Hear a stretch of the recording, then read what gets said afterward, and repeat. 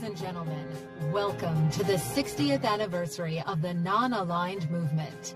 High-level commemorative meeting to mark the 60th anniversary of the Non-Aligned Movement is about to begin.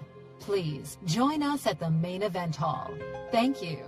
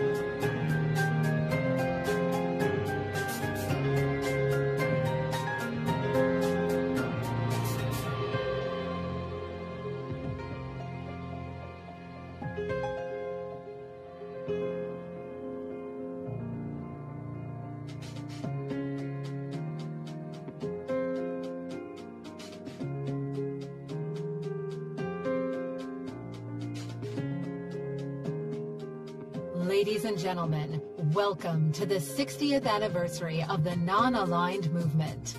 High-level commemorative meeting to mark the 60th anniversary of the Non-Aligned Movement is about to begin. Please join us at the main event hall. Thank you.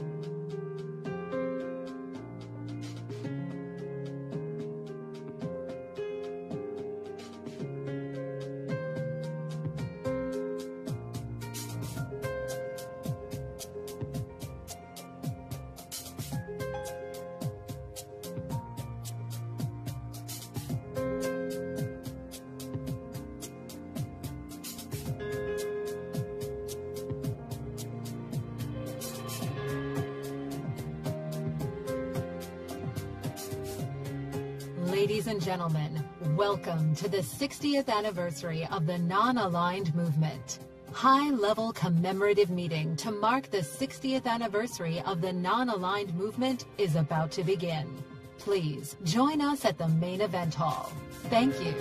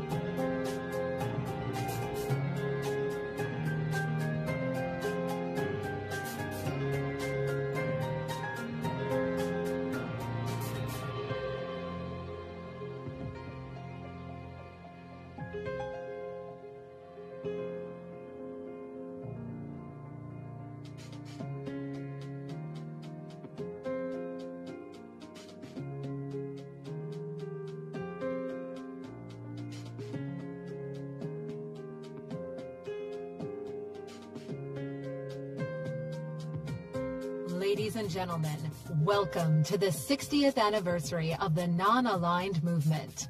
High-level commemorative meeting to mark the 60th anniversary of the Non-Aligned Movement is about to begin. Please join us at the main event hall. Thank you.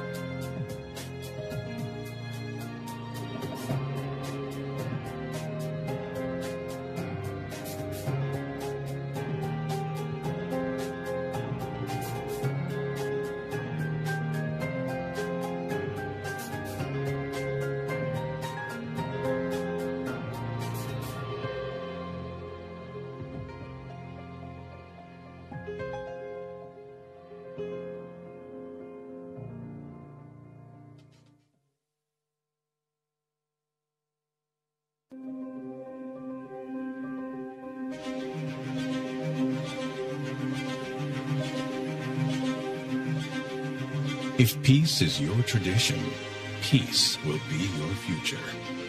Peace builds a good family, a united society, and a successful nation.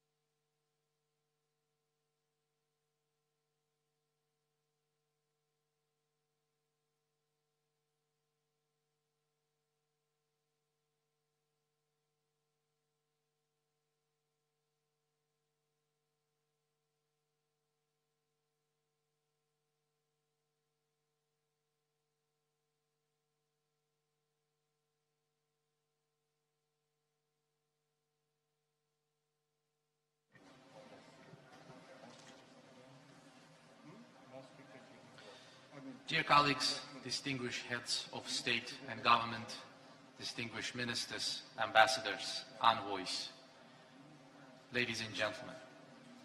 My name is Fariz Rzaev. I'm the Deputy Minister of Foreign Affairs of the Republic of Azerbaijan. It is a great honor and privilege to resume our today's session together with my good friend and colleague, State Secretary of the Ministry of Foreign Affairs of the Republic of Serbia, Mr. Nemanja Starović, so ably representing our dear Serbian hosts here today. We have a long list of speakers in front of us. For the sake of the efficiency of today's session, I kindly and humbly beg of you to respect the agreed time frame and limits for interventions. With this in mind, please allow me to announce the first speaker of the today's session, His Excellency Mr. Lejweni Mbella, Minister for External Affairs of the Republic of Cameroon. Your Excellency, the floor is yours.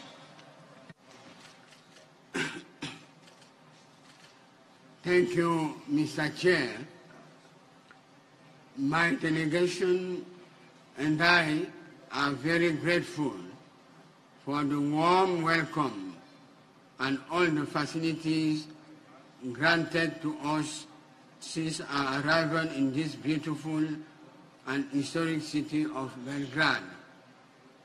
May I take this opportunity to commend the authorities of Azerbaijan and of Serbia for the great success of this event marking the 60th anniversary of the creation of our movement. Mr. Chair, ladies and gentlemen, 60 years ago, thanks to the wisdom of the pioneers and founding fathers of our movement, among others President Tito, Nehru, Sukarno, Nasser, and Nkrumah, this first Belgrade Conference marked a major event in the world affairs of the 20th century. As a matter of fact, the Belgrade Conference laid the foundations of the non-aligned movement, thus paving the way that our newly independent states would follow with strength and commitment within the context of the Cold War. Excellences, Mesdames et Messieurs, du premier sommet tenu dans cette ville, capitale de la Yougoslavie d'alors en 1961, well, ladies and gentlemen, the first summit, which took place in this city after the conference in Baku in 1959, marked the beginning of our movement, despite everything that was taking place in the world at the time, and it confirmed our basic principles and goals. And the movement has become a concrete, real force that advocates peace in the world, and it expresses the aspirations of our countries for freedom and for finding their way out of neocolonialism that is still existing. Our movement has continued to develop,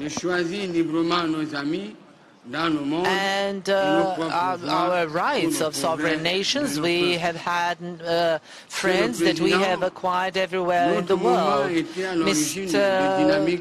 Chair, our movement was the initial force in a major international dynamics, like in the conference in 1964 and then in 1970, the creation of our organizations, then also the leveling, the resolution in the United Nations that was about the new economic order in the world that was taken upon our initiative, then fight against terrorism, terrorism in all the shapes and forms that it appears in. Then also the global response to COVID and generally multilateralism throughout the world. All of these treaties that we have contributed to have helped us regain or gain freedom and free actions of our countries. Cameroon is very content with the attainments and the successes of our movement. Irrespective of that, we should not forget that there is another road, a part of the road ahead of us. We have certain hurdles that we should overcome, the challenges that we must face within the new world context of globalism, looking for and working on the new architecture of the world that would be able to respond to the issues of the reality, foreseeing in advance all the challenges created by the crisis ahead of us and writing a new pages of the history. In this respect, we should come up with a new international policy, both economic and commercial, that should defend both of the interests of both individuals and communities. This policy should take into consideration primarily the interests of developing countries, working on the bridging of the gap or bringing closer the gap lines between the developed and developing countries. And these decisions would have a major result or consequences on our respective developments, diversification of the fields where we work, adjusting of our actions and the ways in which we address the world are direly required. Mr. Chair, the marking of the 60th anniversary should grant us an opportunity to confirm the basic goals of our movement. Primarily, I'm thinking of the reconstruction, the reorganization of the collective safety and security within the UN system through the reform of the Security Council that should correct the historic injustice made towards Africa, which should get 2 standing seats and 2 rotating seats within the Security Council. I'm also thinking of more active solidarity among the countries within the movement, facing different challenges, the cybercrime, terrorism, etc. Social networks as well, and tackling also tackling the issues related to the warming up of the planet and climate change. We want to demand from the developed countries to abide by the obligations they have or commitments they have taken upon themselves, reducing the CO2 emissions, which are mostly emitted from the developed countries. Our position, Mr. Chair, should be confirmed here at the meeting, also within the organization in Glasgow, in Scotland. I would also like to take this opportunity that we are all here together in order to share with you the information about additional information about the state of affairs in Cameroon that actually impacts everything that is going on. As far as the fight against the Boko Haram movement in the north of my country, the engagement of the security forces of Cameroon in cooperation with the African multinational forces, they are defending the territorial integrity and safety of our country against the actions of Boko Haram. In the region, We have started working a lot dealing with the young people, with the youth, in order to prevent that young people join terrorist organizations such as Boko Haram. In the northeast and southeast of the country, the situation in the country is normal. It is peaceful. The economic activities are taking place as usual, if I may put it that way, like the development and renewal of the country after the major conflicts that we've had. One comprehensive, holistic approach, the action plan within the domain of safety and humanitarian, economic, social and cultural domains is required by these endangered regions. Our Prime Minister and the other ministers have dealt with that, and we already have tangible results that have been created. We have overcome major hurdles, and our government continues to deal with the issue of the population energetically, particularly those difficulties faced by the population in the north. We keep inviting for dialogue. This is an open invitation for all those who would like to fight against terrorist actions, and all the colloquiators that are in favor of peace are welcome. Those who would like to work on the peace, stability, the unity of the country and social and cultural unity of our nation. We have positive real responses to our calls for peace for one day in, day out. We have more and more colloquiators. The fighters of Boko Haram are getting disarmed on a daily basis, and they join our regular security forces, and they are getting their place in the society. The dynamics of the approachement within the country, along with the efforts of our presidents put into since 2019, have been enwrapped now through a special status which the regions in the northeast and northwest have obtained, with the executive councils of the regions and an additional house within our assembly. This is the House of Chiefs, the tribal leaders, practically chamber, and along with the establishment of the regular councils that work on the development of the development plans, both for the regions and for the adoption of the budgets that are required for this.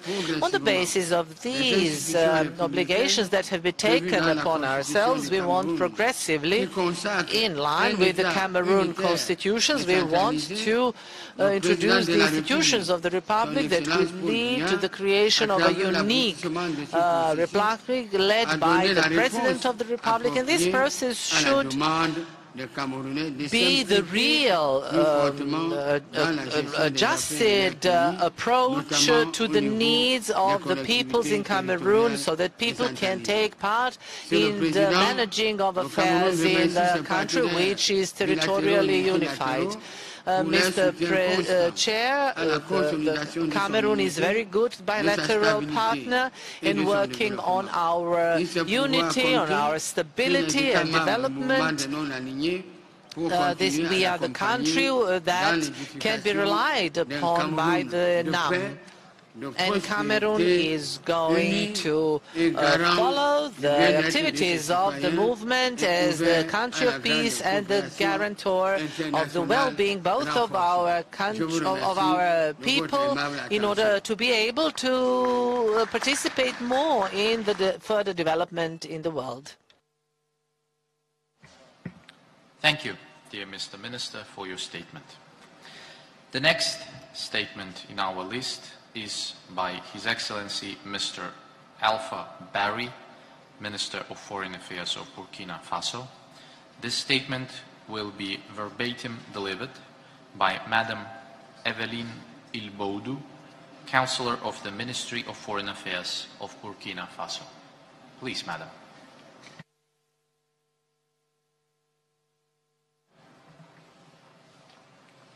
Merci beaucoup, Monsieur le Président. Comme vous l'avez dit, je prononce ce discours au nom de Son Excellence, Mr. Chair. As you have said yourself, I am delivering this statement on behalf of Mr. Alpha Bari, MFA of the Republic of Burkina Faso, and he apologizes for not being able to remain for the second day of this important conference since he had to leave last night. So now his statement. Mr. Aliyev, Your Excellency, President of Azerbaijan and Chair of the NAM, Your Excellency, Mr. Vučić, President of the Republic of Serbia, ladies and gentlemen, Your Excellencies, heads of delegations, ladies and gentlemen, participants, I would like to thank Serbia, first of all, for the quality welcome and for organizing our celebration at the highest level. Allow me to share with you deep gratitude of the President of the Republic of Burkina Faso for the invitation received by Mr. Aliyev, President of Azerbaijan, and to President Vučić also for participating in this conference. This conference marks the 60th anniversary of the first conference of the NAM here in Belgrade. I would also like to extend greetings to the Secretary General of the UN and other representatives of the UN and everybody else who assisted in organizing this conference of the NAM at the time of both health and financial crisis.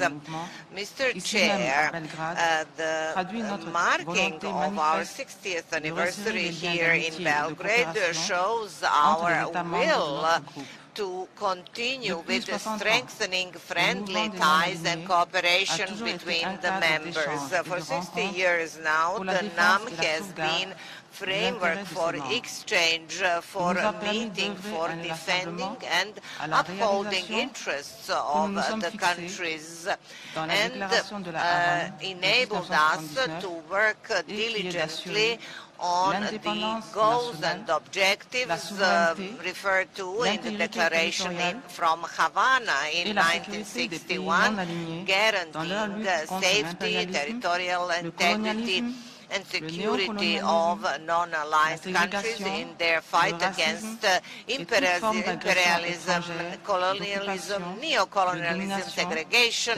racism, and all forms of aggression at the international scene, interference and hegemony. In this sense, allow me, on behalf of His Excellency Ron Marco Borrao, President of the Burkina Faso, on behalf of the government of Burkina Faso, and on my behalf as the Minister of Foreign Affairs, to express gratitude to the NAM for solidarity and assistance towards us, shown especially during this latest health crisis. Mr. Chair, our need for peace and solidarity shows that our NAM, our movement, has been facing a series of crises, and which means that we need to show even more solidarity. Most members are faced with multiple challenges, conflicts, poverty, unemployment, extremism, terrorism, epidemics, and other natural disasters that threaten both peace and stability and prevent economic and social development of our countries. COVID-19 epidemic that affects the entire world also threatens international solidarity.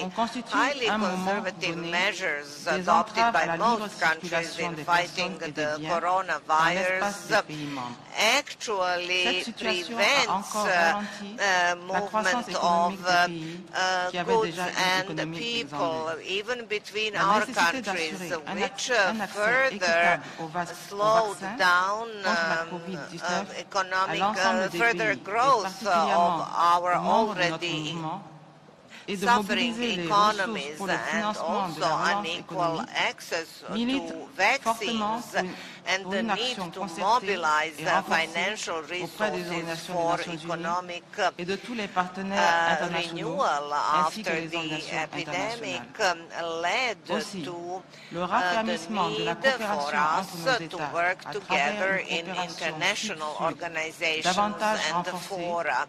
Collaboration between our members and the South-South cooperation led to having in the heart of our NAM once again recognition of the importance of the principle of solidarity.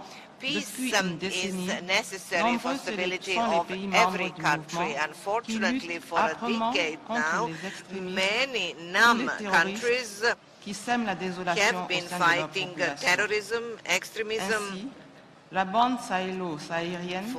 against such movements and events that destabilize their societies. We have seen many terrorist attacks for years.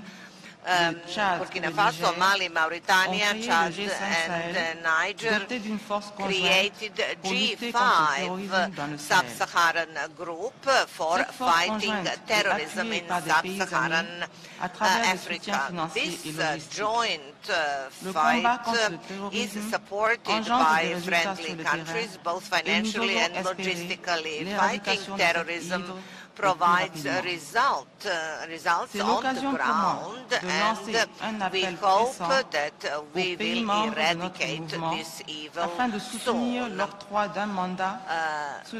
Member countries of the NAM should support their mandates referred to in Chapter 7 of the UN in order to provide sufficient and constant financing. It is extremely important to implement Charter of the UN, and this is a very good foundation for facing challenges. We are committed to multilateralism as a tool for international cooperation. I don't want to wrap up my statement without giving encouragement to all those who fight for further developing a more just and equitable world. Such an advanced world is also the vision of our President, Roch-Marc Kabore, and also a vision of a great man, a great Pan-African former head of state of Burkina Faso, who was very much involved in the NAM.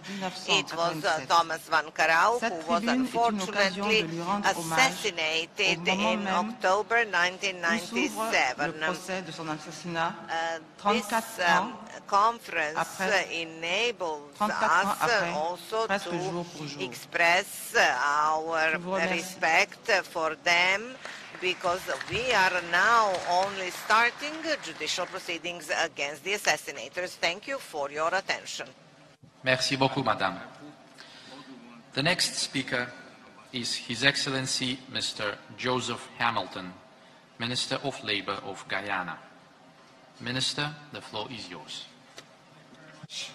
Mr. Chairman, Excellencies, ladies and gentlemen, allow me to express appreciation to the government of Serbia for hosting us in beautiful Belgrade on this momentous occasion. I also commend the government of Serbia for the excellent arrangements that have been made for delegations participating in this anniversary celebration. Coming back to the birthplace of our movement compels us to reflect on this journey upon which we embarked 6 decades ago. A reflection on the shared priorities that have kept us together even amidst the winds of change that our world has experienced over these 60 years. This reflection should inevitably lead to a renewal of our collective commitment to the ideals and aspirations of our movement, since it would reveal that while much has been accomplished, much more is still to be done. And in this moment of reflection, let me recall my country, Guyana, humble duty to have hosted the historic Non-Aligned Conference of Foreign Ministers in 1972 at a distinctive moment in the progression of our movement. The conference led to the Georgetown Declaration and the Program for Economic Cooperation, and to the 4th Summit in Algiers. Guyana is honored to have served the Non-Aligned movement at that critical moment in its advancement.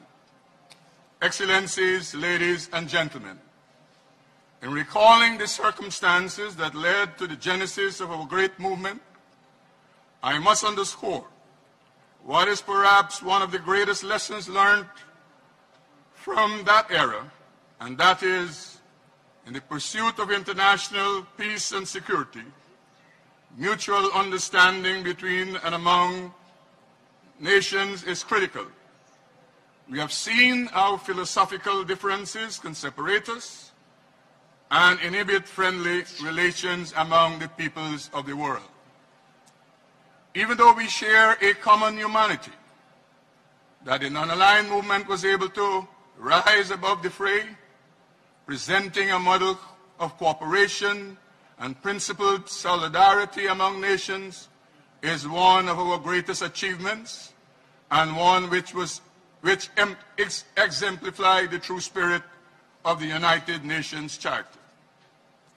Some have called into question the continued relevance of our movement, given our original focus on non-alignment in the context of great power rivalry.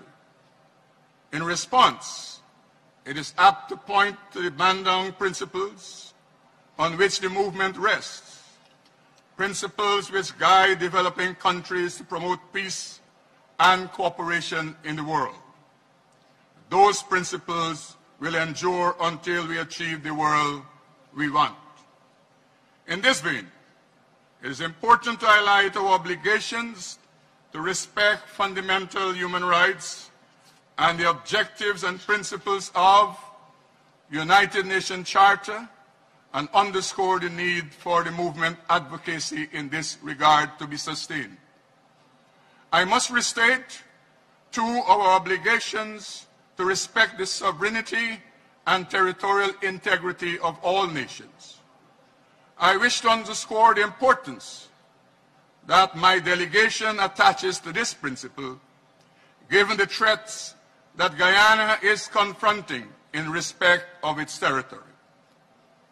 In this context, we must continue to promote respect for justice and international obligations, including for institutions such as the International Court of Justice, which perform a key role in strengthening a rule-based international order.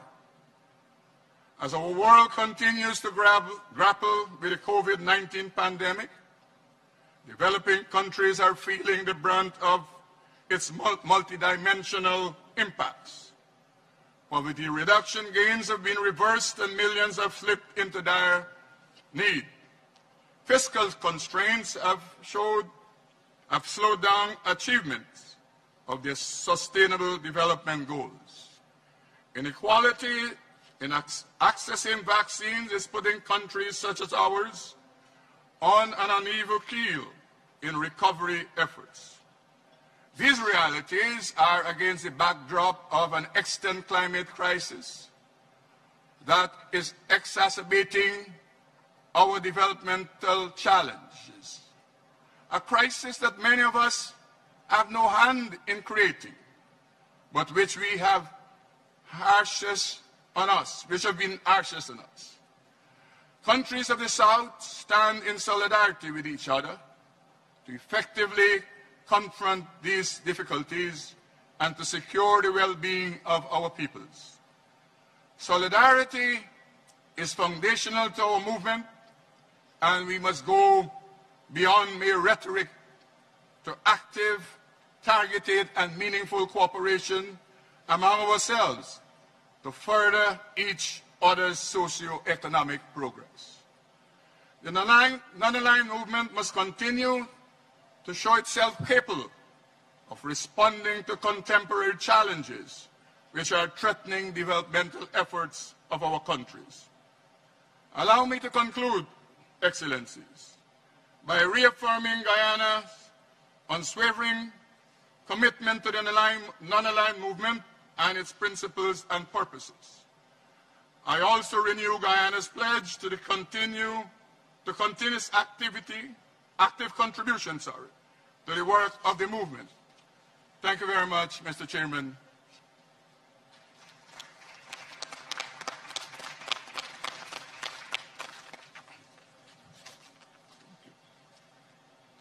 Thank Your Excellency for your statement.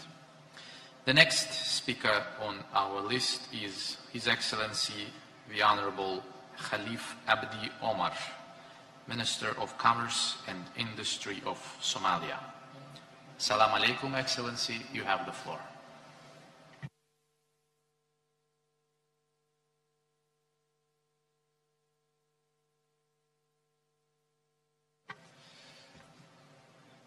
Wa alaikum assalam, and thank you. Mr. Chairman, His Excellency Ceylan Bayramov, Minister of Foreign Affairs of Azerbaijan, His Excellency Nikola Selakovic, hosting nation Minister of Foreign Affairs of Serbia, Ministers, Ambassadors, distinguished guests, ladies and gentlemen, on behalf of my delegations, allow me to thank the Republic of Serbia and its friendly people for your warm welcome and hospitality in our short stay to join in this historic gathering. Allow me also, Your Excellency, to thank the government of Republic of Serbia for your impeccable organizations at this high-level meeting to commemorate the 60th anniversary of the founding of the non-aligned movement. On this poignant occasion today is a historic day for all members of our organizations. Mr. Chairman, Somalia, a founding member of this organization, is adherent of these principles of the non-aligned movement, which we all benefited from its unique solidarity and togetherness. I personally remember throughout my early years as a young person how this great movement was guiding light for the incredible development and existence of many countries in Africa continent. Mr. Chairman, Somalia, which has gone through a long civil war, believes in dialogue and peaceful resolution of conflicts. These were the guiding principles of our founding forefathers of this great organization. Somalia enjoys a cordial friendship between Belgrade and Mogadishu, which began in late 1950s. we intend to strengthen and deepen the ties that exist with Serbia and the member states of our organizations. Finally, I would like to suggest, in order to strengthen the relationship between non-aligned movement member states to continue a legacy of the meeting of our great organization. Somalia is committed to improving diplomatic trade and cultural relations with the member states. I thank you all participants. I wish success, progress, and prosperity for all member states and its people for the coming 60 years. Thank you again, Mr. Chairman. Thank you.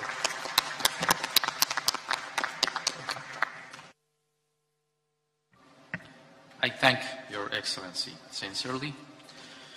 We shall now move to hear the statement of Her Excellency Madam Edith Ramos da Costa Tenhua, Minister of Foreign Affairs, Cooperation and Communities of Sao Tome and Principe.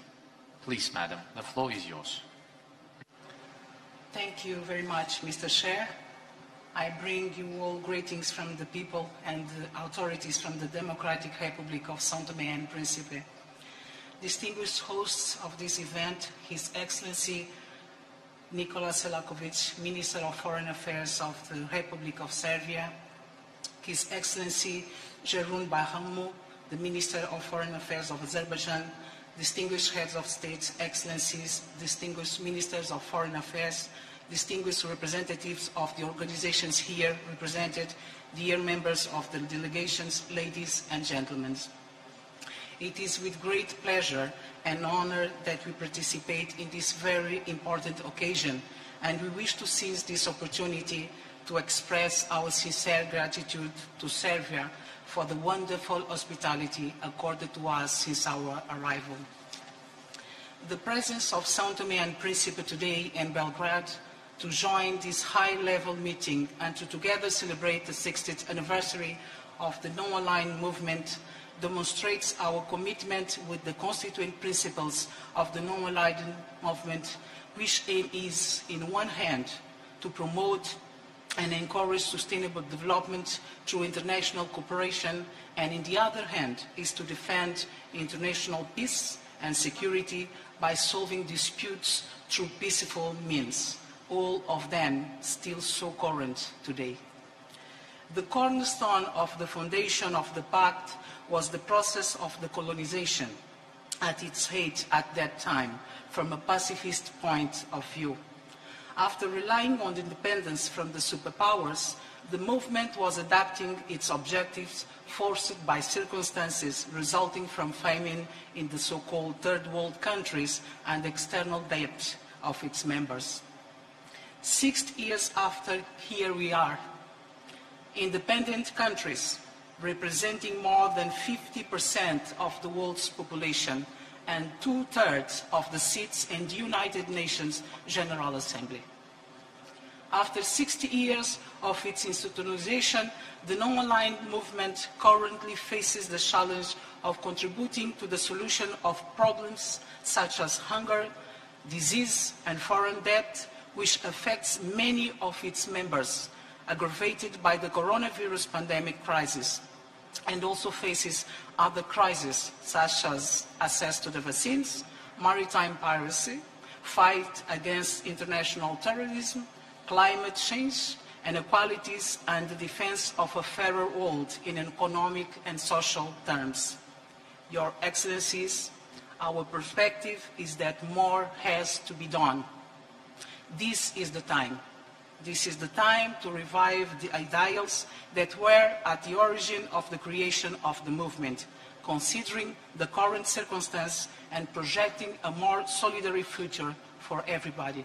Thank you very much. Obrigada.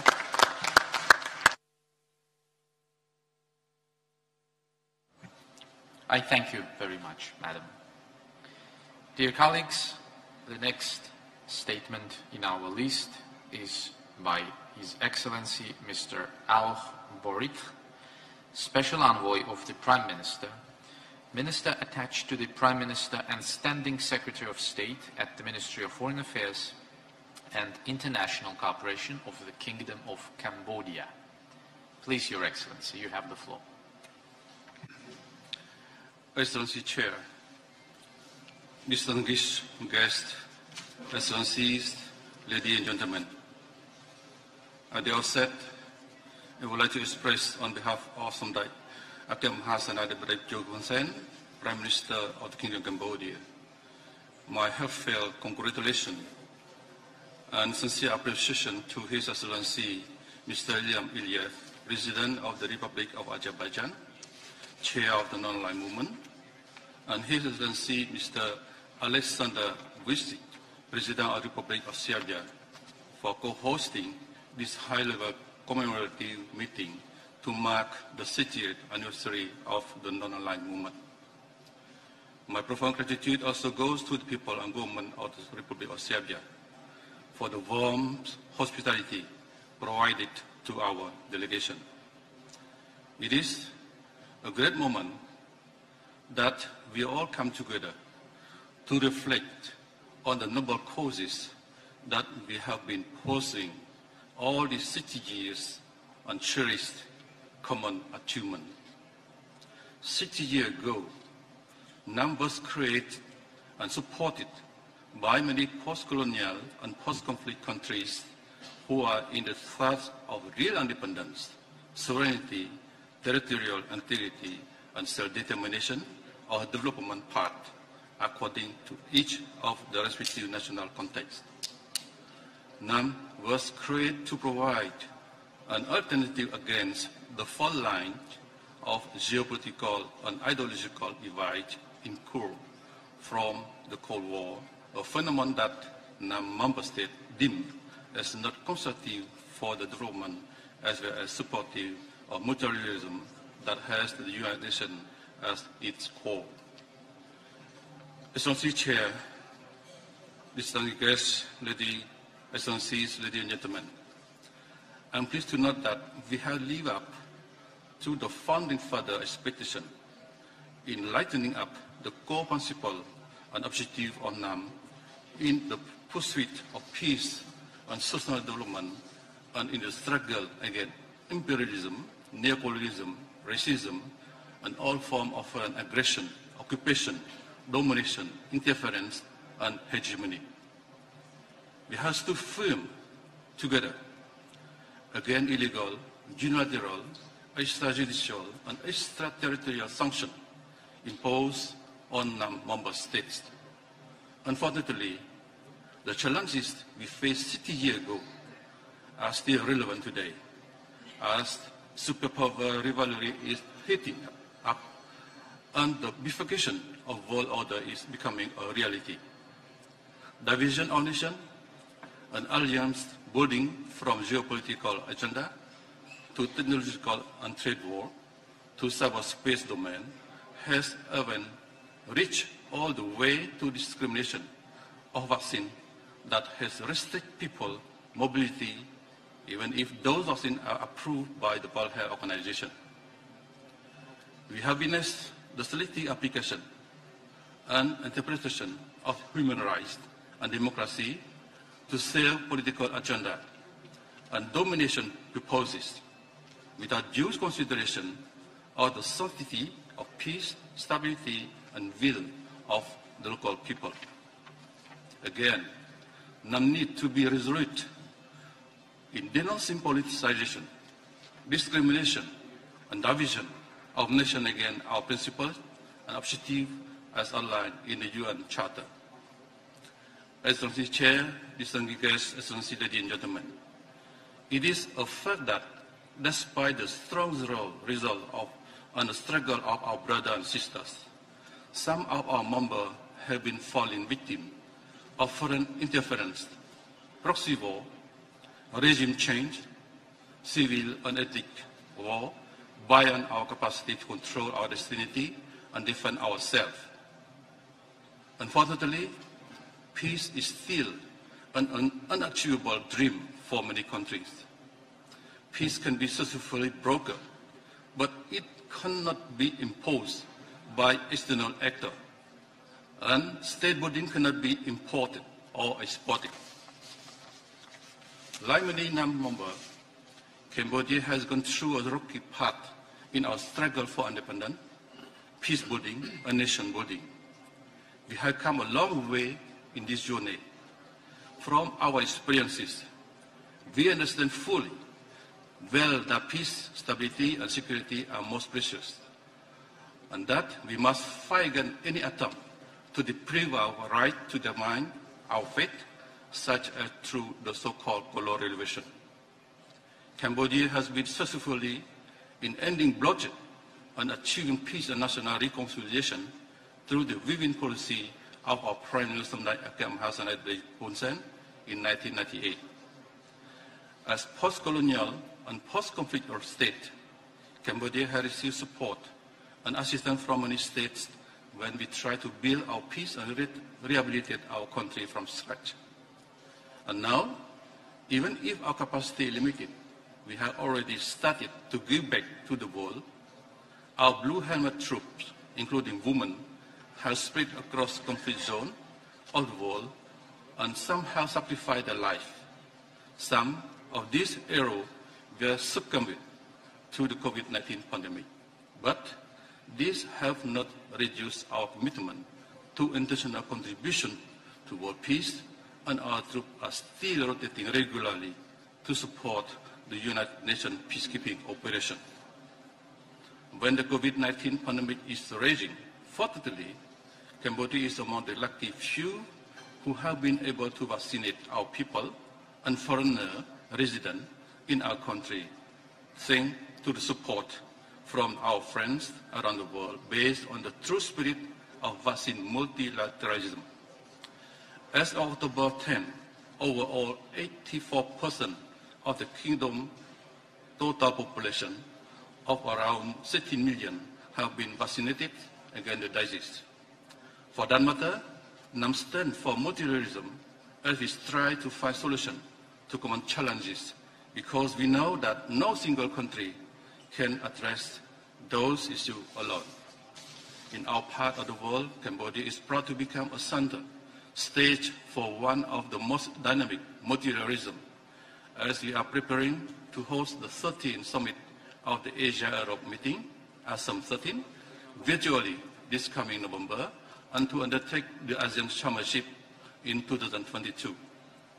As the incoming chair of ASEAN in 2022, Cambodia will endeavor to promote an action-oriented approach to effectively address the common challenges facing our region. With support and strong solidarity of ASEAN member states and its external partner, Cambodia will seek to ensure tangibility of benefit for the people across the whole region, without leaving anyone behind. Let me conclude by reiterating Cambodia's strong commitment to the bonding principle enunciated in 1955, the unity in action based on multilateralism in our pursuit for peace and sustainable development for the world. Thank you for your consideration. Thank you.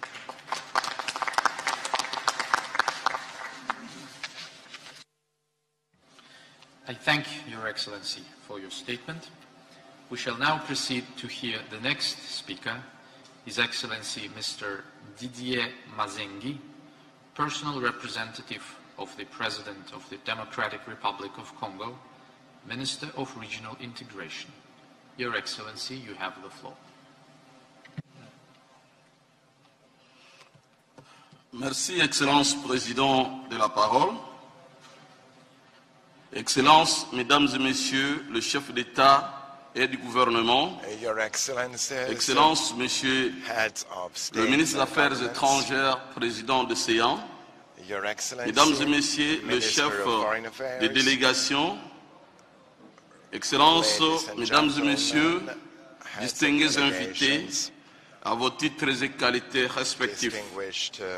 Je suis très honoré de me joindre à vous aujourd'hui, porteur d'un message personnel de félicitations, de l'unité et de paix qu'adresse le président de la République démocratique du Congo, président en exercice de l'Union africaine, son Excellence Félix-Antoine Tshisekedi Tshilombo, à ses homologues présidents de la République de Serbie et de la République démocratique d'Azerbaïdjan, ainsi qu'à tous les représentants des pays réunis ici à Belgrade pour célébrer le 60e anniversaire du mouvement des non-alignés. C'est aussi pour nous l'occasion de rendre un vibrant hommage mérité aux précurseurs et pionniers de notre organisation, car la naissance du mouvement Abandung a été un acte d'audace qui avait surpris le monde entier, et depuis ce jour, les politiques internationales s'en est trouvées transformées à jamais de façon radicale. Depuis le premier sommet des non-alignés en 1961 à Belgrade, le mouvement affirmait sans ambiguïté qu'il était déterminé à jouer un rôle constructif et indépendant dans les affaires du monde.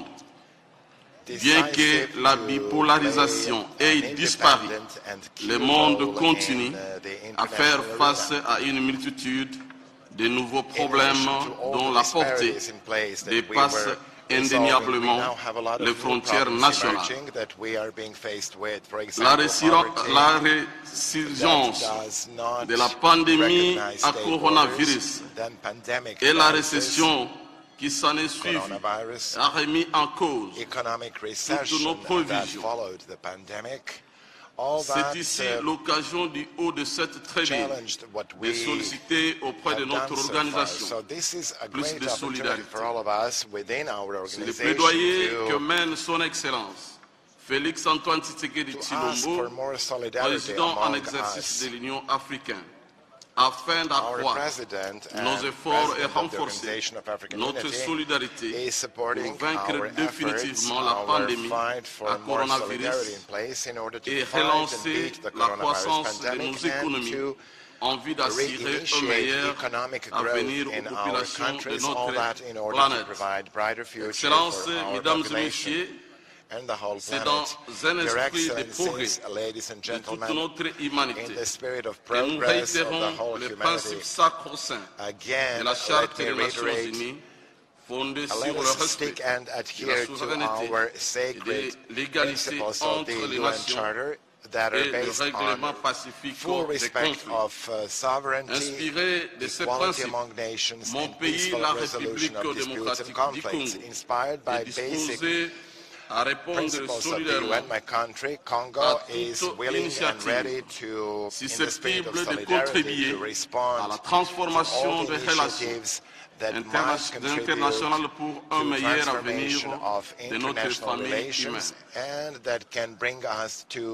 Nos retrouvailles après 60 ans sont encourageantes, car le monde a besoin d'entendre le message que nous lui envoyons du haut de cette tribune de Belgrade, berceau du mouvement, et il a besoin de le traduire en actes.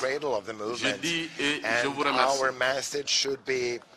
Translated into actions. That's what I wanted to say to you. Thank you again for your attention.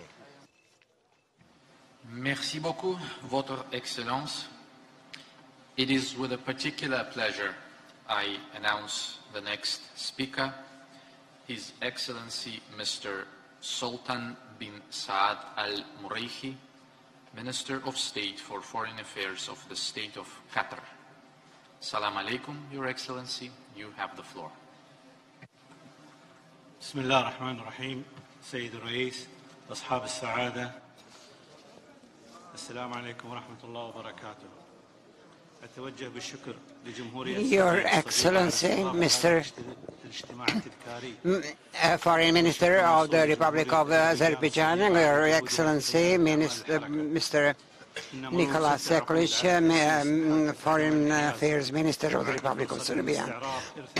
I wish to thank the Republic of Serbia for the hospitality as the host of this commemorative event and meeting, and to the Republic of Azerbaijan for leading our movement. This is now the right moment to speak about the historic legacy of our movement and to point and display the main features of it that it has in playing an international role. Today we are facing world challenges that change a lot when they refer to those back in 60 years ago.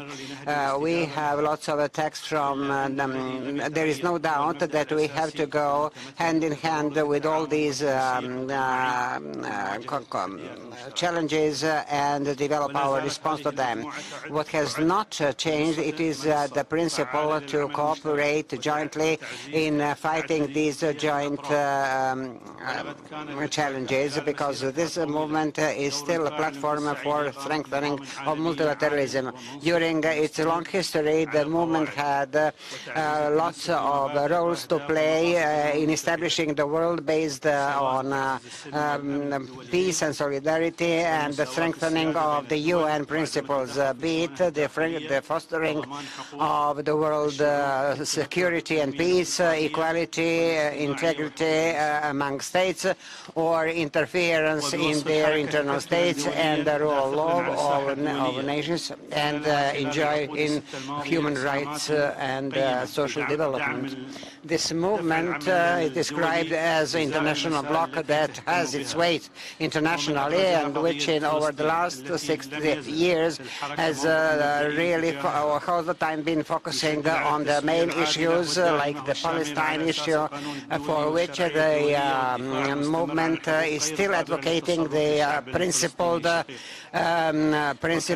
is based on international law or international legitimacy, and that the Palestinian people has been deprived of. The movement is still playing a very important role in the reform process of the UN, is the fostering of its role internationally, and makes it work more efficient and more responsible. Ladies and gentlemen, I am availing of this opportunity of the commemorative meeting to repeat that the state of Qatar is adhering to the principles of Bandung and that it also advocates the creation of a world of justice and stability, because these principles are in line with the principles of the state of Qatar International. Finally, we are emphasizing our intention to be an active, further active member of this group, and also to remember all the time the constructive role it is playing, and to contribute to the to make all possible contribution to all people. I sincerely thank Your Excellency for your statement.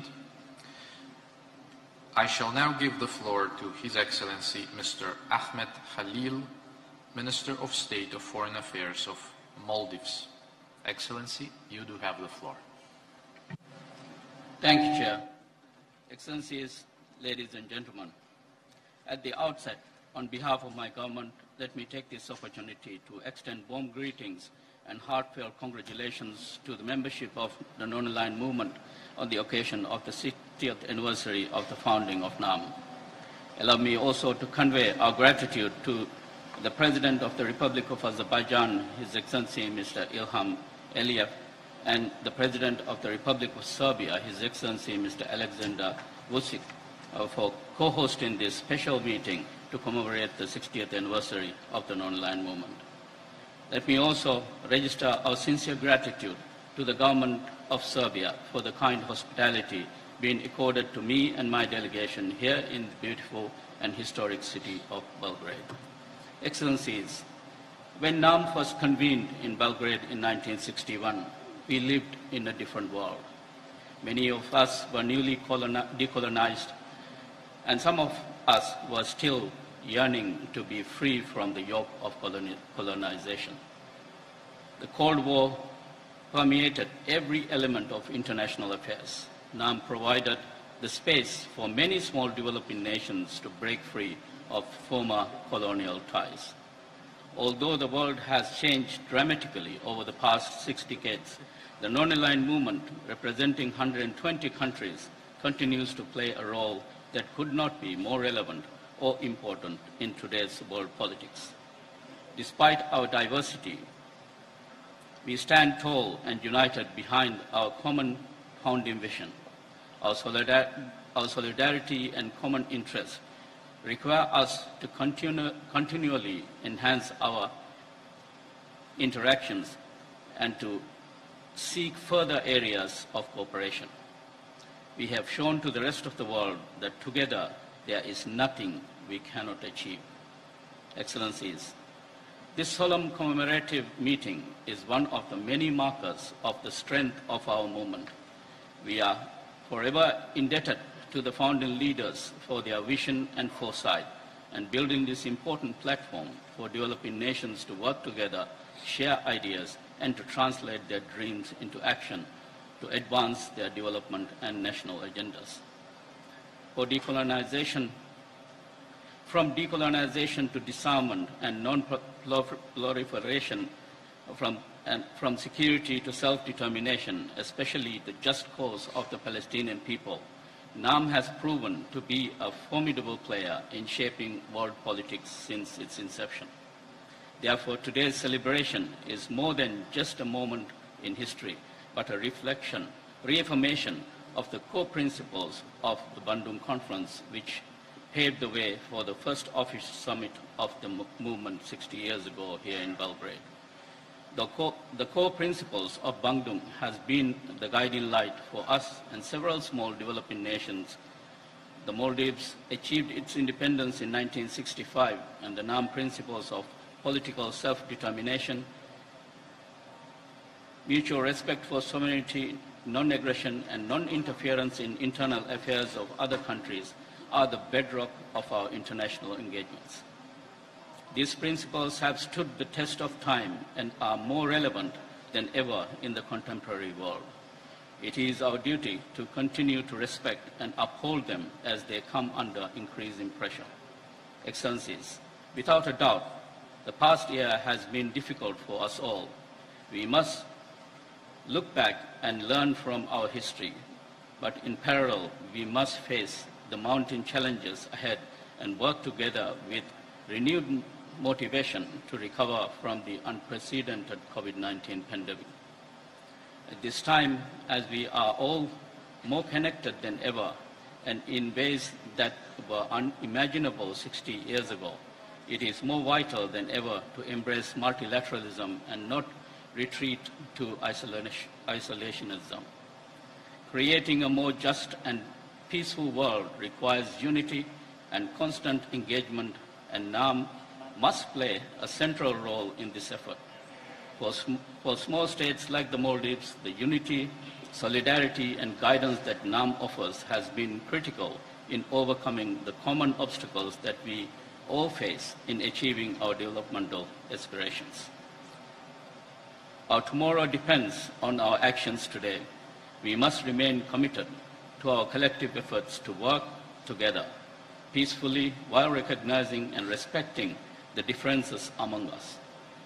On this special occasion, let us renew our vow to increase our cooperation not only amongst ourselves but also with others through various multilateral avenues. Excellencies, the promise of a future of peace and harmony still goes unfulfilled, and so our work here continues.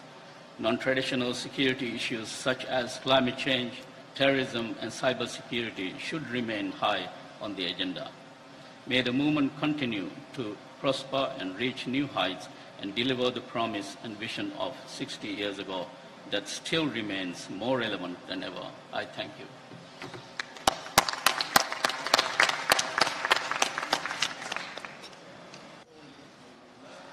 I thank distinguished Minister Khalil for his statement.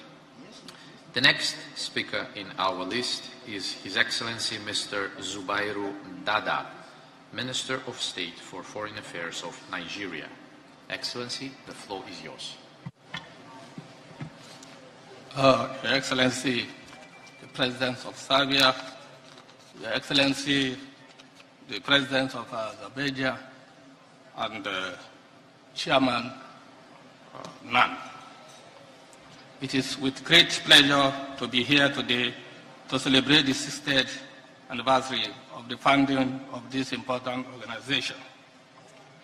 The commemoration of the 60th anniversary presents yet another key moment for dialogue as we enter the decade of action.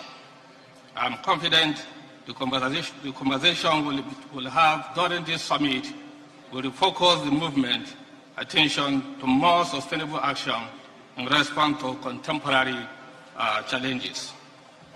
I call the general excitement at the prospect of the organization among developing countries in the 60s.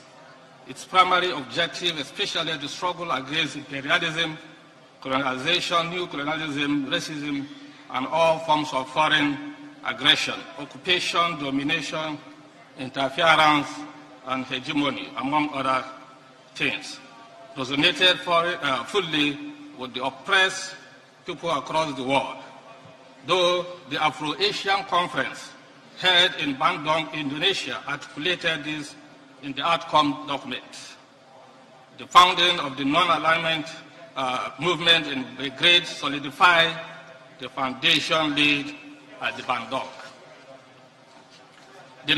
For Nigeria, non-alignment, decolonization, fight against racism, and apartheid have remained the guiding principle of our foreign policy since our independence in 1960. Thus, the establishment of the non-aligned movement provided the institutional platform to profess and pursue these principles upheld by our founding fathers. We were at the forefront in confronting the agenda of the Cold War and decolonization in the 60s and 70s. We also championed the agitation for a new international economic order by intellectuals from the developing countries in the 70s. In the 80s, our position in nuclear non-proliferation galvanized cross-cutting pressures on the urgency for global action, and our stance, a counter-hegemony force in the 90s, served as a rallying point against possible unipolar system that threatened to replace the obsolete bipolar primary. As we commemorate our 60th anniversary this year, we also move one step closer to the 2030 Agenda for Sustainable Development.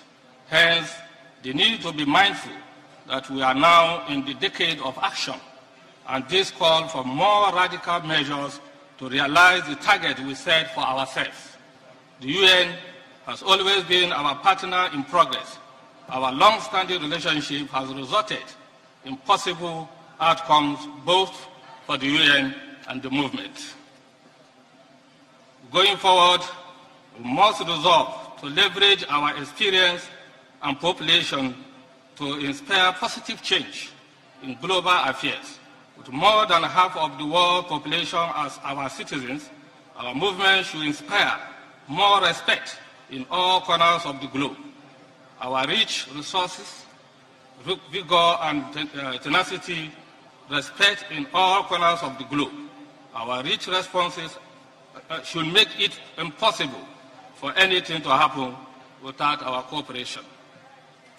The above entails that we should not allow external forces to infiltrate and sabotage us as witnessed in the past.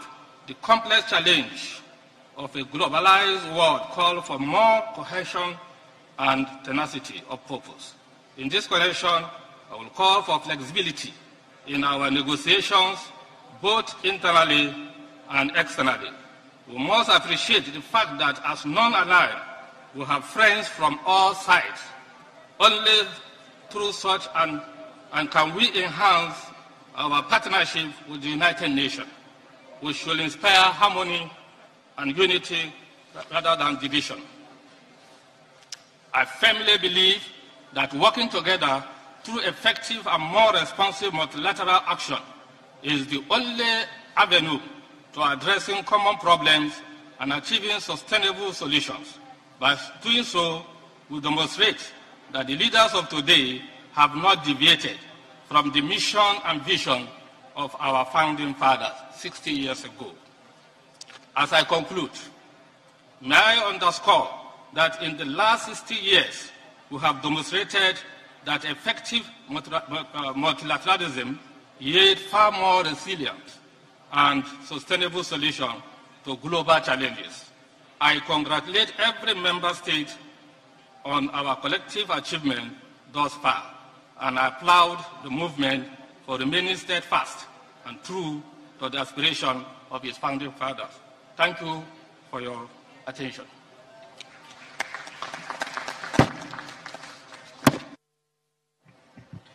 I thank Your Excellency for the statement.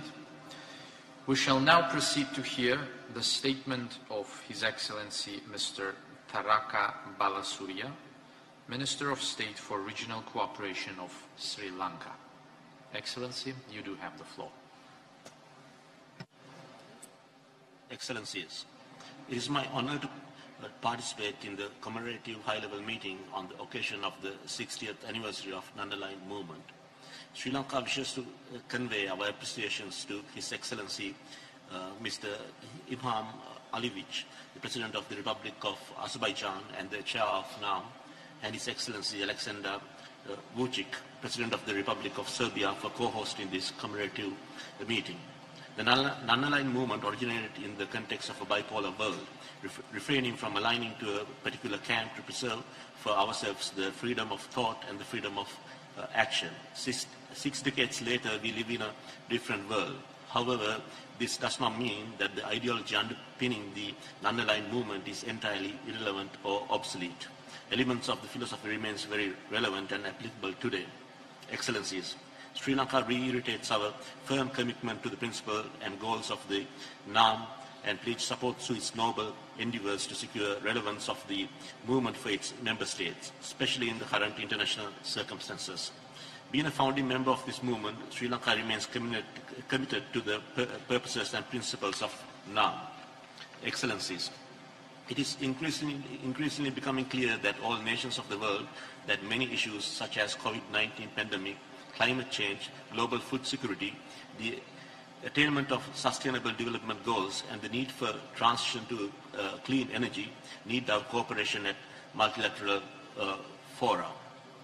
As a country vulnerable to extremes of climate change, our engagement with multilateral climate change fora is extensive. Sri Lanka stands in solidarity with international efforts in this regard. We call for enhanced cooperation between developing countries in NAM, which is critical to achieve this objective. The world during the last 2 years have been experiencing one of the greatest crises in modern history in the form of the outbreak of COVID-19 pandemic. Sri Lanka has been successfully containing the spread of the virus with many proactive measures and a whole of government approach leading to a successful vaccination rate. We would like to reiterate that terrorism and violent extremism are also among the most pressing threats encountered by the modern world. Sri Lanka's unwavering commitment to strengthening international cooperation to prevent and combat terrorism in all its forms and manifestations, and reaffirms that any acts of terrorism are criminal and unjustifiable regardless of their motivations. Excellencies, I would like to conclude my brief comments by reiterating that NAM need to face up to the evolving challenges in the global arena by redoubling our efforts and collective action. We also need to strengthen our engagement at multilateral institutions. Thank you.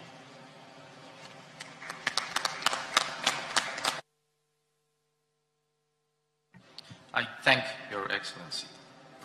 The next speaker on our list is His Excellency Mr. João Soares da Gama, Permanent Representative of Guinea-Bissau to the United Nations.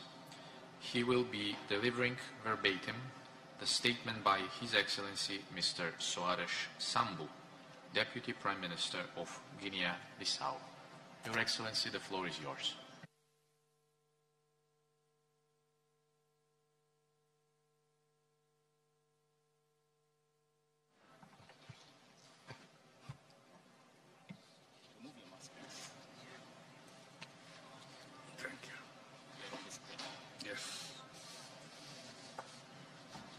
Thank you.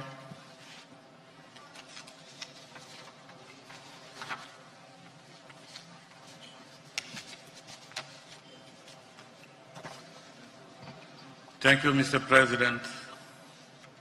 Excellencies, ladies and gentlemen, this meeting commemorating the 6th anniversary of the first conference of heads of state and government of non-aligned countries held in this beautiful city of Belgrade offers us a particular opportunity to analyze together the pivotal role played by our movement in supporting peace and international security, as well as reaffirming our commitment to its fundamental principle enshrined in the UN Charter and our everlasting support for the international order based on multilateralism, solidarity, and international cooperation.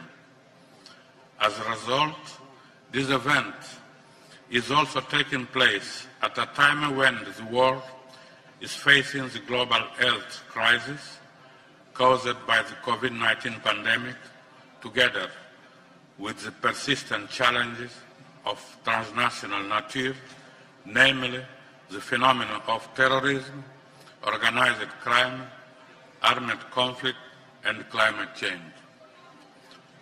It is in this regard that my country, Guinea-Bissau, believes that we must continue to strengthen our cohesion in order to spare not effort in promoting the values of multilateralism, solidarity, and international cooperation as sine qua non condition for obtaining positive responses to the numerous and the complex challenges that affect us all, particularly the COVID-19 crisis, terrorism, and the climate change. Mr. President, Excellencies, ladies and gentlemen, 6 years after its creation, we can be proud of the achievements and the visibility of our movement, which are notorious and widely recognized by the entire international community. In this sense, the historical legacy of the struggles waged by our 120 countries has significantly contributed to the contemporary strategy of asserting a multipolar system and to presentation of the main reform proposal for the international system, such as the creation of the Group of 77, whose objective was to increase the pressure on issues of a commercial nature, which were previously dealt under General Agreement on Tariff and Trade. Despite this achievement, we still face enormous difficulties in implementing many of reformist goals and the proposals of our organization, especially with regard to disarmament, poverty eradication, combating organized crime, terrorism, and climate change. In this context, we advocate for an end to the arms race and for the use of this fund to finance development and social issues. In conclusion, Mr. President, on behalf of the Minister of State of Foreign Affairs, International Cooperation and the Community, I would like to reiterate Guinea-Bissau's commitment to the ideas, objectives, and the principle of Bandung of our movement and of the Charter of the United Nations, then also shared by Amilcar Cabral, the founder of our nationality. Finally, allow me to thank the government of Azerbaijan and Serbia, the co-organizer of this very opportune event, for their generosity and the invitation that allow us to participate in it in this beautiful and historic city of Belgrade, whose people's hospitality is well known and appreciated. Long live the movement of non-aligned countries. Thank you very much.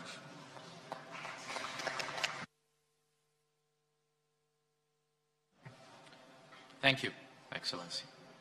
The next statement belongs to His Excellency Mr. Wang Yi, Minister of Foreign Affairs of the People's Republic of China. The statement will be delivered verbatim by Her Excellency Madam Chen Bo, Ambassador of the People's Republic of China to the Republic of Serbia. You have the floor. Thank you, Chair. It is a great honor for me to deliver the written statement by His Excellency Wang Yi, State Council and Foreign Minister of the People's Republic of China for this meeting. On behalf of the Chinese government, I would like to extend our warm congratulations on the 16th anniversary of the Long Line movement and wish this high-level meeting a great success. 16 years ago, NAM was born during the climax of national liberation movements in Asia, Africa, and Latin America.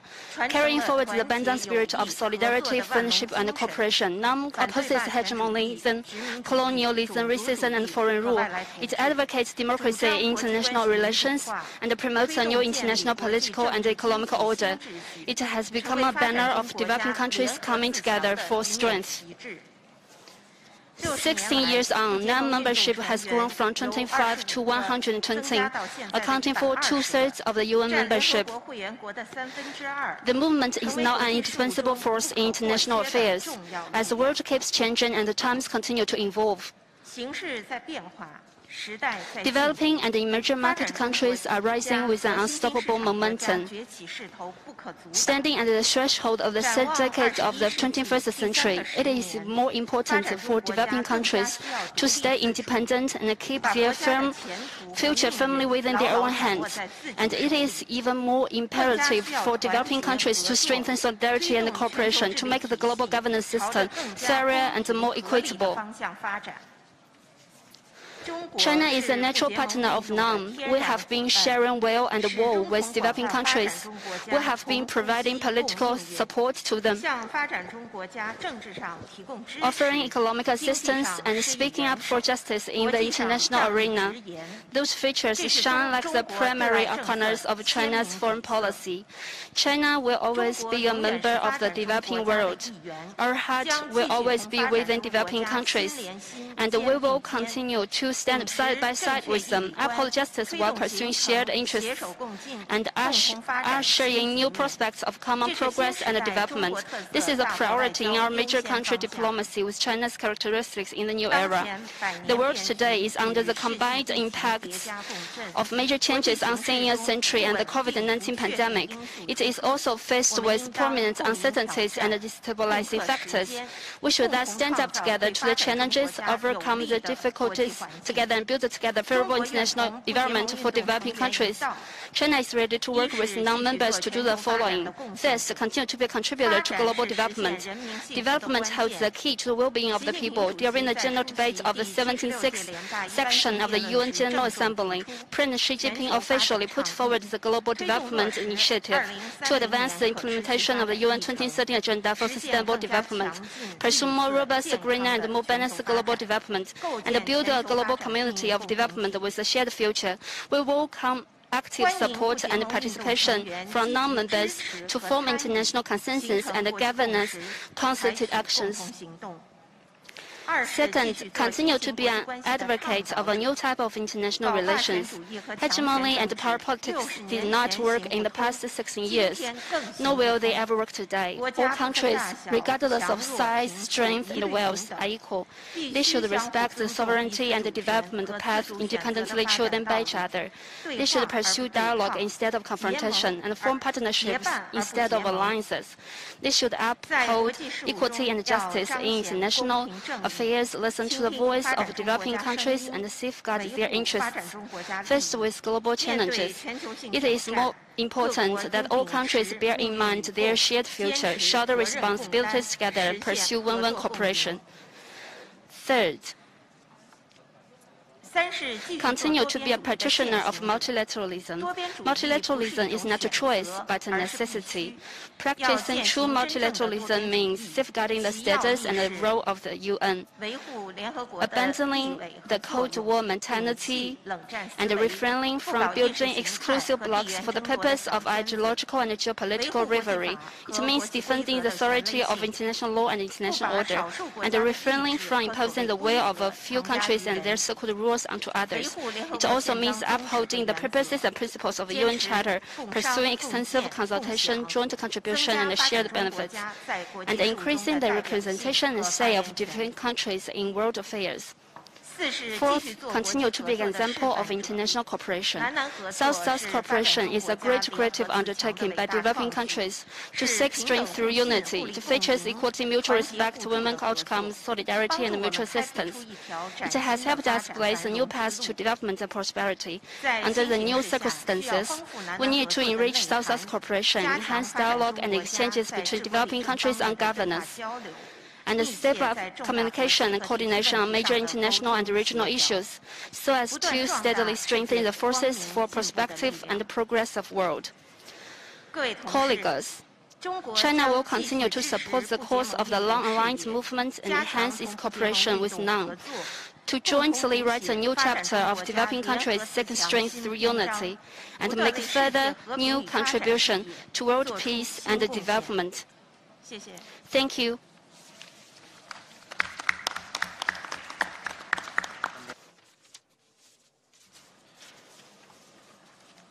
Thank you, Madam, for the statement. The next speaker in our list is His Excellency Mr. Farhod Arziev, First Deputy Minister of Foreign Affairs of the Republic of Uzbekistan. Your Excellency, the floor is yours. Thank you, Chairman. Mr. Chairman, Excellencies, distinguished participants. First of all, I would like to express our sincere gratitude to the governments of the Republic of Serbia and the Republic of Azerbaijan for convening this high-level commemorative meeting to mark the 60th anniversary of the non-aligned movement. Since its establishment, NAM has become one of the important platforms to promote global peace, cooperation, and development. It has become possible thanks to its founding principles such as respect for territorial integrity and sovereignty, non-interference in domestic affairs, mutual benefit, and peaceful coexistence. NAM is well placed to play its relevant role in the global affairs today. Mr. Chairman, as a NAM member, the Republic of Uzbekistan remains actively involved in international cooperation in strengthening regional and global peace, ensuring sustainable development, creating opportunities for a better future. In 2017, we have adopted new national development strategy. Over the past years, we have entered a completely new phase of our national development and have made significant progress on this path. Therefore, the expression New Uzbekistan came into existence, signifying the results of the historical reform process under the leadership of the President of Uzbekistan, His Excellency Mr. Shavkat Mirziyoyev. The reforms are aimed at modernizing the country, further improving the public administration, strengthening the role of parliament, ensuring human rights and freedoms. Most importantly, the democratic reforms have become irreversible. As a member of the Human Rights Council, Uzbekistan is making active contribution to international efforts for global peace, sustainable development, and prosperity. By the initiative of Uzbekistan, for the past 4 years, 4 important United Nations General Assembly resolutions were adopted.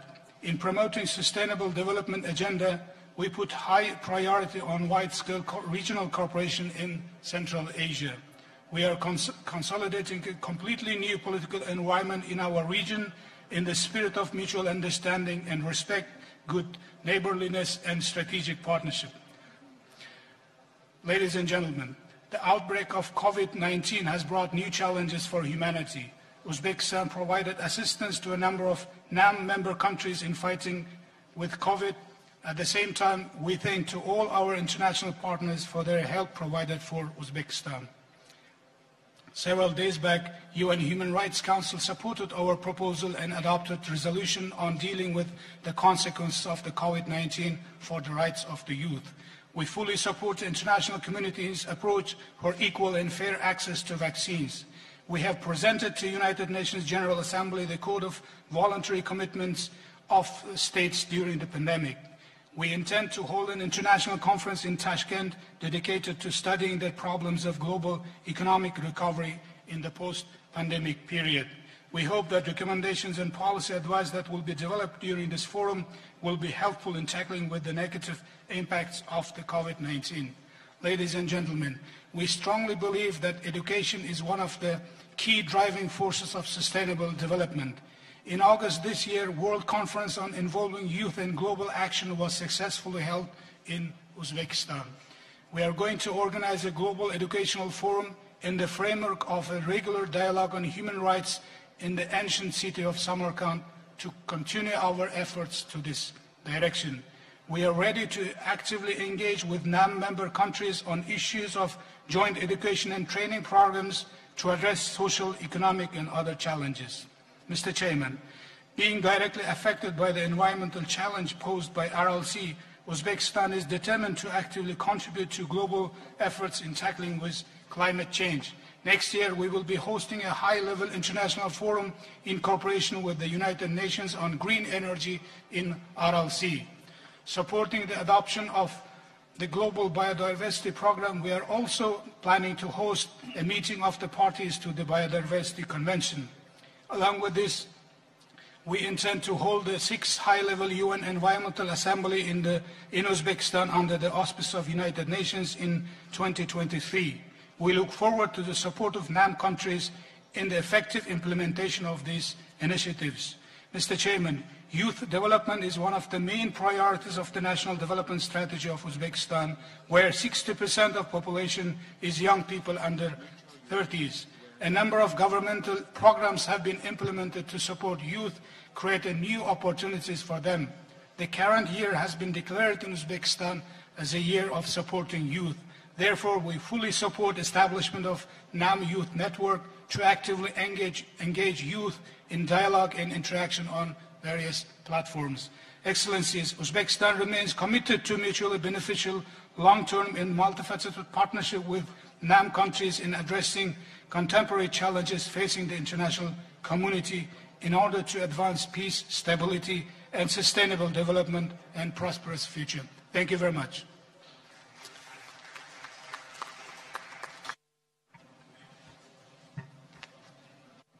Thank you, sir.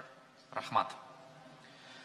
The next speaker in our list is His Excellency Mr. Alvin Boats, Deputy Minister of the International Relations and Cooperation of South Africa. Excellency, you have the floor. Excellencies, we would like to express our appreciation to the chair of our movement, Azerbaijan, for the excellent work they continue to carry out of coordinating and steering the activities of this glorious movement. We are indeed honored as South Africa that we are able to meet here in Belgrade, where the first conference of NAM took place, and to commemorate the milestone of 60 years of the illustrious existence of this gigantic movement. This year marks the 20th anniversary of the entry into force of the AU's Constitutive Act. The commemoration reflected on key factors that facilitated the transformation of the OAU, founded in 1963, to the AU established in 2002 as its successor. Excellencies, this provides us with an opportunity as we commemorate 60 years of NAM's existence to locate in the same context the struggles of the African people for decolonization, economic independence and sustainable development. It is NAM that brought the concept of non-alignment closer to the concept of the centrality of multilateralism. Excellencies, the right of the Palestine people to self-determination has been called for by this movement for as long as it has been in existence. We have a responsibility as members of NAM to spare no effort in finding a just, lasting and peaceful solution in terms of the relevant UN resolutions. South Africa further wishes to reiterate its position that the people of Western Sahara have the right to self-determination in line with the relevant AU decisions and UNGA and UN Security Council resolutions. We therefore welcome the appointment of Mr. Staffan de Mistura as the UN Personal Envoy for Western Sahara. South Africa further affirms its solidarity with the peoples of Cuba, Iran, Venezuela and Zimbabwe. As NAM, we should continue to call for the immediate lifting of all unilateral sanctions against these fellow NAM countries that have caused untold damage to their economies and their people. Excellencies, NAM's response to COVID-19 in particular has strengthened the unity within the movement. Vaccine nationalism has unfortunately taken hold with the developed world, vaccinating its populations at rapid speed, whilst your developing South are largely left behind. In this regard, South Africa wishes to reiterate our call for a temporary waiver of certain provisions of the WTO's TRIPS agreement to allow more countries, particularly low and middle income countries, to produce COVID-19 vaccines. In an effort to strengthen multilateralism, we should remain firm in our resolution to call for the reform of institutions of global governance, in particular the IMF, World Bank, and the UN. Excellencies, this year marks the 20th anniversary of the adoption of the Durban Declaration and Programme of Action as it relates to the World Anti-Racism Conference convened at this specific time. NAM should continue to call for its full and effective implementation. Excellencies, we wish to conclude by stating that the upcoming COP26 and COP15 UN Convention on Biological Diversity needs a unified approach as it relates to the progressive and ambitious outcomes that include massively scaling out appropriate measurements for the implementation of support for developing countries. Excellencies, I thank you very much.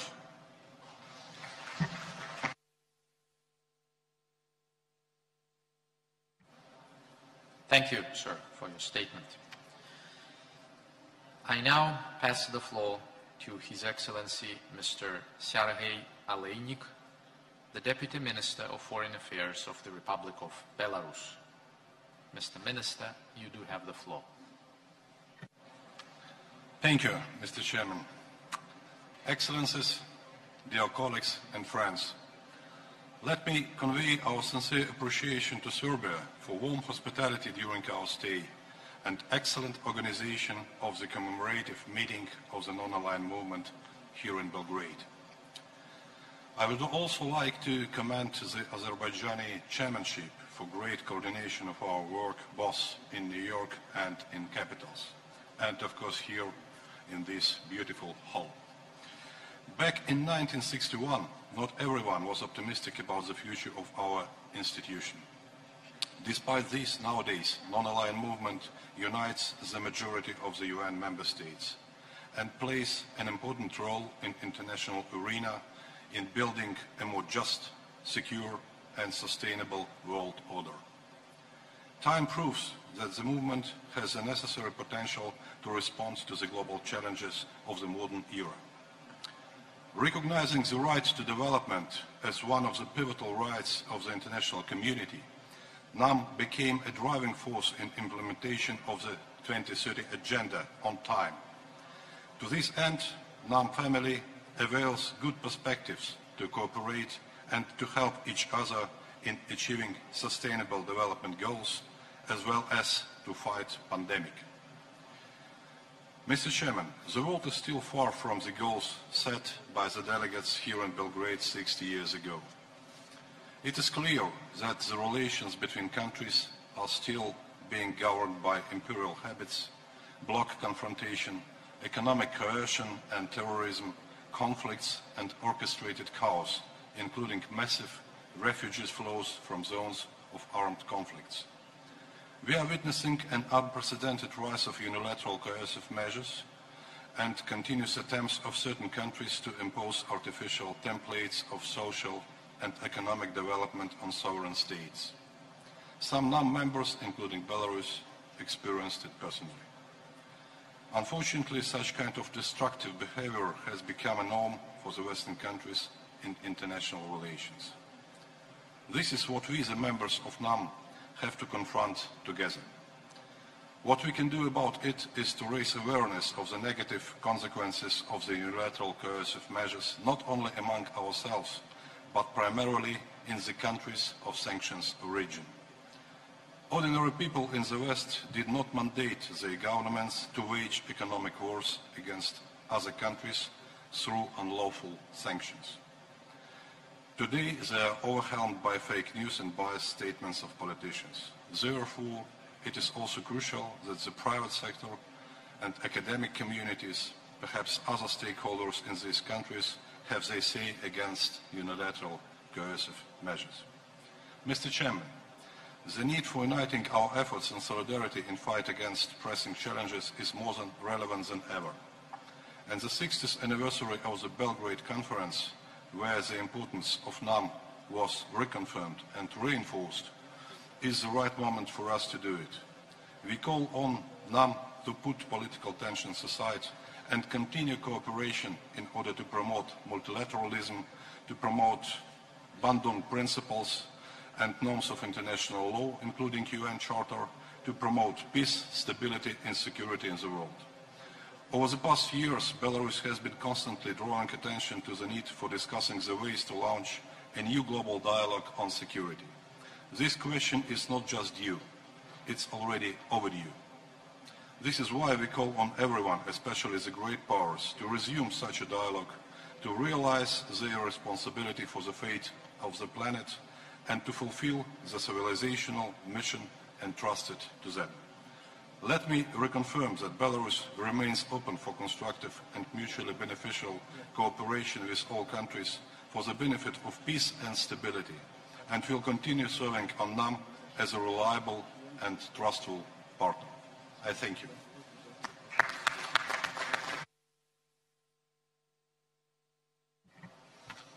I thank Your Excellency for your statement.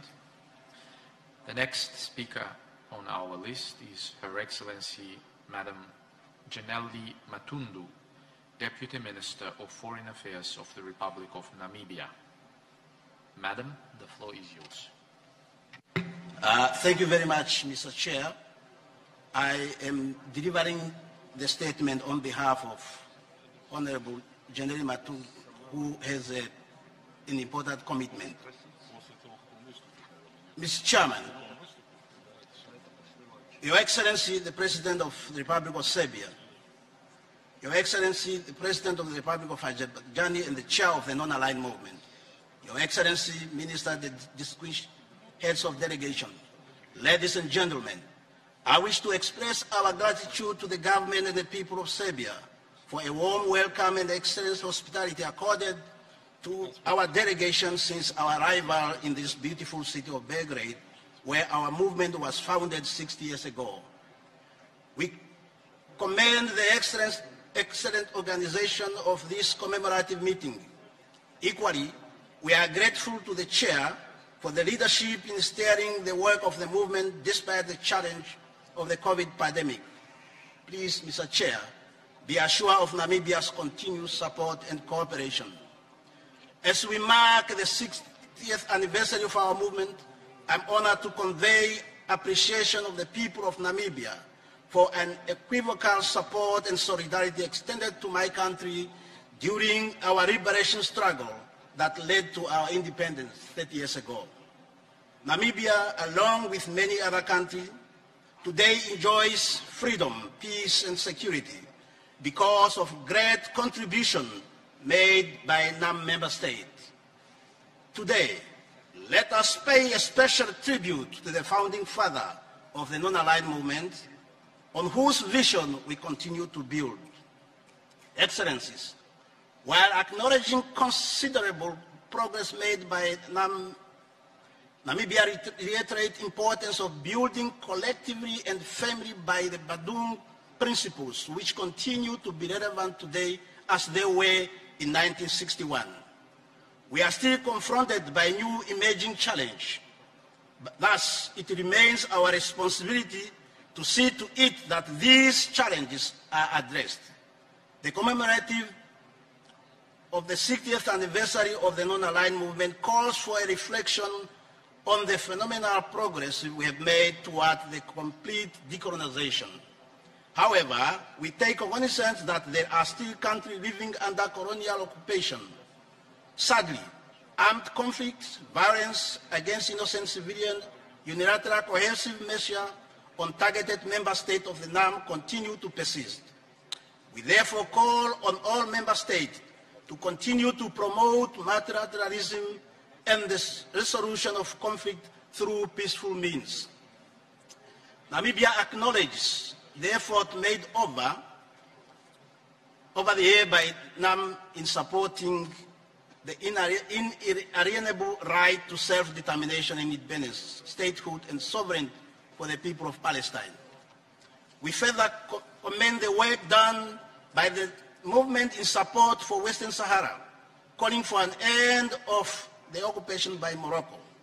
We remain committed to the call for the achievement of freedom and realization of the right to self-determination of the Sahrawi people. Namibia welcomed the recent appointment of the United Nations Secretary General Personal Envoy for Western Sahara and look forward to the continuation of the UN-led political process. Similarly, we continue to express our solidarity with the people of Cuba and call on the removal of a unilaterally imposed economic and financial embargo against the people of Cuba, as well as all those NAM countries that are facing targeted sanctions. Excellency, the COVID pandemic has devastated all aspects of life worldwide. It has added to the already unbearable burden for the developing countries, which have seen increase in public borrowing to address health crisis, while being faced with vast vaccine shortage. Therefore, it is our shared responsibility to strengthen global solidarity and support multilateral institutions. In this regard, let us strengthen our resolve in calling for patent waiver for COVID-19 vaccines. The Sustainable Development Agenda is relevant to NAM member states as well as to humanity. Therefore, we need to ensure that it is successfully implemented. Excellency, Namibia firmly believes that the United Nations and its main bodies, the reform of the United Nations and its main body remain critical. Therefore, let us make concerted effort to ensure that the Security Council is reformed to reflect the geographical representation and prevailing reality. Therefore, we call on countries to support the reform of the United Security Council and the support of the African as common position as enumerated in the Zurich Consensus and Side Declaration. In conclusion, Your Excellency, let us stand together to maintain momentum generated and, most importantly, strengthen the movement's mandate and relevance. I thank you, Mr. Chair.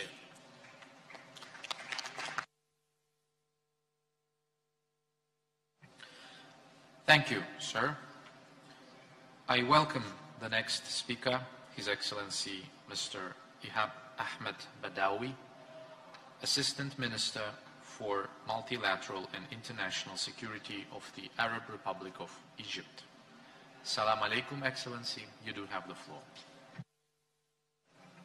Assalamu alaikum, Mr. Chairman. سيد الرئيس، سيدات والسادة، أصحاب المعالي والسعادة، الحضور الكريم، أود بداية التوجه بخالص الشكر والتقدير لفخامة الرئيس إلهام علييف. I would like to say at the beginning to extend my greetings to Mr. Aliyev, President of Azerbaijan, and to thank him for all his efforts that he has invested from the very moment he took over and for his response to all the challenges I would like to also extend greetings to Mr. Vučić, President of the Republic of Serbia, and to thank him for this fantastic organization and hospitality. Mr. Chair,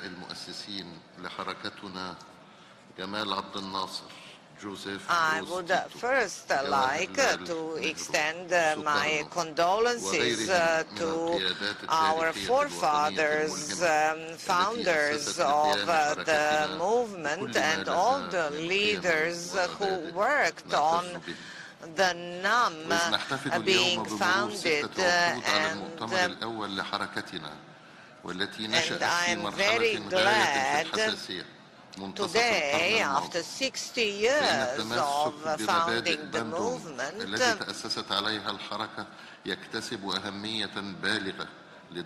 to say that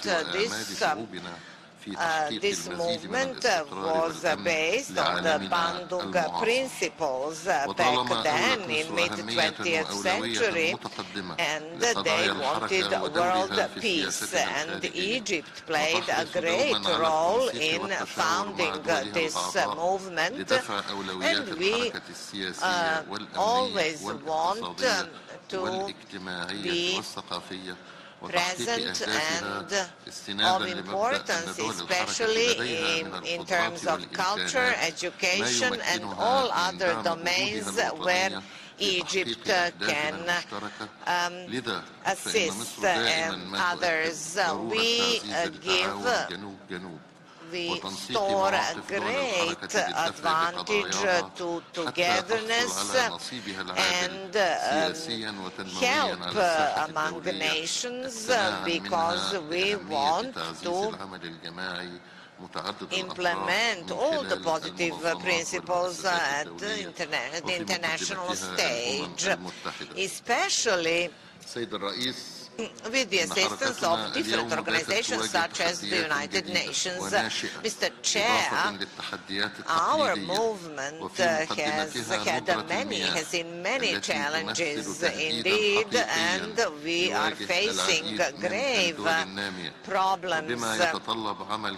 We have problems with water supply, especially in poor countries. And we do not have currently cooperation in order to change things for the better.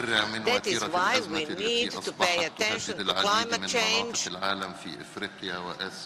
Climate change expedite changes that will lead to creating new problems in turn. That is why we need to work seriously and in unison to decide about our future within the auspices of the UN. That is why Egypt calls upon all member states, all countries, to show commitment in implementing the principles and preserving every drop of water that is important for the humankind, and we must never have the situation where we will have a country not being safe. Gentlemen, we have large problems in our movement, especially economic ones, and we must assist each other in order to have solidarity for the poor countries, especially when it comes, of course, to coronavirus epidemic. We now need to work more seriously, to invest more efforts in order to provide vaccines for all countries in a just and equitable way. Egypt supports peace, global peace, especially peace in Middle East, And we work on preventing the divide between the countries. We need to stop all this terrorism that is based on sects and individuals. We need to play all our roles according to us. We need to protect human rights and we need to cooperate.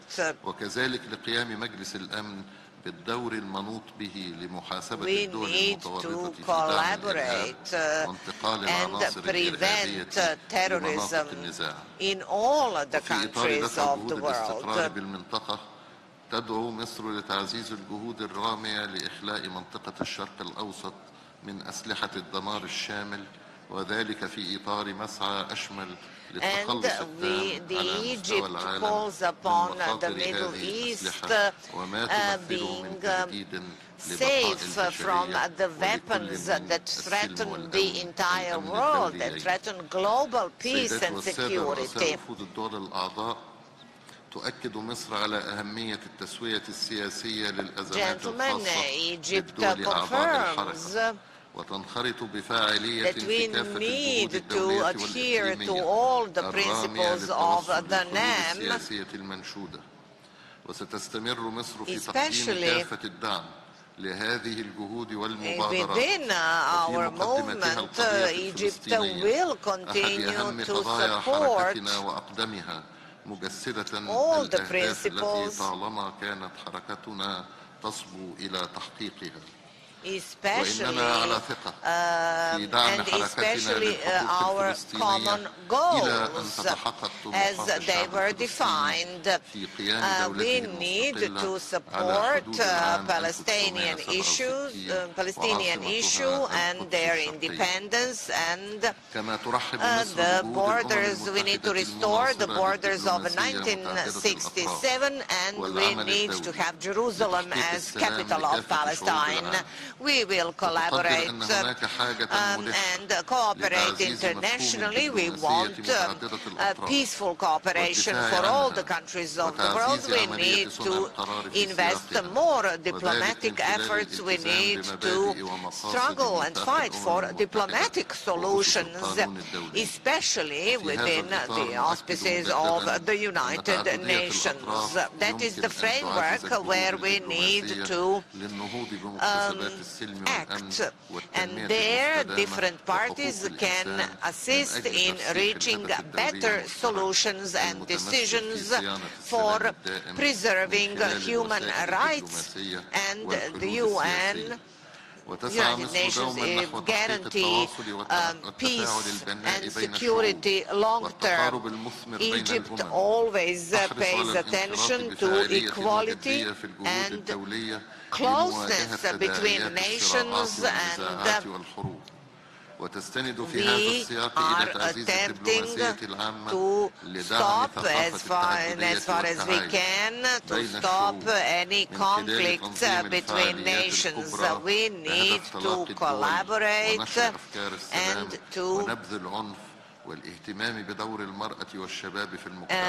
to collaborate, to organize different conferences, to spread peace, and we would like to confirm that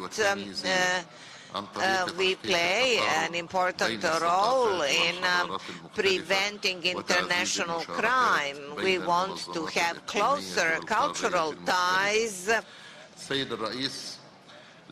And different organizations should also get closer and work more closely. Our movement has a bright future ahead of us. We have a promising future. And speaking from that standpoint, I would like to say that we will ليظل مصدر إلهام لنا وللأجيال القادمة. We will go on with our efforts, and there is this proposal of Indonesia about the meeting in 1961 being it part of UNESCO, and that is why I would like to thank you for this event and for hospitality back in 1961 for this conference, and I would like also to thank the Republic of Azerbaijan for leading us at this time. We hope the future will be better. I sincerely thank Your Excellency for the statement. I would like to invite the next speaker, His Excellency Mr. Muzaffar Hussein Zoda, Deputy Minister of Foreign Affairs of the Republic of Tajikistan, to deliver his statement. You have the floor, sir. Dear Mr. Chair, distinguished head of delegations, ladies and gentlemen, at the outset, I would like to express my profound thanks to the governments of Azerbaijan and Serbia for hosting the high-level commemorative meeting to mark the 6th anniversary of non-aligned movement. I would like to especially emphasize warm welcome, generosity, and hospitality offered to our delegation by the government and people of Serbia. I wish to commend the successful chairmanship of Azerbaijan at a very crucial time. Dear colleagues, in a period where new global challenges have been arising, the movement made substantial efforts to development of a corporate agenda for sustainable development and for addressing the security issues. In order to overcome the contemporary threats that we are facing, we need more integrity, solidarity, and unity. We have to be sure that NEM is well prepared and equipped to respond to increasingly complicated and unpredictable environment. Tajikistan, since the achieving state independence, is of view that primary task in making foreign policy is to ensure comprehensive support to develop a constructive dialogue and full-fledged interaction between the states. Ladies and gentlemen, climate change and its consequences are very important issues and high on our agenda. Tajikistan is among those countries which suffer from the impact of climate change. Water-related disasters in the forms of flooding, landslides, and avalanches annually cost our budget $100 million. On top of that, for the past 40 years, we have lost almost 30% of our glaciers. To this end, and to address and raise awareness on the issue, His Excellency, the President of Tajikistan proposed an initiative to declare 2025 as the International Year for Glaciers Preservation and creation of Special International Fund for Glaciers. We are convinced that this initiative would give impetus to a new global movement to take necessary collective action and to protect glaciers from intense melting, and will feed into the mainstream of the measures taken by the international community within the framework of Paris Agreement. Mr. Chair, since its inception, NEM has been at the forefront of the struggle for a global order based on peace, independence, and respect for the international law, justice, equity, and sustainable development. It is vital that all countries continue to defend the principles of sovereign equality of nations, respect for territorial integrity, political independence, and peaceful coexistence. These time-tested principles are more relevant today than ever and should not be compromised. I thank you, Mr. Chairman.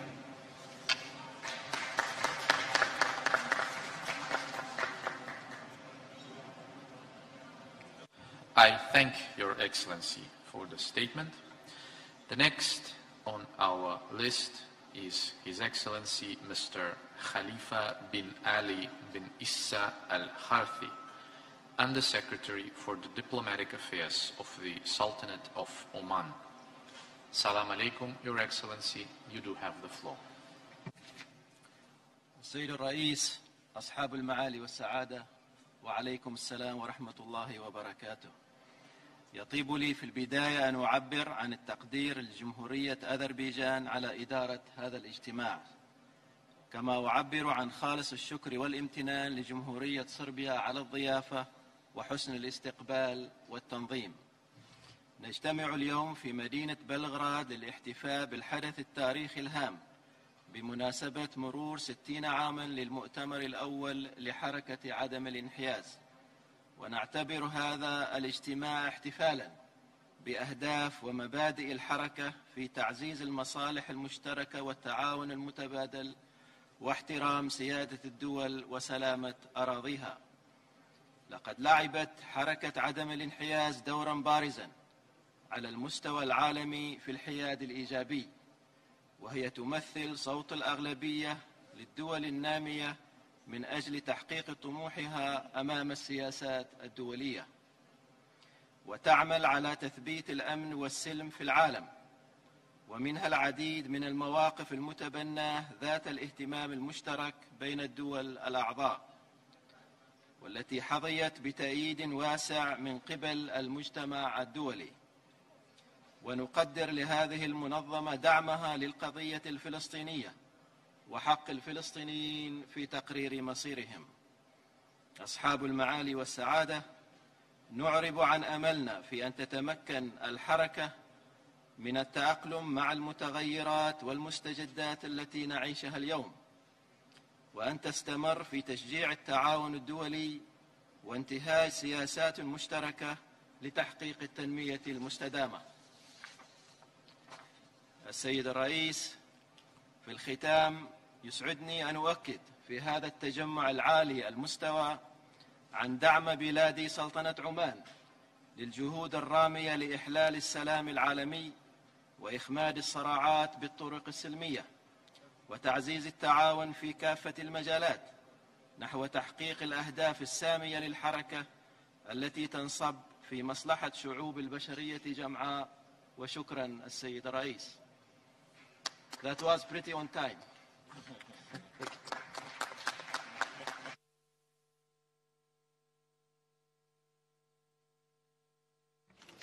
Thank you, Your Excellency, and your performance Hvala, of the time management Vaše ekscelenciji, deserves i vaše upravljanje vremenom i veština u upravljanju vremenom svakako zahteva posebnu pohvalu od strane predsjedavajućeg. Hvala vam najlepše. Šakran. Our next speaker Naš is sljedeći Her govor Excellency Dr. Lucky Sikweze, the Permanent Secretary for Foreign Affairs of Malawi. Excellency, the floor is yours. Thank you so much, Co-Chair. At the outset, I wish to extend the best wishes from His Excellency Dr. Lazarus McCarthy Chakwera, President of the Republic of Malawi, to His Excellency Aliyev, President of the Republic of Azerbaijan and Co-Chair of NAM, and to His Excellency Mr. Alexander Vučić, President of the Republic of Serbia and our gracious host. Co-Chair, allow me to express my appreciation for the hospitality accorded to me and the Malawi delegation in this beautiful and historic city of Belgrade. It is historically fulfilling, noting that it was in Belgrade where the architecture of the non-aligned movement, which we all belong, was crystallized. 60 years ago, the Cold War moved our leaders into a non-aligned movement vision. As we commemorate the movement's 60th anniversary, it is pertinent to recognize that the Cold War has transformed into new threats and challenges with similar impacts on developing countries and NAM members. This anniversary should, therefore, serve as a platform to take stock of what has been achieved since the movement came into existence in 1961, the challenges and the way forward. Excellencies, with 120 members, the movement boasts as one of the largest and a force to reckon with in international relations. The movement was built on the objective of creating independent parts in global politics that would not result in member states becoming pawn in the struggle between the major powers. This ensured the right to independent judgment, struggle against imperialism and neocolonialism, as well as use of moderation in relations with all big powers. These elements remain relevant today as ever before. Excellencies, Malawi is pleased to be associated with the movement and will do everything possible in its powers to ensure that the objectives of the movement are fulfilled and that the movement remains relevant for the next decades. In that context, Malawi takes this opportunity to reaffirm its commitment to the tenets of the movement as contained in the Bandung Principles. Members are thus called upon to reflect that while the world during the Cold War was different from the present, the issue of non-interference into the internal affairs of states is more relevant now than ever, and hence the need for the movement to refocus its efforts and align its strategies to the current opportunities, struggles and challenges in member states without losing its core principles as set at its inception. In that context, Malawi shall remain committed to the tenets of Bandung Principles. Malawi reminds member states, therefore, that the right to self-determination stream remains a dream for some territories. These should form part of the focus of the movement as it embarks on the next 60 years of its existence.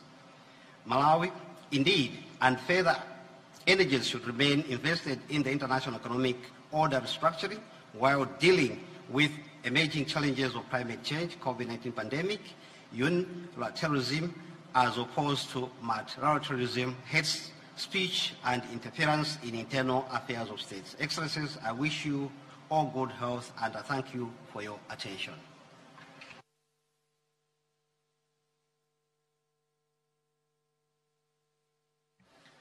I thank you, sir, for the statement. The next in our schedule is a pre-recorded statement by His Excellency Dr. Mohammed Maliki bin Osman, Minister in the Prime Minister's Office and Second Minister for Education and Foreign Affairs of the Republic of Singapore.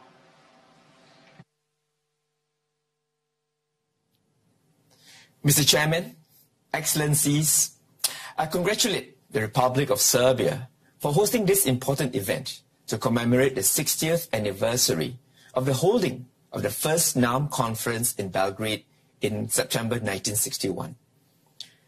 During the past 6 decades, NAM has witnessed tumultuous events in history, such as the Cold War and now the global pandemic. Despite these challenges, its membership has grown and remains one of the largest and most inclusive groupings in the world. I thank the Republic of Azerbaijan for its stewardship as NAM chair, effectively guiding us through today's challenging times. Colleagues, today's occasion is an opportunity to reflect on NAM's place in an uncertain world. The COVID-19 pandemic, climate change, technological disruption, and rising inequality are precipitating the biggest economic and societal transformation the world has seen since the Industrial Revolution. Whether these challenges lead us to more volatility or spur greater efforts to build a more resilient world depends on how the world adapts and responds to them collectively, including NAM.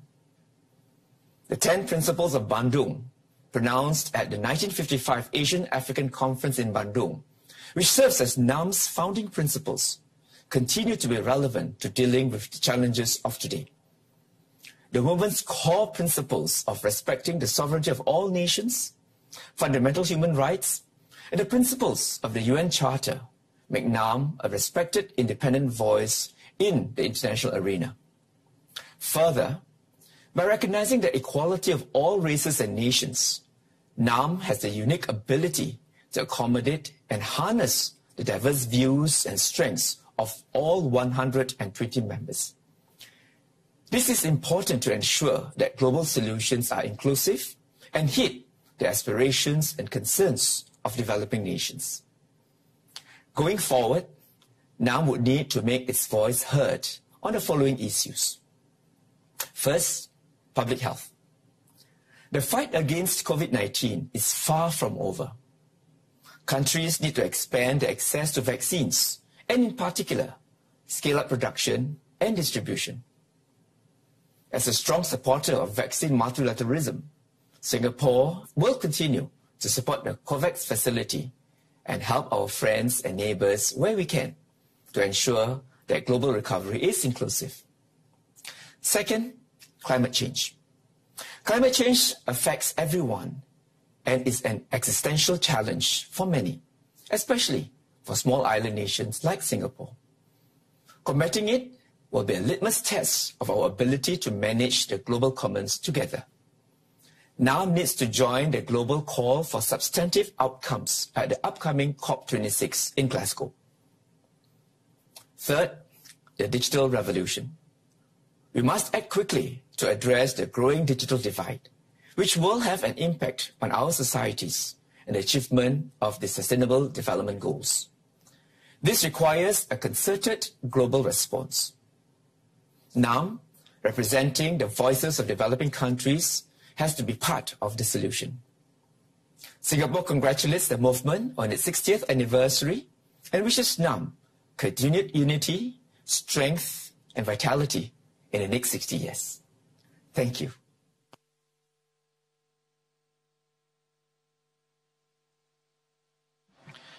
I thank the distinguished minister from Singapore for his statement.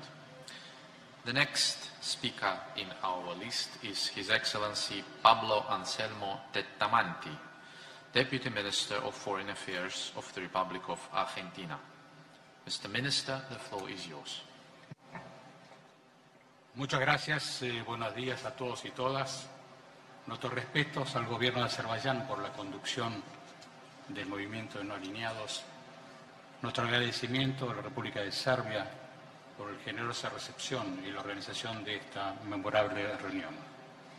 Al conmemorar el 60 aniversario de la primera conferencia del movimiento de no alineados, la Argentina participa como observador con la profunda convicción que el multilateralismo constituye el único medio para fortalecer la paz y la seguridad internacionales y construir un mundo más justo y equitativo basado en la cooperación y la solidaridad que contempla los intereses de todos, y en particular de los países en desarrollo, permitiendo equilibrar las asimetrías existentes. El movimiento se forjó para equilibrar esas asimetrías y supo encontrar en un mundo que crecía marcado por la Guerra Fría un denominador común para la defensa de sus intereses y valores compartidos. La Argentina ratifica una vez más su convicción, siempre vigente en los 10 principios de Bandera. Argentina has always ratified international conventions and treaties that were dealing with international understanding among peoples, and concerning the current COVID pandemics, I think that we have to solve this issue and to base on the principle of the respect for human rights and international relations. And we have to share all the technologies and vaccines, and we have to support all the intentions and endeavors that any intellectual property and any other property be shared for the benefit of all the mankind. This pandemic has shown actually that in the process of globalization there are large injustices and inequalities, and inequalities in the world, and the differences among countries, and large differences in the economies and in the potentials of the countries. Apart from the health crisis, we can also speak about the big economic and financial crisis, where we could see that millions of people are now without employment. They have to do all they can in order to survive in this situation. That's why we believe that we have to do lots jointly on solidarity, on equality, because this will be the response to all the challenges that the world is facing today. That's why we wish that matters and issues be resolved in a transparent way, that we develop multilateral and bilateral relations, and of course in that way, we will respond to all the risks that the international community is facing today. Antes de concluir, quisiera transmitir una vez más Before I conclude, I would like to reiterate and first of all to express gratitude on behalf of Argentina to all members of the non-aligned movement countries that we are going to cooperate with the friendly countries in order to diminish the differences among the countries and to support the countries of the South, because we are participating here with observers, but with fully convinced that we must work further on the principles of equality, solidarity, and we are absolutely supporting all the 10 principles of Bandung. Thank you very much, Mr. Chairman. Muchas gracias, Excellency. We shall now hear the statement of His Excellency Stanislav Rashchan, Acting Minister for Development Cooperation, Deputy Minister of Foreign Affairs of the Republic of Slovenia. I understand that this statement will be delivered by his representative. You have the floor. Thank you, Chair. Excellencies, ladies and gentlemen. Firstly, I would like to commend Serbia and Azerbaijan for convening this commemorative meeting, which brings together so many countries from all over the world, despite the challenges and obstacles of the ongoing pandemic. Thank you for the excellent organization and warm hospitality. The non-aligned movement was established 60 years ago in a certain international context and as a response to the growing divisions in the bipolar world. It has played a significant role in preserving world peace and security. The wish of its founders was not to go alone fast, but to overcome global challenges together, based on the 10 principles of Bandung. Ladies and gentlemen, Slovenia is one of the 5 sovereign and equal successor states to the former Socialist Federal Republic of Yugoslavia, the initiator and founding member of the non-aligned movement. The succession includes not only assets and obligations of the former Yugoslavia, but also its diplomatic relations, common heritage, and history. The respect for the principles of the UN Charter and the commitment to multilateralism and peaceful settlement of disputes are important elements of the Slovenian foreign policy and represent the common ground with the non-aligned movement. Today, Slovenia is a member of the European Union and NATO, as well as OECD and other international organizations, but our cooperation stretches well beyond these multilateral fora. I am pleased to see that many economic and cultural partnerships, including people-to-people relations between our countries, have not merely survived over time, but have been enhanced both in quantity and quality. I am particularly happy to note that while there were only men sitting around the NAM table in 1961, today we have a number of countries represented by women. The challenges and crises facing the world since the establishment of the non-aligned movement have not decreased. Quite the opposite. The COVID pandemic still affects our lives, deepening inequalities and placing the heaviest burden on the poorest. Regrettably, the most vulnerable social groups, especially women and children, also suffer the most from the socio-economic impact of the crisis and impeded access to basic services. Global solidarity and fight against inequalities is the only efficient way to tackle the pandemic. Slovenia has pledged €500,000 to COVAX, and in addition, our share of donated vaccines measured per capita is among the highest in the world. Conflicts are becoming closely related to climate change. This new reality concerns us all. It is high time to stand up and act together to arrive to a new international consensus on a climate-conscious future. Ladies and gentlemen, the current Slovenian European Union Council presidency is striving to ensure security and resilience both within and outside Europe, and will do its utmost to promote the success of the COP26 conference in Glasgow. I believe that responsible use of new and emerging technologies can help us deal with modern challenges. I am therefore proud to inform that Slovenia is hosting the headquarters of UNESCO's International Research Center on Artificial Intelligence. The Research Center is happy to explore options for cooperation with research institutes in your countries. Mr. Chair, this year's report of the United Nations Secretary General on our common agenda reminds us that global challenges require urgent collective action. I am truly convinced that we are willing and able to deliver together for the sake of future generations and for the well-being of our planet. Thank you for your attention.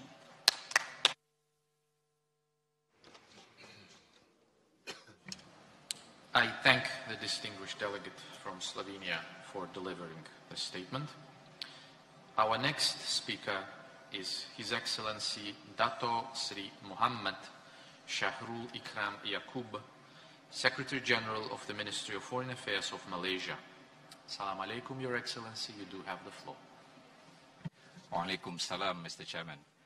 Mr. Chairman, Excellencies, ladies and gentlemen, I wish to join others in thanking His Excellency Ilham Aliyev, President of the Republic of Azerbaijan, and His Excellency Alexander Vučić, President of the Republic of Serbia, for co-hosting this high-level commemorative meeting and for the excellent arrangements made. The meeting today provides us with the opportunity to take stock of the accomplishments of the movement as well as to chart the path forward. Mr. Chairman, we must thank our forefathers, Yugoslavian President Tito, Indian Prime Minister Nehru, Egyptian President Nasser, Indonesian President Sukarno, and Ghanaian President Nkrumah, for founding this movement and for their foresight and efforts in shaping for what NAM is today. We have grown in numbers significantly over the years, from 25 countries in 1961 to 120 today. The 10 Bandung Principles should continue to guide our policies and actions if we want to remain united and strong and continue to be more influential in addressing global issues. We need to remember that we solemnly pledge to adopt a policy that will enable all of us to chart an independent path in world politics, and we would avoid us from becoming pawns in the struggle between the major powers. We also pledge to continue our struggle against imperialism and colonialism, as well as facilitate the restructuring of a new international order. We have managed to achieve some degree of success in forging our own path with a common position on a number of issues, including on disarmament of nuclear weapons, terrorism, rule of law, and social-economic issues of common concern. I also believe we have remained steadfast on issues concerning sovereign equality, territorial integrity, and independence of states. However, Mr. Chairman, it cannot be denied that we have fallen short on other objectives. For one, the brutal attacks by Israel in May this year that resulted in the death of so many innocent Palestinians is a stark reminder of the continued oppression and inhuman acts taking place in the occupied Palestinian territory. All of us must work towards a lasting solution to the conflict. We must ensure that Palestinians have a promising future with the realization of a two-state solution with East Jerusalem as its capital, consistent with the relevant United Nations Security Council resolution. We need to redouble our efforts to promote peaceful coexistence among nations. More importantly, if we want to continue to remain relevant, we must work together in the spirit of a world family in facing a myriad of challenges that are in front of us. Mr. Chairman, there is a need to give urgent attention to COVID-19, which continues to badly affect most of us. It is regrettable that vaccines remain elusive to most of our people. The failure to provide everyone with a vaccine, in particular to developing countries, is a failure of the entire international community to genuinely address COVID-19. There is a need for us to act together to ensure that vaccines are made more accessible, affordable, and equitable. we should take effective steps to engage in greater health diplomacy and to look at ways to improve the global public health system. This would enable us to better prepare in the future, in the face of future health crises. Mr. Chairman, while we can proudly look back at what we have achieved thus far, there is no denying of the obstacles and challenges that lie ahead, including addressing climate change, the 2030 Sustainable Development Goals, UN reforms, and cybersecurity, among others. As such, the movement must ensure greater cooperation and solidarity in addressing these various global issues that affect all of us. Let us reaffirm our belief in the principles of the movement and reinvigorate our resolve to overcome the various challenges as a family of nations based on the 10 binding principles which remain relevant today. Happy 60th anniversary. I thank you, Mr. Chairman.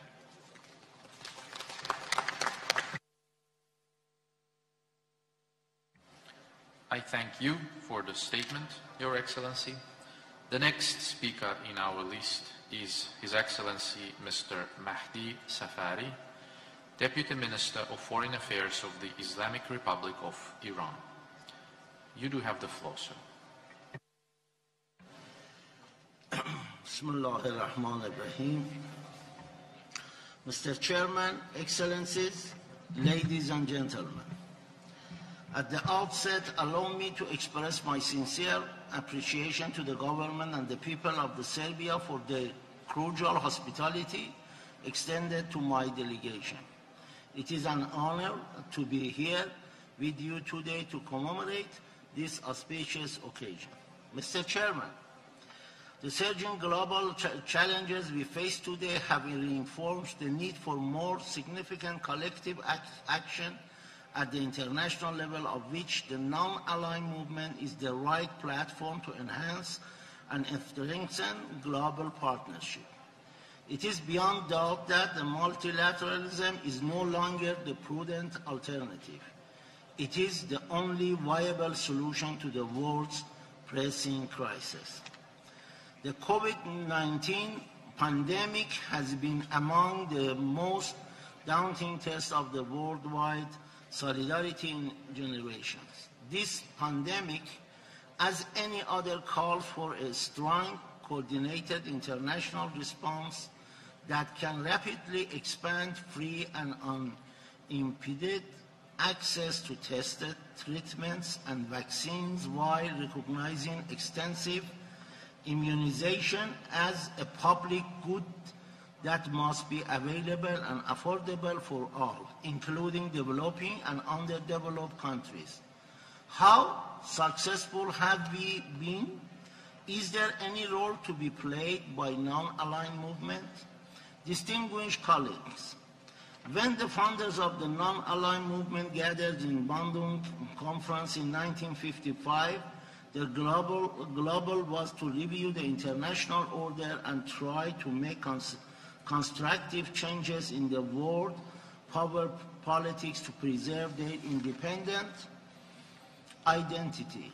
Today, the world is the transition, and non-aligned movement must recognize international realities and in the coming years adopt and implement appropriate approaches and strategies to strengthen its position internationally. The Islamic Republic of Iran has consistently and continuously demonstrated its commitment to the NAM values and principles. We continue to advocate the visions of the common, comprehensive, cooperative, and sustainable security in the West Asia. In this context, we are engaged in active cooperation with the UN in the peace efforts in Yemen, Syria, and Afghanistan. Regionally, we have proposed several plans to provide necessary space for regional dialogue to resolve the disputes and misunderstandings. Globally, we have demonstrated our resolute commitment to dialogue and diplomacy by actively participating in different international fora to help tackle many challenges, including the Joint Comprehensive Plan of Action. The abject failure of Europe to provide the promised insignificant economic dividend to our people following the unlawful Trump's withdrawal from the JCPOA and the tedious reluctance of the new U.S. administration to abandon the Trump's failed maximum pressure policy are the main reason for the current lack of the progress on the implementation of the JCPOA. Mr. Chairman, unilateralism and bullying practice of the certain powers has undermined multilateralism and its practice. The extreme unilateral adventurism of the U.S. is the most crucial challenge that almost all of us have been facing. One way or another, it continues to undermine the rule of the law at the international level and threatens peace and stability throughout the world. While some nations, especially in our region, are victims of the U.S.-made Takfiri terrorism, military aggressions based on the false claims and economic terrorism and UCMS. Others bear the burden of the crude American protectionist impulses. The U.S. administration hasty and chaotic plans to ensure the continuation of its hegemony in the world. It is a reality and of course not in the interest of developing countries. It is imperative to reject any advantage drawn from the unlawful unilateral actions and condemn any pressure in contravention of the international law and the UN Charter. This is a clear way to defend the multilateralism. The blind and unbridled support for apartheid in Palestine and the denial of the basic rights of the Palestinian people further exacerbates the unstable situation in the entire Middle East region. Today, it is more incumbent upon them than ever to form a united front to reject unilateralism and promote multilateralism to tackle all complex challenges facing our movement today collectively. Thank you very much, Excellency.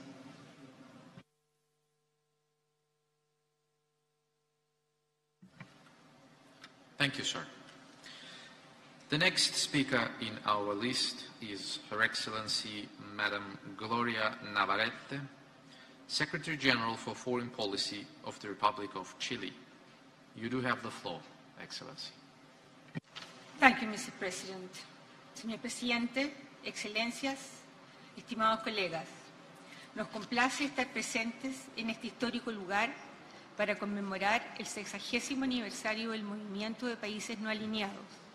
Agradezco al anfitrión, Serbia, y a la presidencia de Azerbaiyán. Mr. Chairman, it is an exceptional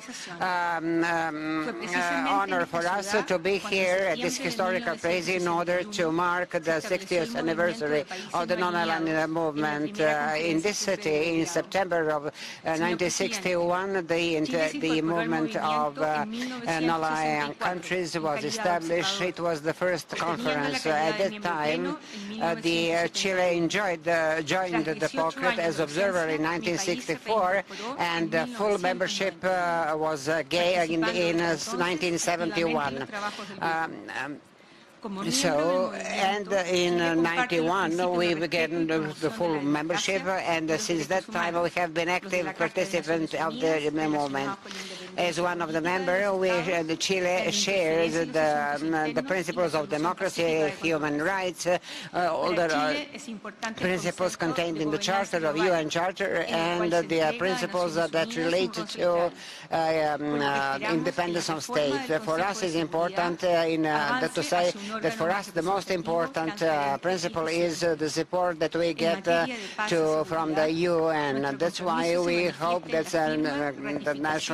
the Security Council will be even stronger through these reforms. Our work can be described as our efforts in non-proliferation of arms, regional and global security, and the proof of that is the recent ratification of the treaty banning the spreading of nuclear weapons. My country is working much, investing efforts in representing the response in favor of the benefit of people. On 22nd of April 2020, we prepared the multinational document dealing with a multinational document that is dealing with the international health regulations. On the other side, the pandemic COVID-19 has also revealed the weaknesses, particularly when it comes to gender equality. Chile, concerning the climate change, Chile assumed the chair of COVID-25 meeting, and we will be chairing this until the summit in Glasgow. In that regard, we want to support further the fight against climate change. Mr. Chair, this anniversary offers us an opportunity to reiterate our commitment to the promotion of the coordination in order to jointly face the challenges faced by the whole world. For that purpose, we need global leadership and coordination, and in that sense, the United Nations are an ideal multilateral forum in which we can avail of the opportunity that globalization is offering, understanding it as an inclusive and solidary process. The diversity and pluralism represent the biggest wealth aspect of our movement. It enables us to act in a coordinated way, to work on the promotion and defense of democracy, of human rights, preservation of international peace and security. I do believe that our work will be the central point that will help us achieve the objectives in 21st century. Thank you very much. Thank you, Madam. Muchas gracias. Our next speaker is His Excellency Mr. Madou Diallo, Director of International Organizations at the Ministry of Foreign Affairs of Mali. You do have the floor, sir. Merci beaucoup. Excellences, Monsieur le Président de la République de Serbie, Excellences, Monsieur le Président de la République d'Azerbaïdjan, distingués délégués, Mesdames, Messieurs. Permettez-moi tout d'abord de vous adresser President of Azerbaijan, of Serbia, ladies and gentlemen, please let me convey regards of the people of Mali to you and President of this, the Colonel Simuita, the Chief of the State, Head of the State, and I would like to commend you for organizing this event. I would also like to congratulate you for this fantastic organization, and at the same time, I would like to sincerely thank you for a cordial and warm welcome that was given to me and my delegation. Mr. President, 60 years ago, our joint movement, non-alignment movement, was born here in Belgrade, this beautiful city full of history. So 60 years ago, it was a great contribution to peace and security in the world. We have 60 years of actions behind us, all that with a goal to achieve our goals, and that was to preserve independence of states, multilateralism, mutual understanding. Our organization has continued and is continuing to take active participation in realization of the UN goals. So this is for me a great opportunity to say that I'm honored by being here, and I would like to thank the fathers pour un monde de paix où vivent en harmonie les différents peuples du monde. Monsieur le Président, la commémoration du 100e anniversaire de notre organisation a lieu dans un contexte particulièrement difficile, marqué par des défis multiples auxquels nos États font face. Les différentes crises sécuritaires, économiques, climatiques et sécuritaires qui affectent nos États au point d'entraver leur développement et même de menacer leur souveraineté nous préoccupent profondément. Face à ces défis qui, hélas, n'épargnent pas mon pays, le Mali, il importe de s'appuyer sur les valeurs essentielles fondatrices de notre mouvement, au nombre desquelles la solidarité tient une place de choix. Dans cette optique, je voudrais saluer ici la présidence azerbaïdjanaise pour ses pertinentes initiatives de mobilisation de notre organisation et de ses États membres dans la lutte contre la pandémie de la maladie à coronavirus qui affecte nos différents pays. Cette crise sanitaire que nos pays respectifs sont en passe de surmonter vient nous rappeler la communauté du destin des peuples du monde qui doivent toujours se donner la main, mutualiser les efforts pour relever ensemble les nombreux défis auxquels ils sont confrontés. Monsieur le Président, comme vous le savez, mon pays s'attelle progressivement à sortir d'une crise multidimensionnelle complexe grâce à l'engagement et à la maturité de l'ensemble du peuple et du gouvernement malien, mais aussi grâce à la solidarité des pays frères et amis.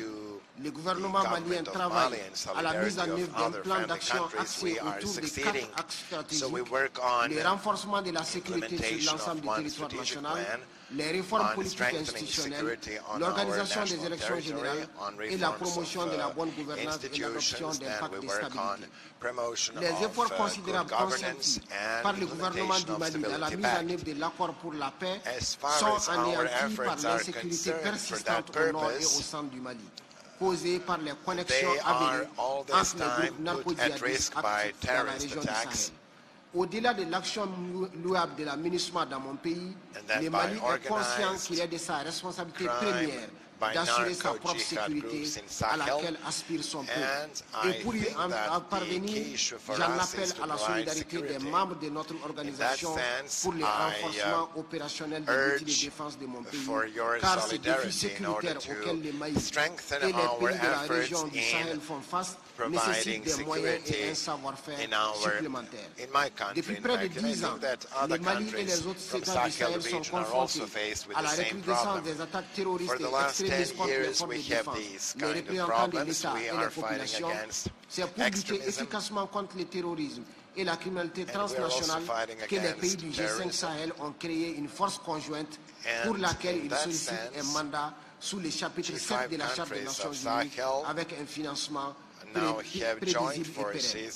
Je profite de cet instant pour rendre un vibrant hommage aux soldats de la paix tombés sur le champ de l'honneur au Mali et sur d'autres théâtres d'opération à travers le monde. Pour terminer, je tiens à réaffirmer avec force que 60 ans après sa création, le mouvement des non-alignés continue de prendre une part active dans le renforcement du multilatéralisme et la compréhension mutuelle entre les peuples du monde. Ce faisant, nous devons continuer à consolider davantage la mutualisation de nos efforts afin que notre organisation poursuive son rayonnement au service d'un monde de paix, de solidarité et de coopération mutuellement.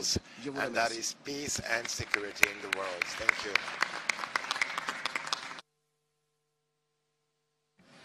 Merci beaucoup, Votre Excellence.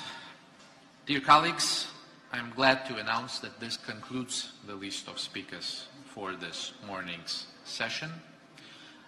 I would like to pass the floor to our distinguished host, the State Secretary of the Ministry of Foreign Affairs of the Republic of Serbia, His Excellency Mr. Nemanja Starovic, for a few announcements. Please.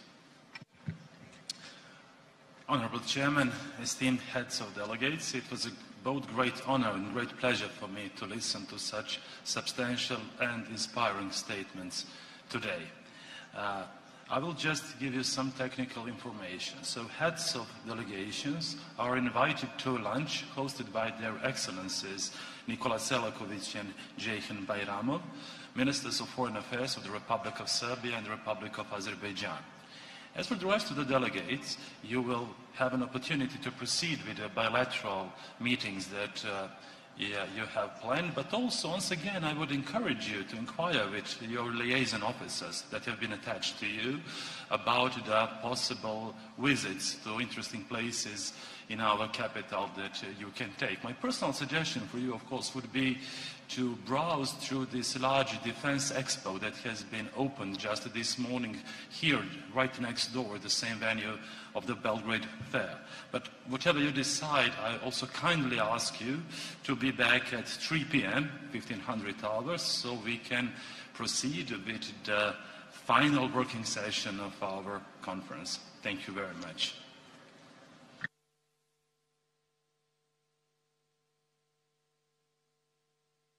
Ladies and gentlemen, thank you very much and enjoy the lunch break. Thank you.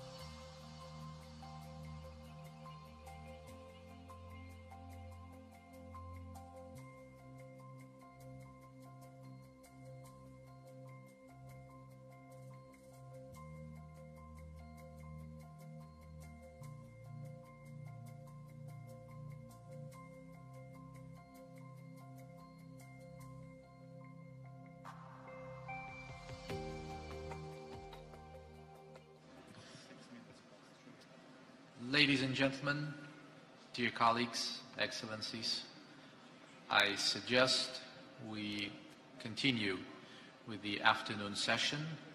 But before we do that, I would like to take a moment and thank our distinguished Serbian hosts for excellent hospitality and wining and dining services provided to the delegations, which facilitate the efficient conduct of our conference. The first speaker in the afternoon session on my list is His Excellency Honorable Ababu Namwamba, the Chief Administrative Secretary of the Ministry of Foreign Affairs of the Republic of Kenya. Excellency, the floor is yours. Thank you, Mr. Chairman. Let me start by paying special respect to the co-hosts, Excellency Mr. Ilham Aliyev, President of the Republic of Azerbaijan and Chair of the Non-Aligned Movement, and Excellency Mr. Aleksandar Vučić, President of the Republic of Serbia. Excellencies, distinguished delegates, I have the honor and privilege to convey very warm greetings and best wishes from His Excellency Uhuru Kenyatta, President of the Republic of Kenya, on this very special occasion of the 60th anniversary of the non-aligned movement. In the 60 years since the non-aligned movement held its first conference right here in Belgrade, our global arena has undergone profound changes. Patterns of global interdependence have changed. Alliances continue to shift, and the world continues to experience numerous traditional and non-traditional challenges to peace, to security, to multilateralism, and to development. However, the non-aligned movement has continued to be home to more than 120 developed and developing nations, up to 2/3 of the United Nations membership. This gathering of distinguished representatives from all over the global South today is a statement that NAM has evolved from just a concept to an association that is representative of a multilateral platform and a guardian of important shared norms, values, and principles, beginning with the 1955 Bandung Principles that included solidarity, cooperation, and mutual respect. Kenya is therefore honored as a member of NAM to participate in this historic commemoration that was born out of very turbulent years of decolonization and Cold War rivalry. This commemoration offers an important opportunity to look back, but also look ahead. And as we look ahead, the non-aligned movement needs to look at the following. Number one, the non-aligned movement must remain the custodian of the organization's founding principles and forward-looking objectives that prioritize peaceful settlement of disputes and diplomatic processes, mutual respect for each other's territorial integrity and sovereignty, non-aggression, non-interference in domestic affairs, fight against colonialism and neocolonialism and racism. These principles call for shared responsibility, accountability, cooperation, and solidarity. 2, the non-aligned movement must adjust to the new realities both from within and from outside, and continue being the lead voice, offering pragmatic solutions in matters of equality of nations when it comes to economic development and economic recovery, particularly in the post-COVID-19 pandemic. In talking about post-COVID pandemic period, Kenya calls for unfettered access to vaccines across the whole globe. And we wish to remind the world that vulnerability anywhere is vulnerability everywhere. So hoarding of vaccines is really counterproductive. Number 3, the non-aligned movement must continue playing its long-standing historical role in the global arena and also in the United Nations General Assembly as the voice for respect of the UN Charter, peaceful political transitions, cooperation in addressing climate change, security challenge, violent extremism and terrorism, nuclear disarmament, nuclear weapons-free zones, regional stability, and conflict mediation and resolution. As we prepare for the upcoming 10th Review Conference of the Treaty on the Non-Proliferation of Nuclear Weapons, we will rely on the non-aligned movement's wisdom and leadership for consensus-based and implementable outcomes on this important issue of non-proliferation of nuclear weapons. As a current member of the Security Council, I would like to reiterate Kenya's readiness to engage constructively within NAM, including towards an inclusive, forward-looking Security Council. We know that the issue of Security Council reform has remained a perennial question for over 4 decades. During the 2021 July NAM Ministerial Conference, Kenya welcomed the important recommendations, the Security Council annual reports and reforms tabled by the NAM, including the outcomes of the 2019 Baku Summit, where I represented my president, His Excellency President Uhuru Kenyatta. We hope this will be consolidated and actioned soon as part of NAM's contribution to a Security Council that is fit for purpose and that better reflects the current political realities of the world we live in today.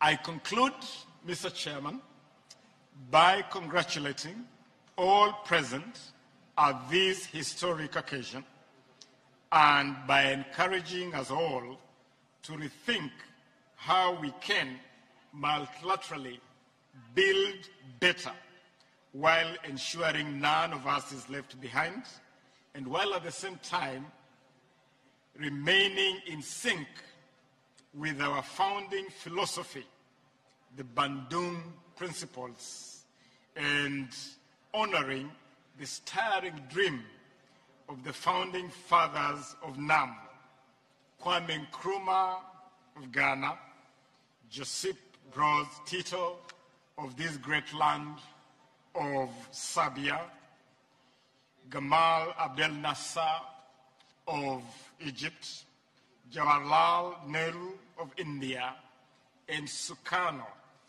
of Indonesia. All of them fine sons of our universe. Happy 60th anniversary to the memory of these great sons of our universe and to us all gathered here today. I thank you, Mr. Chairman.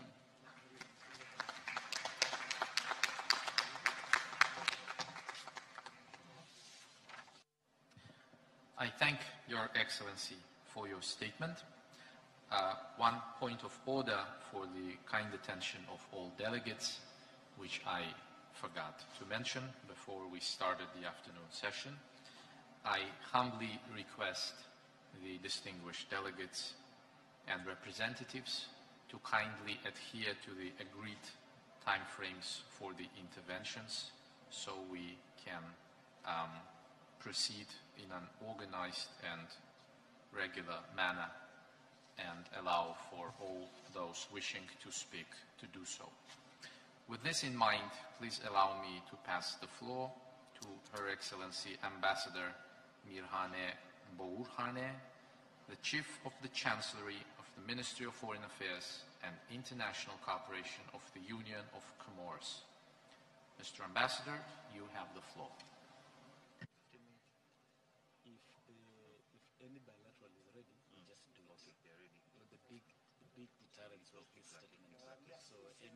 Président, Excellence, Monsieur Alexandre Vučić, Président de la République de Serbie, Excellence, Monsieur Ilham Aliyev, Président de la République d'Azerbaïdjan, Président en exercice du mouvement des pays non alignés, Excellence, Monsieur le co-président de la cérémonie commémorative du 60e anniversaire du mouvement. Mr. Vučić, Your Excellency, President of the Republic of Azerbaijan, ladies and gentlemen, dear heads of delegations, I am very honored today to extend greetings of President Soumani, President of the Republic of Comoros, to the Presidents of the Republic of Serbia and Azerbaijan for organizing and co-hosting this event that is marking the 60th anniversary of the NAM. Our representative was very unfortunately, he could not be here with us today because of some previous commitments, but would like me to give his greetings to you. We are very glad to be able to be here today for commemorating the 60th anniversary of our movement, and we would like to thank our Republic of Serbia for extending such a warm welcome to this beautiful city of Belgrade. It is beautiful despite of some of the challenges it faced throughout its history. My country, Comoros, Comoro Islands, we have very good relations with the Republic of Serbia, and they are continually developing further, and we have parliamentary relations and also through exchange visits and cooperation visits that we have regularly with the Republic of Serbia. The positive engagement of the Republic of Serbia for the Comoro Union at the Paris conference devoted to the development of my country is also an extension of this collaboration. President Soumani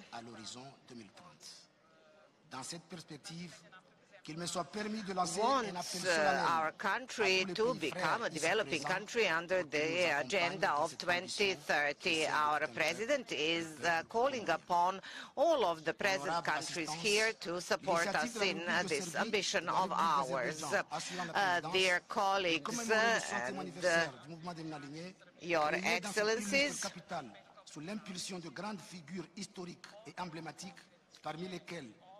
this movement movement originated in this very city of Belgrade as part of the vision of great men, including Marshal Tito, and I would like to also greet the President of Azerbaijan and to thank him for his role in resolving the crisis caused by COVID-19. We always face different challenges, but we are successful. Ladies and gentlemen, this conference is held at a crucial time for our world, and we should start to promote further global civilization. Multilateralism is now more than ever necessary for stability and prosperity of our countries, and it should be present in all areas. Further, we could think, perhaps at the time, that our efforts are abating. However, we have continued with our peace efforts, and we are only growing stronger daily in such efforts. Ladies and gentlemen, it is imperative that we have solidarity between our countries, countries of the NAM, and we need to employ even more our principles in order to create a balance in international relations, because without such balance we will have egotistical countries. Thank you for your attention.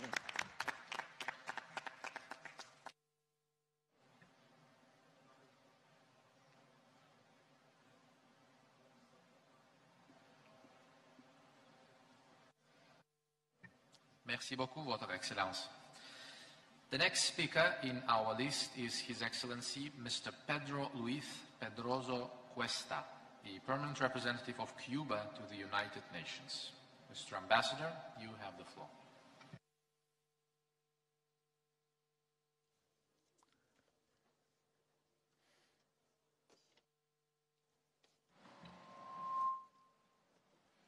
Gracias, señor presidente.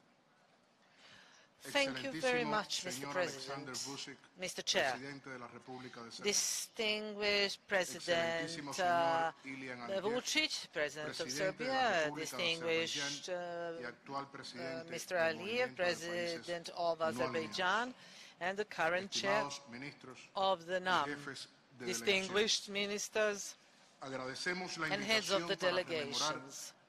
I would like to thank you for the invitation to mark the 60th anniversary of the founding of the non-aligned movement. We would like to congratulate the President, the peoples, and the government of Serbia for enabling this meeting, and like in 1961, now with significantly higher number of members and a much more representative congregation, this movement has shown that it is necessary for the solidarity, and we need uniqueness between our members. We always have to remember the initial principles of the movement, which were based at the time on the fight against colonialism, racism,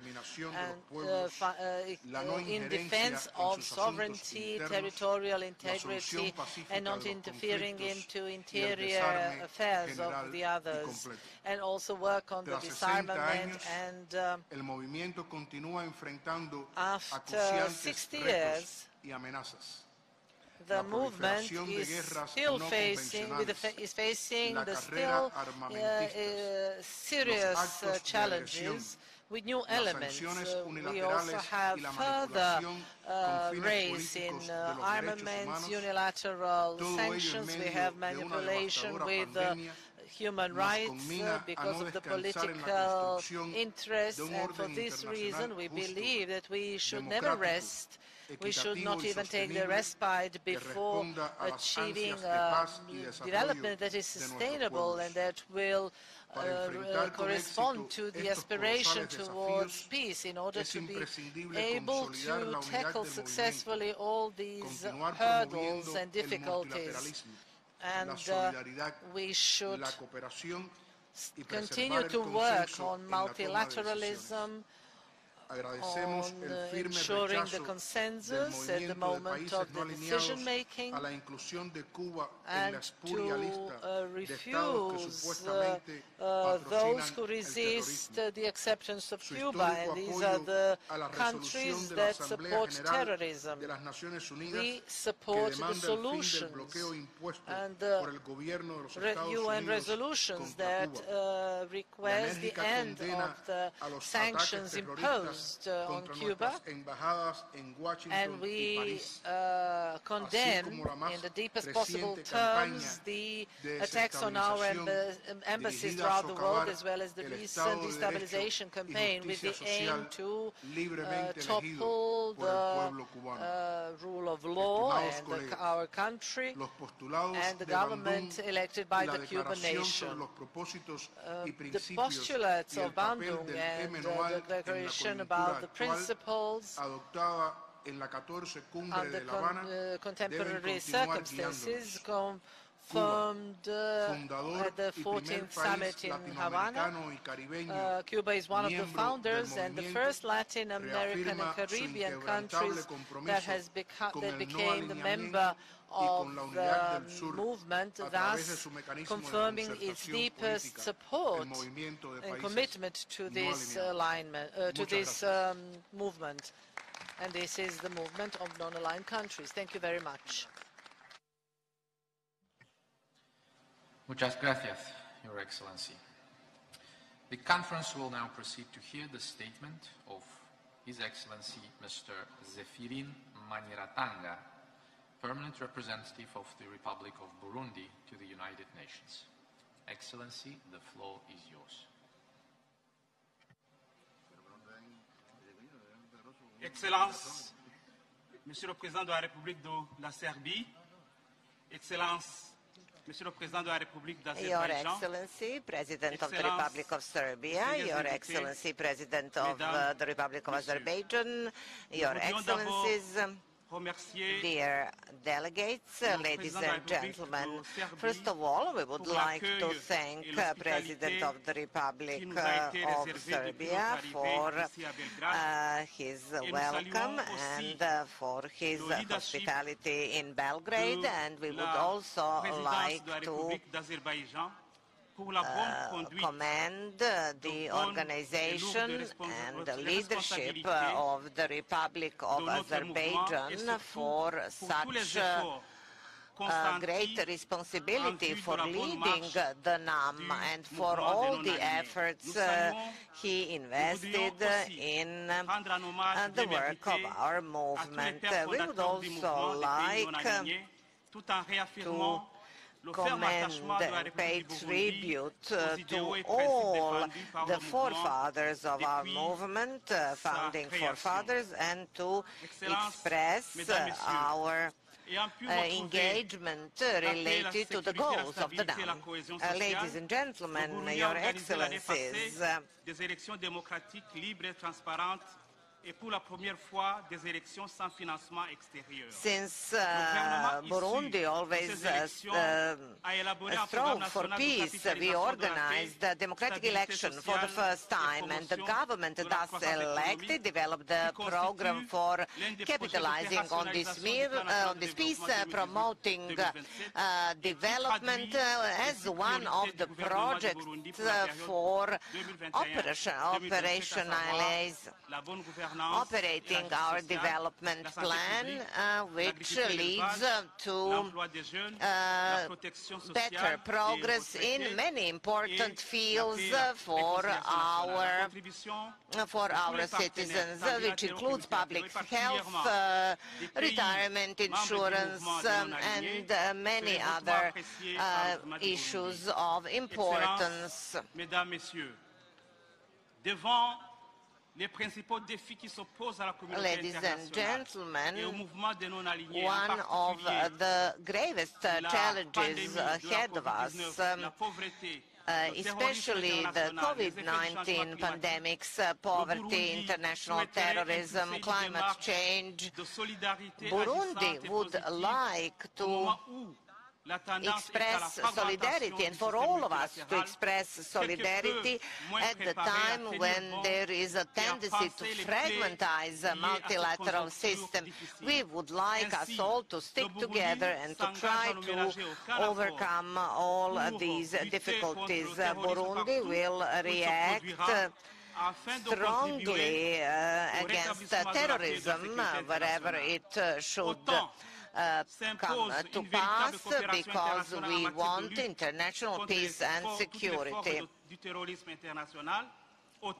Moreover, we have a body fighting international terrorism, and we would like there to be an international conference where researchers, scientists, law enforcement, military, media, the young, women, as well, all of them would create a network to establish mechanisms for coordination that would lead to synergy of fighting against COVID-19 pandemics, but also we would like to jointly analyze and individually as well to analyze the situation in order to respond to current challenges.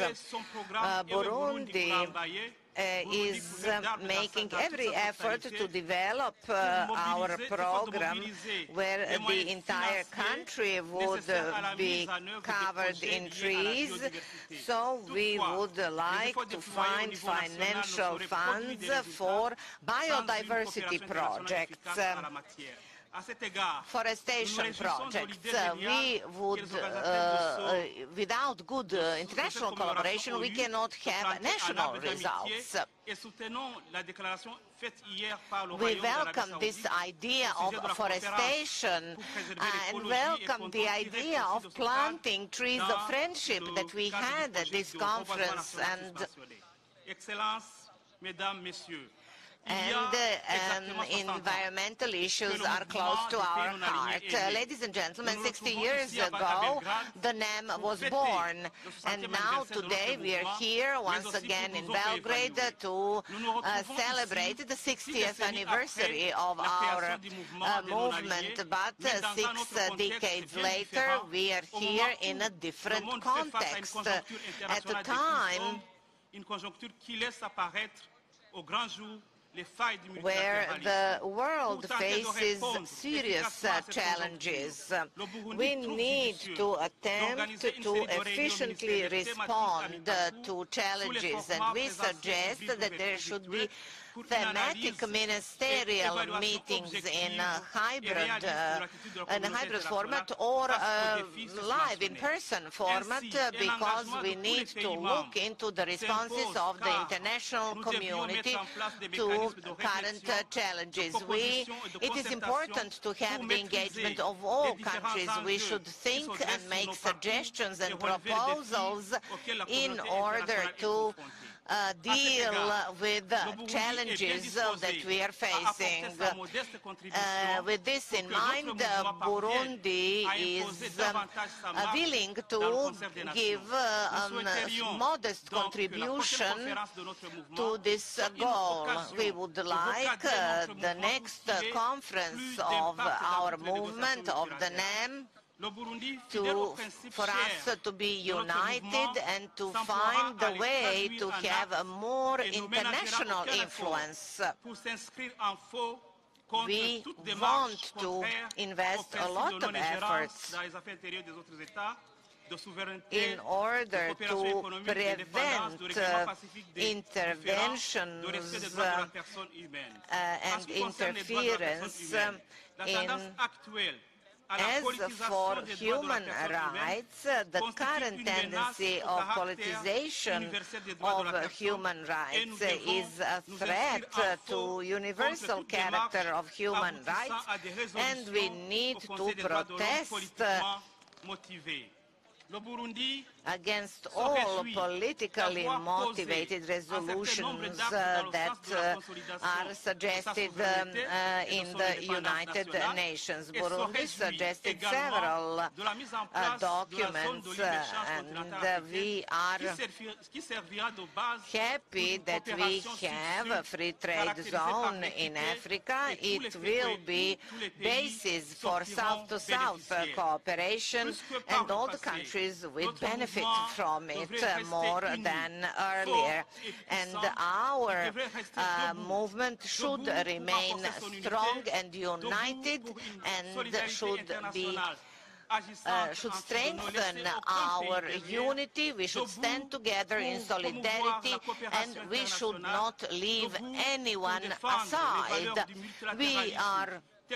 We should cooperate internationally and defend the values of multilateralism as was envisioned by our founding fathers. And in order to leave to the generations to come the world that we want it to be. Long live the NAM, long live international cooperation. Thank you for your attention. Merci beaucoup, Votre Excellence. I shall now invite His Excellency Mr. Diego Pari Rodriguez, Permanent Representative of Bolivia to the United Nations, to deliver his statement. Mr. Ambassador, the floor is yours. Muchas gracias, señor presidente. Su Excelencia Ilham Aliyev, presidente de la República de Azerbaiyán. I would like to thank the President of Azerbaijan, who is now chairing the NAM. I would like to thank the President of the Republic of Serbia, Mr. Vučić, gentlemen, ambassadors, ladies and gentlemen, ambassadors, representatives of the countries present here, distinguished heads of delegations.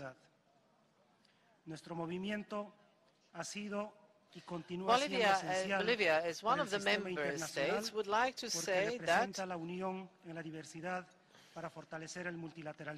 it is important and equally important for all international community, because this is all important to build the cooperation between countries. We have already recognized the importance of multilateralism back at the meeting in Bandung, and the importance of respect for the basic human rights, such as it has been said, we are avoiding imposing foreign will, and we need to respect the principles that should help us develop further and to bring our ranks together. This is something that was said during the Cuban Declaration in 2006, and we must bring together our efforts about the central topics with the priorities from the aspect of the non-aligned countries, the countries that work on defending joint interests, and our countries entail the existence of differences, but the times are difficult, and we must build those topics that we share rather than focus on the differences. The efforts of the countries, of the developing countries, work on improving the standard of living of the population, particularly now when COVID has destroyed even that little that used to exist. And we need to spring back or recover from these aspects. At the meeting held in Baku in Azerbaijan, as a representative of Bolivia, I reported that in my country we were expecting a coup d'etat, basically an armed coup d'etat, but some foreign countries have worked on that. However, it didn't take long. What was achieved by this coup d'etat, because the force, the power of the Bolivian people made it possible that the order existing until the coup d'etat could be re-established on the basis of a following a peaceful path, and we brought back the former president. And we have 38 personas perdieron la vida, más de 800 personas fueron heridas. Were against that, but we still have the bitterness because 26 were killed, 50 people were wounded, and over 2,000 people were arrested. So our country now has to bring to justice the perpetrators of these events and to reconfirm the international law. Bolivia is going back towards bringing back its dignity, and we would like to thank those who stood with us in those very difficult moments. And we should also bear in mind that the pandemic has caused yet another polarization, and we should be aware that we will never achieve that unless we join together our efforts and together with other countries. I'm looking for cooperation of other countries in the same way the other countries are doing that, because we need to make sure that the vaccines are available and accessible to all. We believe that this is of primary importance, that the foreign debt has to cede, has to give way in a way when we all bear the consequences of the pandemic, particularly of us who cannot lay our hands on the vaccines. Mr.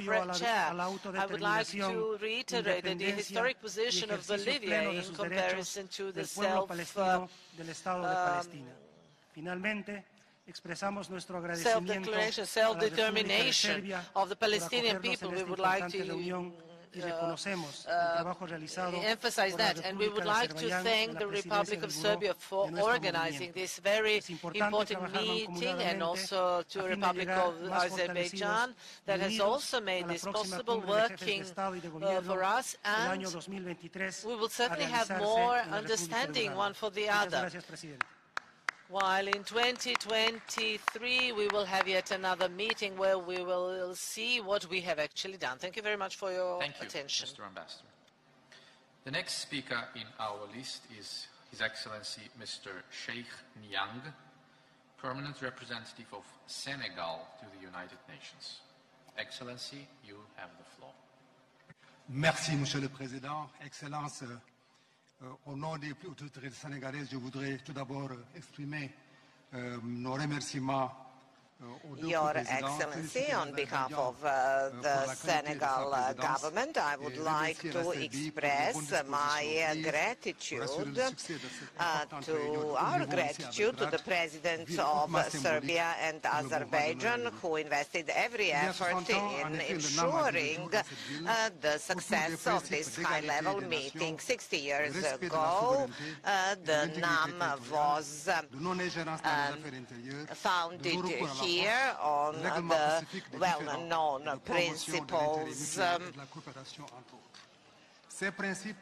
And we also wanted to promote our further international relations. These principles remain relevant today as well in the context of general health crisis, organized crime, and inequity, growth in unilateralism, and warring climate change.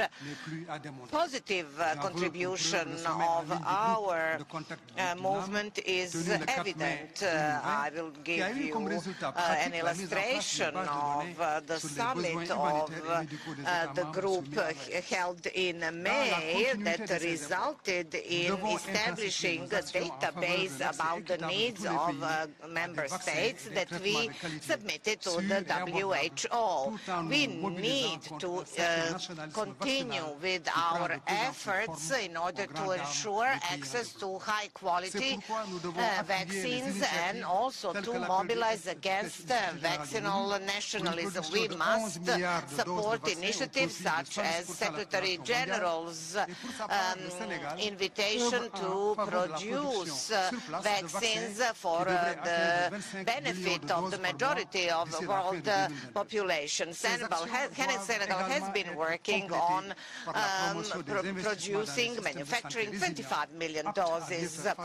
This activity should be further enhanced by investing into healthcare systems. That is why we started the investment plan. In addition to the needs related to the pandemic, we are still facing political crisis with huge adverse economic impacts. This situation calls upon observing the principles for the peace, but also we need funding for a regional organization which includes statutory rules of the UN. Bearing in mind these challenges, Senegal initiated the Forum for Peace and Security in Africa, and we will meet in December in our capital. And we would like to invite you to come to this meeting. In addition, use of unilateral measures of force against some countries, which is a gross violation of Bandung principles. That is a growing threat for international stability. We would like to express solidarity with victims of such measures. Those are the countries that should have full sovereignty in their territories, and along those lines, Senegal reiterates support to Palestine, especially since we are chairing the UN Committee for Palestine. So we would like to invite you to continue with your support for the independent Palestine state with East Jerusalem as capital. We believe that the occupation has lasted for far too long, and it's time to mobilize, for the world to mobilize to free Palestine. We would like to invite you also to look into Moroccan Sahara. The situation is vague, unfortunately, and this is only dealt with by the UN. We support the Morocco initiative for autonomy. Mr. Chair, as the key player, our movement played a great role in promoting multilateralism and democratization. However, in order to create true strength, true force for the challenges of today, we need to deal with our differences that threaten to undermine the credibility of the NAM. It is imperative for us to further unify our attitudes and to see what our common interests are. We should invest efforts into modernizing the UN system and the reform of Security Council and the General Assembly. Senegal will continue working towards this ideal, and it is necessary, this ideal, for the new, just and prosperous world order that we are all striving for more than 60 years now. Thank you.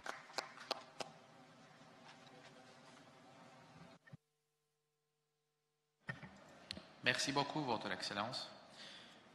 We shall now hear the statement of His Excellency Mr. Tenzin Rondel Wangchuk, Permanent Representative of Bhutan to the United Nations and other international organizations in Geneva.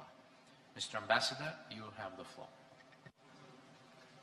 Excellencies, distinguished delegates, ladies and gentlemen, I have the honor to extend the warmest greetings of the people and Royal Government of Bhutan on the historic occasion of the 60th anniversary of the non-aligned movement.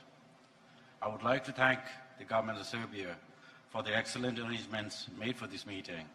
I also would like to express our appreciation to the chair of the movement, Azerbaijan, for their contributions and exemplary leadership. 60 years ago, inspired by our shared desire to pursue peace, stability, and human progress, and under an uncertain geopolitical environment, this great city gave birth to our movement. Therefore, my delegation is deeply honored and privileged to be here in Belgrade. As we mark this milestone, we remember and pay tribute to the founding fathers and the successive leaders who have resolutely steered our movement through evolving political landscapes in pursuit of peaceful and equitable world order.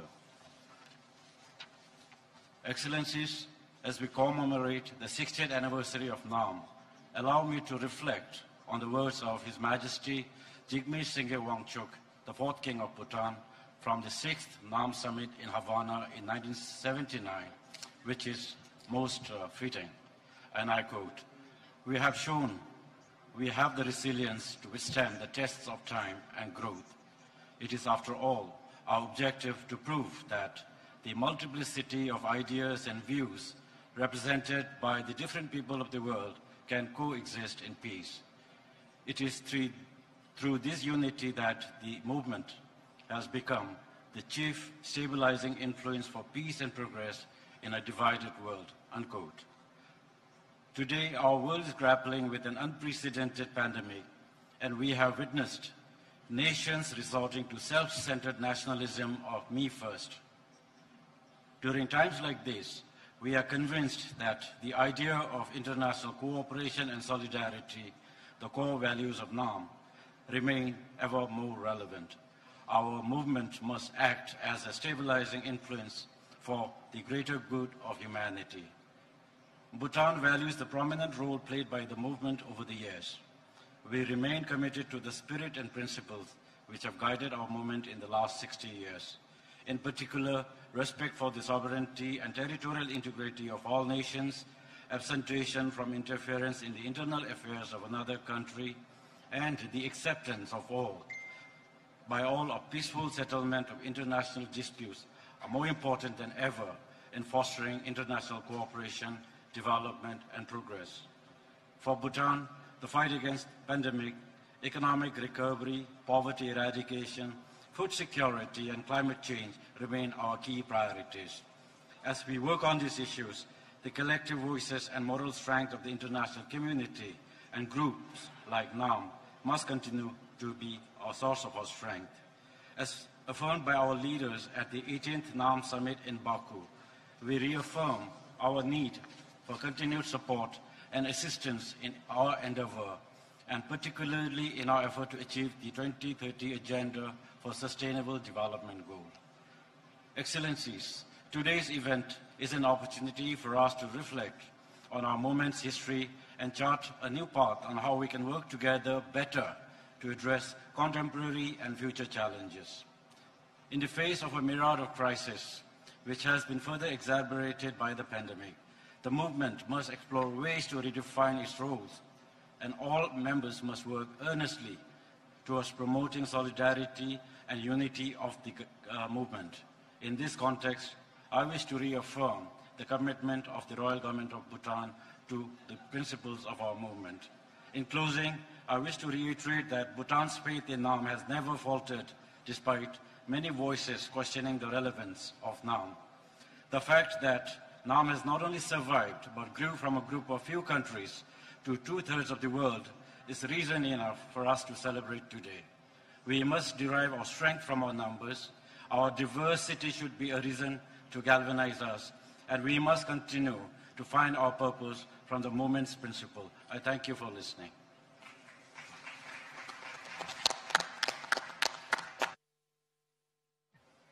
Thank you, dear Ambassador. Our next speaker is Her Excellency Madam Le Thi Tuyet Mai, Permanent Representative of Vietnam to the United Nations and other international organizations in Geneva. Madam Ambassador, the floor is yours.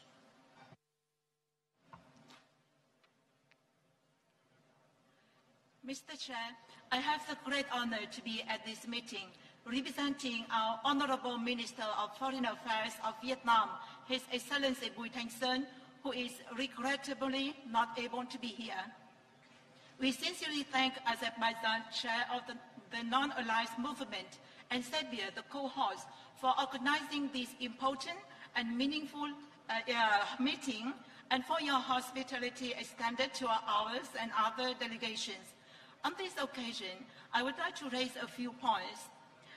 First, we are delighted to witness various achievements by the Non-Aligned Movement over the past 60 years with its important role in international relations. On this 60th anniversary, Vietnam would like to express our appreciation to the founding fathers of the movement and congratulate the members of the NAM for important milestones and breakthroughs that the movement has undergone.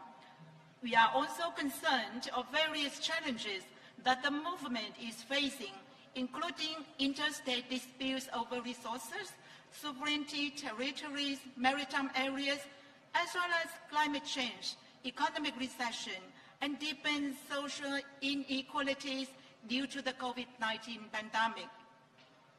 Second, the key principles of NAM, including respect for national sovereignty and territorial integrity, self-determination, equality, and freedom to pursue a national development pathway, remain relevant in the present world for coping with the present global challenges for the benefit of all.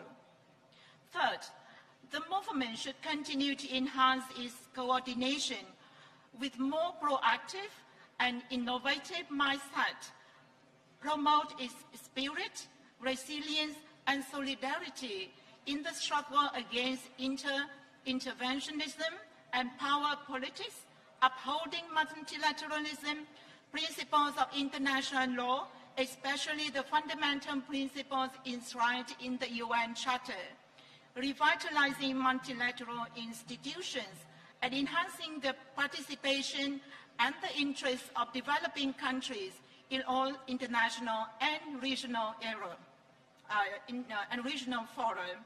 It is important that NAM members continue to strengthen multilateral cooperation, both at global and regional levels, to form our common position, as well as raise the voice of the movement in shaping many agendas at the multilateral fora on issues of common concerns, supporting South-South cooperation, and coping with pressing global challenges such as the COVID-19 pandemic, climate change, and digital revolution. In particular, the movement should foster international cooperation for peaceful resolution of international disputes, ensuring equitable access to COVID-19 vaccines and treatment worldwide towards inclusive and sustainable recovery from COVID-19 pandemic. Fourth, we would like to emphasize the role of ASEAN in maintaining and promoting regional security under the guideline that a strong ASEAN will make positive contribution to strengthening the non-aligned movement. As a responsible member of the non-aligned movement, ASEAN, and the UN Security Council, Vietnam always upholds the goals and principles of the movement in promoting peace, sustainability, development, and particularly in preserving maritime security and safety in the South China Sea, in line with the international law, especially the 1982 Convention on the Law of the Sea. In concluding my remarks, I would like to assure Vietnam's full support in revitalizing the movement and uphold its core values in our common endeavors for further achievements of the movement that help bringing about sustainable peace and development for all. I thank you very much.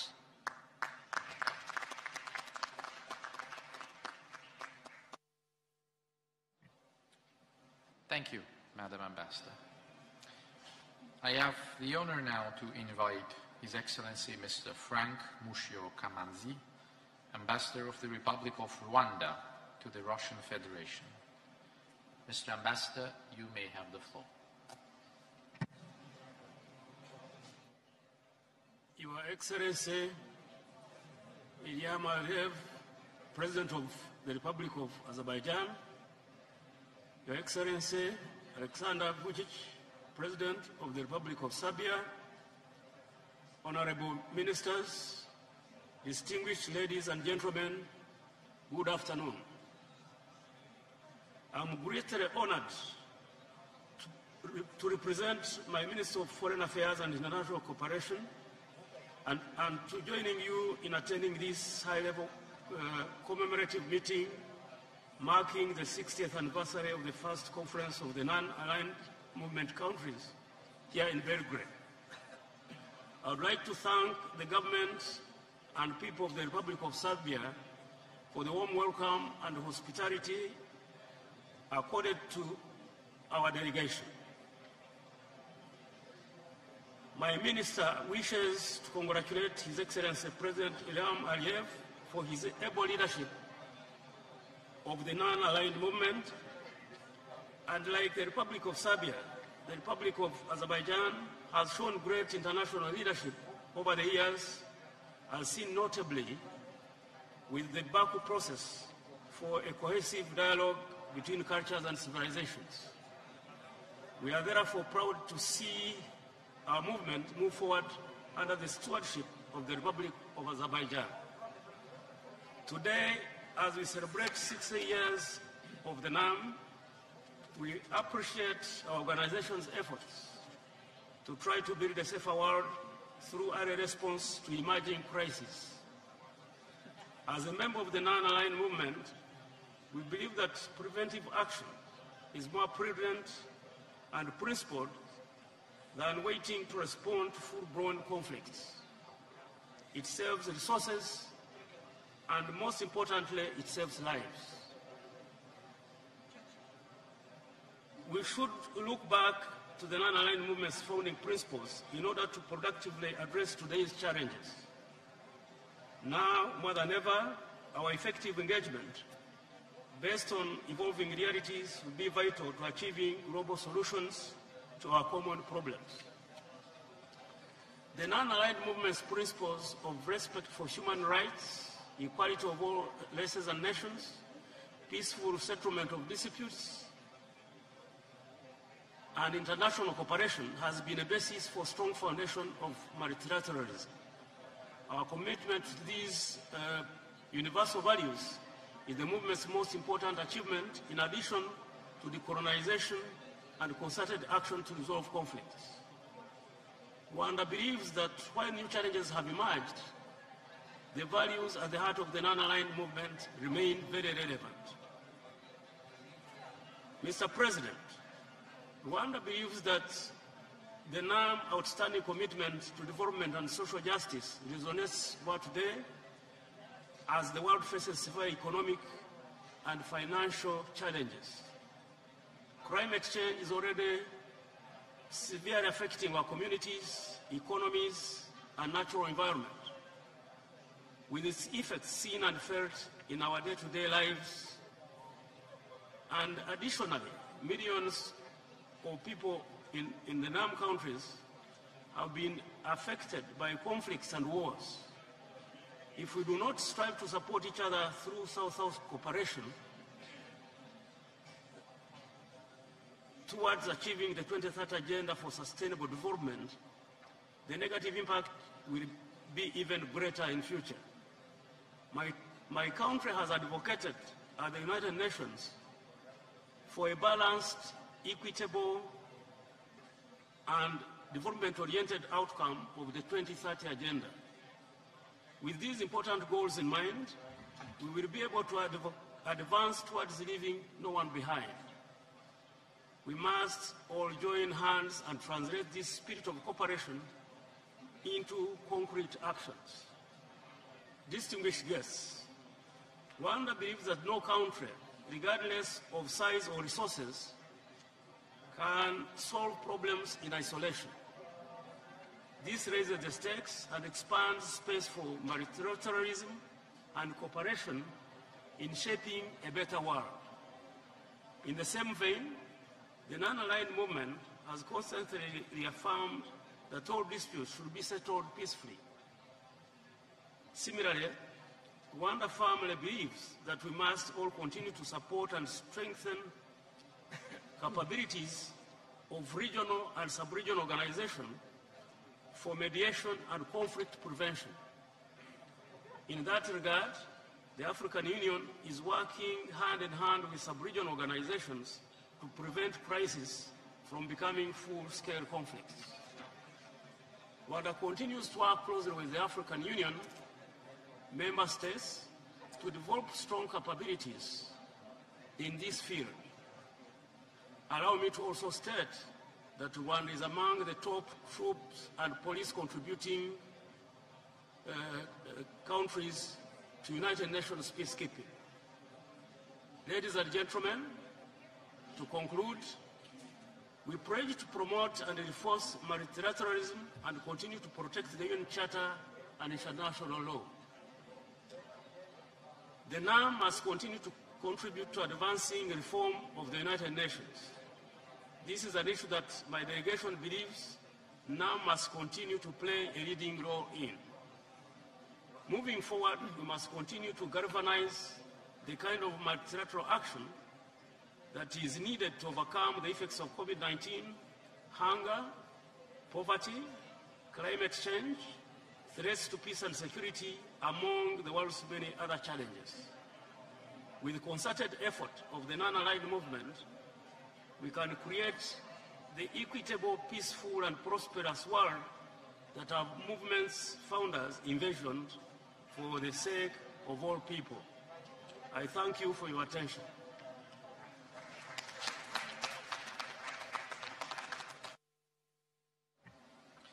Thank you for your statement, sir. The next speaker on the list is His Excellency Mr. Frank Simafranca, Ambassador of Philippines to Hungary and non-resident ambassador to the Republic of Serbia. Excellency, the floor is yours.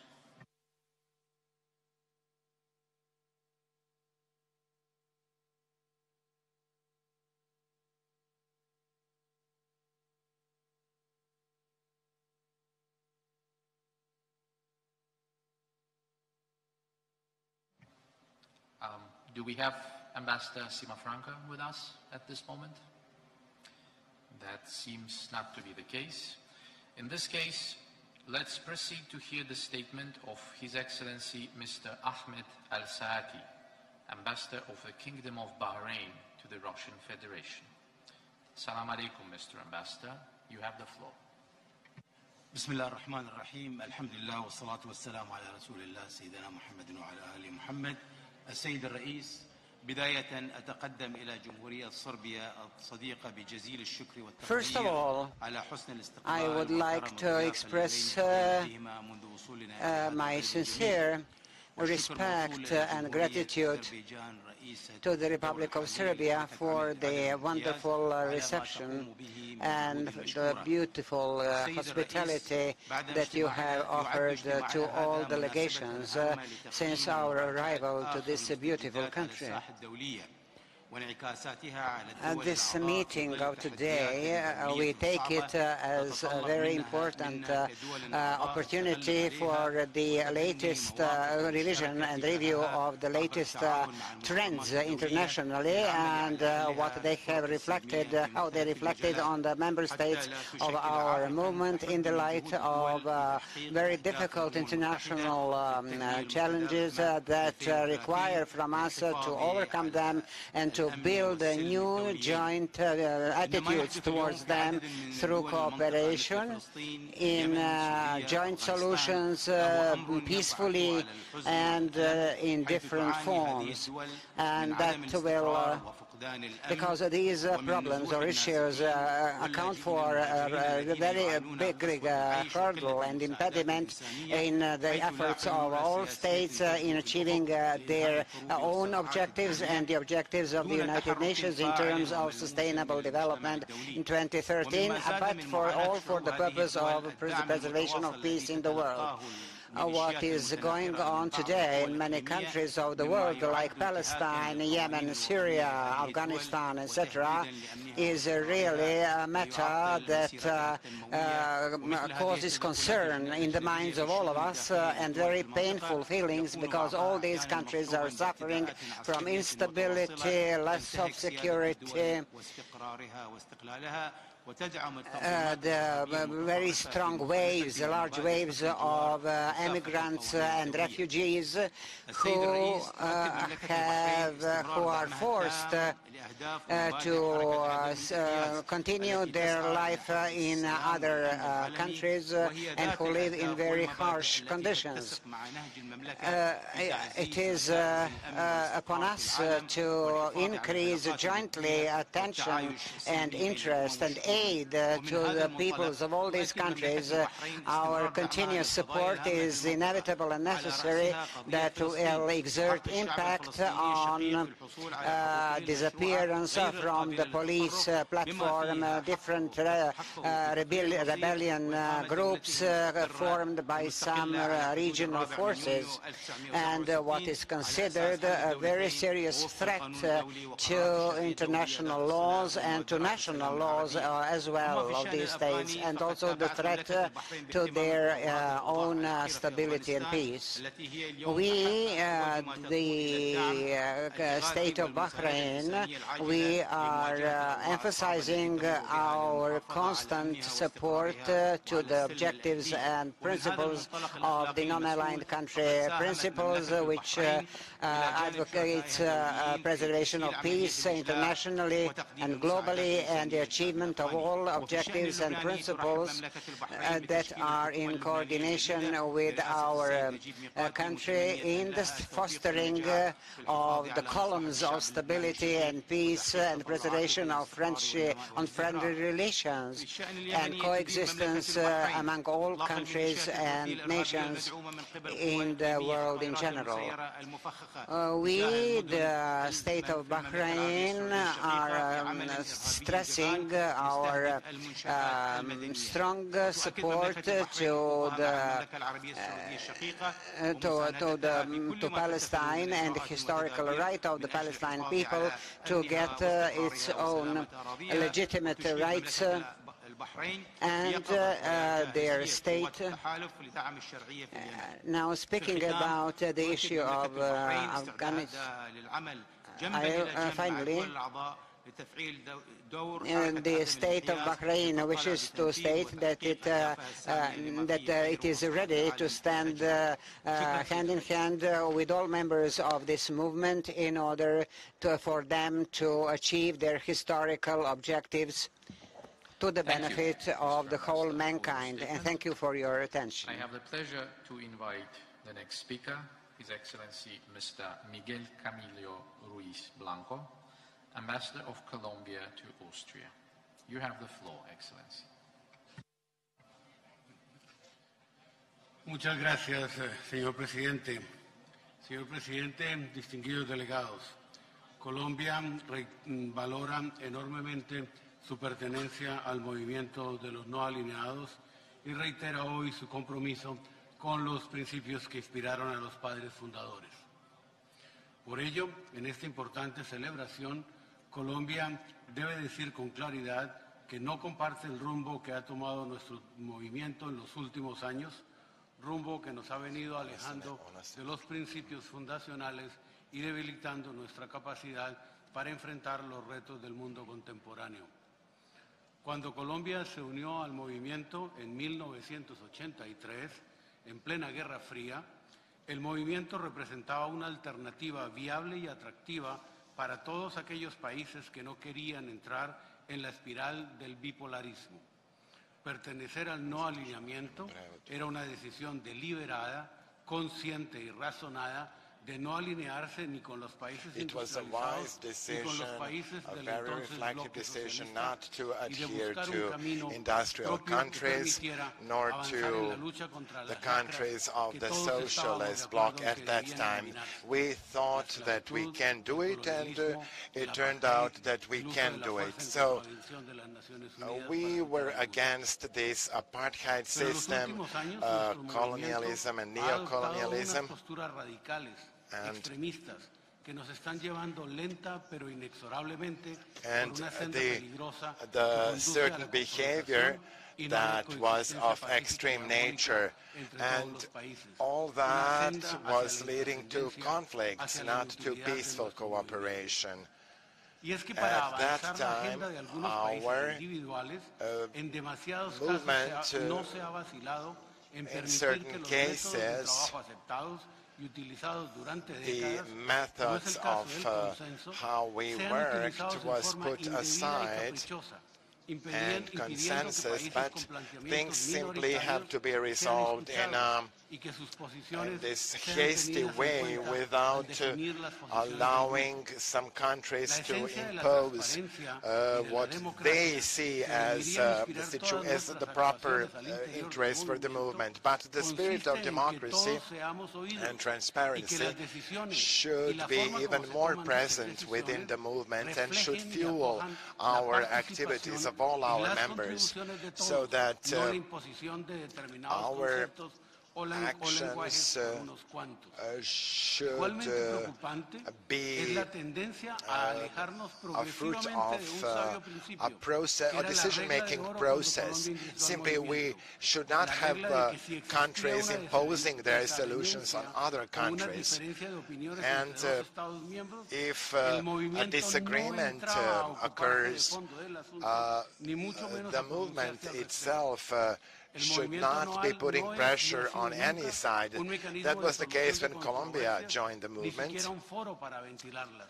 The NAM was not even the forum for resolving those controversial issues. We were here to simply start resolving issues together, not to put these things aside or to oppose each other. So the way how we deal disputes and disagreements is very important, and we cannot deal with it.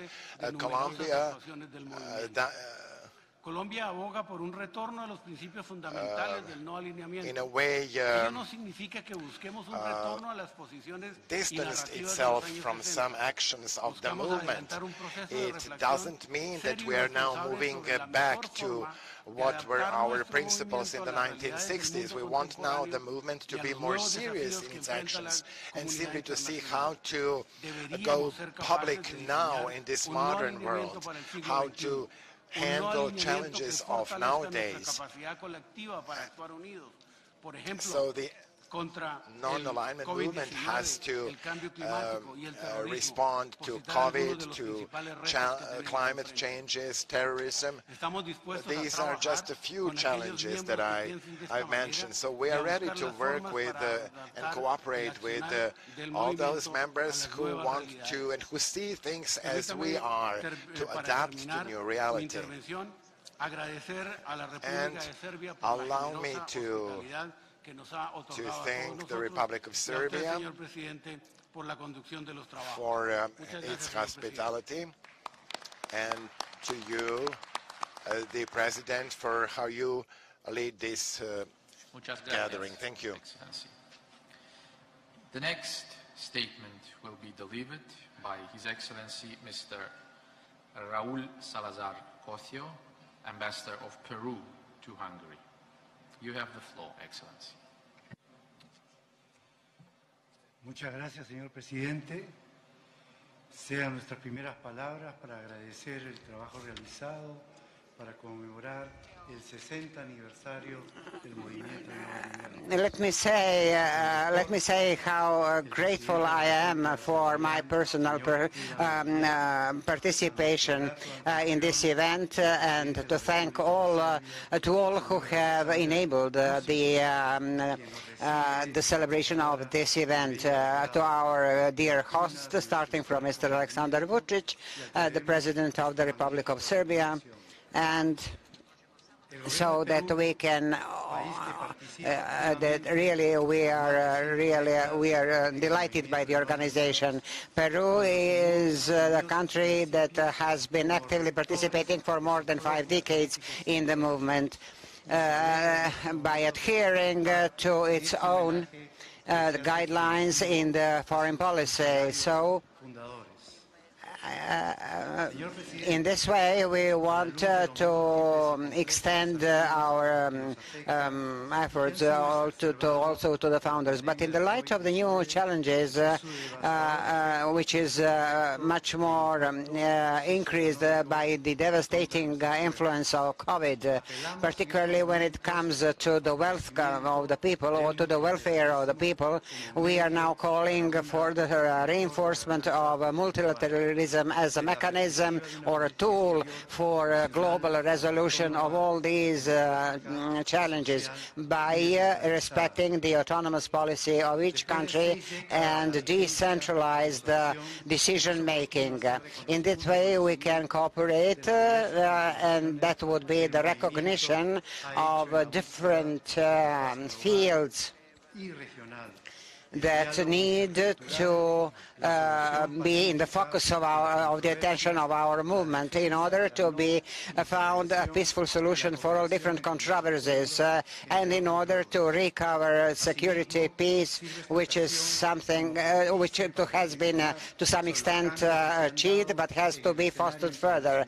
Now, as to the changes that have taken place internationally, including these challenges, will continue increasing the changes, the scope of the changes, or this change also includes the leaving of the concept of bipolarity, unipolarity. But we have to confess, to admit that our agenda is characterized by the challenges that require a sustainable development, and sustainable development is, in our view, the only solution. We are not going to achieve the respect for human rights by proliferation of nuclear weapons, so that we have to unify the efforts of all our countries.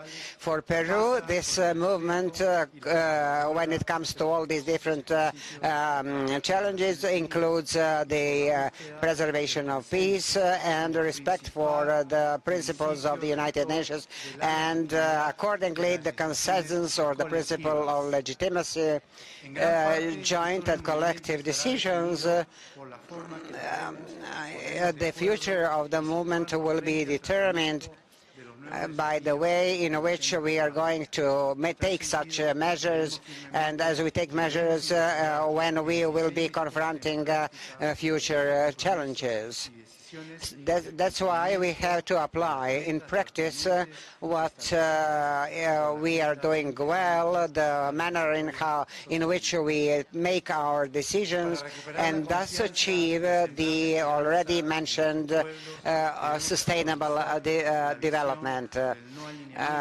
We have to be hopeful in that regard by emphasizing the importance of the concept of non-alignment, which in the world that used to be bipolar, and today that is now spreading to all sides and is lacking joint agreements. We have to achieve solidarity and cooperation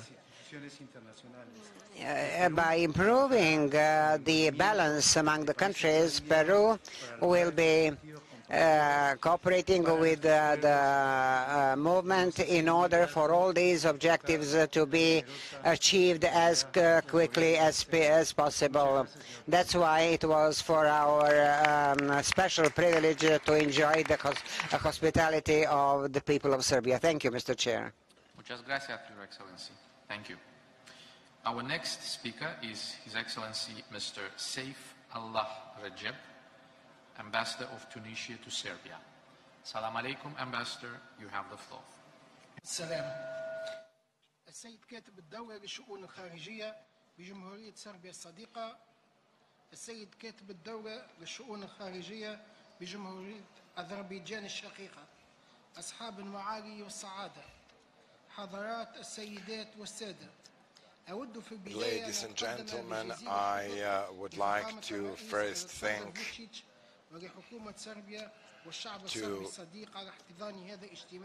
one dear gentleman and great man, Aleksandar Vučić, for organizing this great event of the non-aligned movement. I'm so pleased and I'm so happy to be able to also send my greetings to President Aliyev, and I would like to convey the regards of President of Tunisia to both of them. Mr. Chairman, we are celebrating today something that our grandfathers managed to do, to make it happen, to establish the non-aligned movement 60 years ago. That was the path of peace and security in the world. So we're celebrating 60th anniversary from the foundation of the non-alignment movement. At that time, the world was exposed to so many threats, wars. These were all great challenges of the time. And the world was really faced with huge challenges. Now we are facing COVID-19 as an enormous challenge. And COVID had a pretty much negative influence on all the countries, developing countries and non-developed countries. So that's why we all must work together, especially South-to-South project.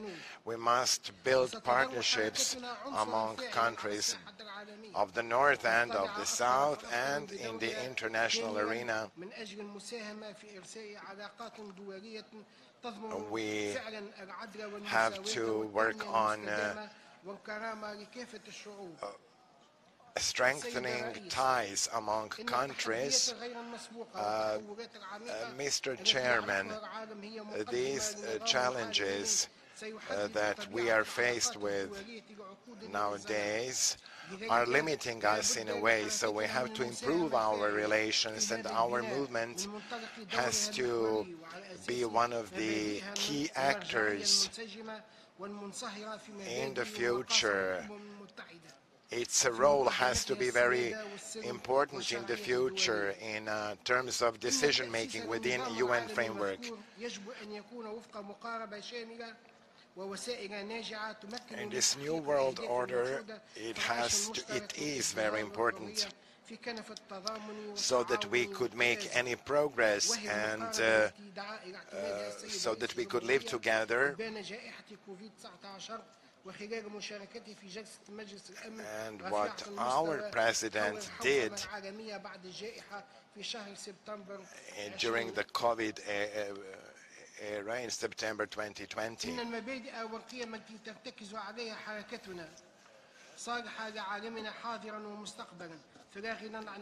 So, the founding principles of NAM, when we talk about decision-making processes, independence of countries, war-related problems, of course the independence and territorial integrity must be respected as principles, and our movement has to work on this. So we must work on stopping wars and spreading peace among people, and to resolve the Palestinian issue. الذي يمثل جوهر المبادئ المؤسسة لحركتنا وعليه. We have constant attacks on the state of Palestine. Palestinians are not allowed to decide on their integrity. So all of us together have to work on that. We have to work on achieving equality in the decision-making process. So the Palestinians should have their own country, and it was established in 1967. So now the next issue is between Libya and Tunisia, and we are supporting Libya in its actions in order to restore integrity and peace within the UN framework, of course. Tunisia is willing to work on restoring the unity in the world, integrity in Syria and Yemen, and on stopping wars in all those countries. So members of the NAM, of the movement, have to work all together on this issue, on resolving these problems. And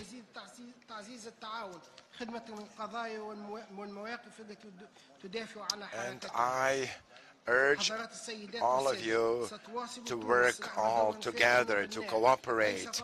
Tunisia will be playing a very important role, not only within the NAM, but, and not only as one founding country, but in the future Tunisia will have a very good role and significant role in the movement itself. And the world wants us to establish a large political group of countries within the NAM family of countries.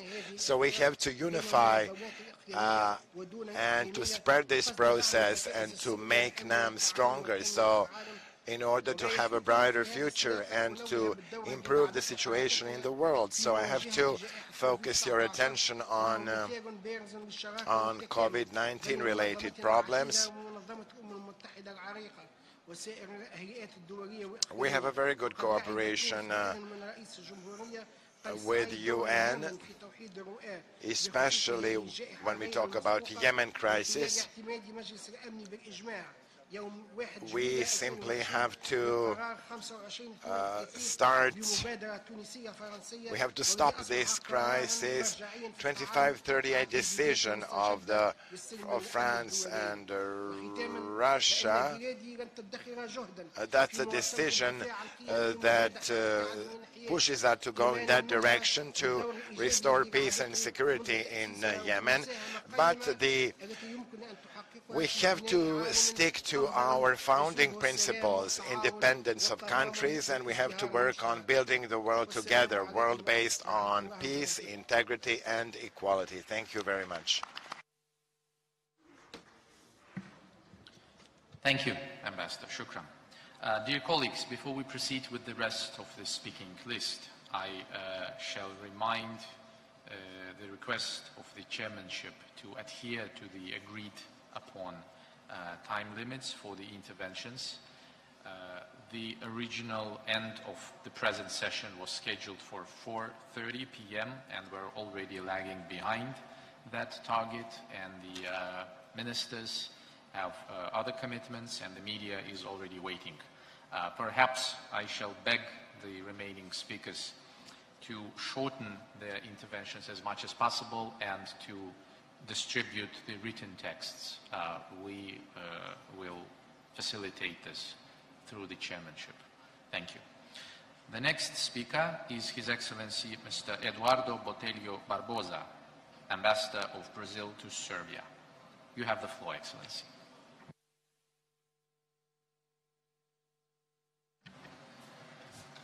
Thank you, Mr. Chairman, and I'm glad to cooperate with your request. Excellencies, dear delegates, ladies and gentlemen, Brazil congratulates the Serbian and Azerbaijani governments for organizing the celebration of the 60th anniversary of the Non-Aligned Movement. The Non-Aligned Movement works for the advancement of crucial goals and aspirations of developing countries. The movement has had an undeniable impact on international relations, reshaping world affairs and influencing the relationship among different countries and cultures. It is of paramount importance that the non-aligned movement renews its commitment to its founding ideals and to the UN principles, especially as we continue to witness armed conflicts, struggle against inequalities, and face renewed challenges. We take this opportunity to recall the urgent need to reform the UN's peace and security architecture with a view to maintain its efficiency and legitimacy. We strongly support a reformed UN Security Council in which developing countries are duly represented. As an elected non-permanent member for the 2022-2023 biennium, Brazil reiterates its commitment to the challenges and priorities of the developing world. It will be the 11th time we take this great responsibility, and we thank the international community for its support. Ladies and gentlemen, the COVID-19 pandemic challenged and continues to challenge our societies and economies. Guaranteeing equal access to medicines, vaccines, and other health products must be a common priority. Brazil has joined the global effort to produce vaccines and renews its commitment towards a fairer distribution among rich and poor nations. Only international solidarity will end the pandemic and promote global economic recovery. We reiterate our unwavering support to the multilateral trade system and the fight against unfair trade barriers. Ladies and gentlemen, climate change is one of the main challenges of our time. Brazil adopted early ambitious goals regarding the fight against climate change within the framework of the Paris Agreement. Still, recently, we anticipated from 2060 to 2050 the goal of achieving climate neutrality. During the COP26, we will seek consensus on the global rules for carbon credit markets, hoping that the developed nations finally deliver on their promises to finance at a significant level climate initiatives in our countries. As the non-aligned movement celebrates its 60th anniversary, Brazil reiterates its commitment to join forces to fight the pandemic, to promote economic recovery and advance sustainable development. Thank you.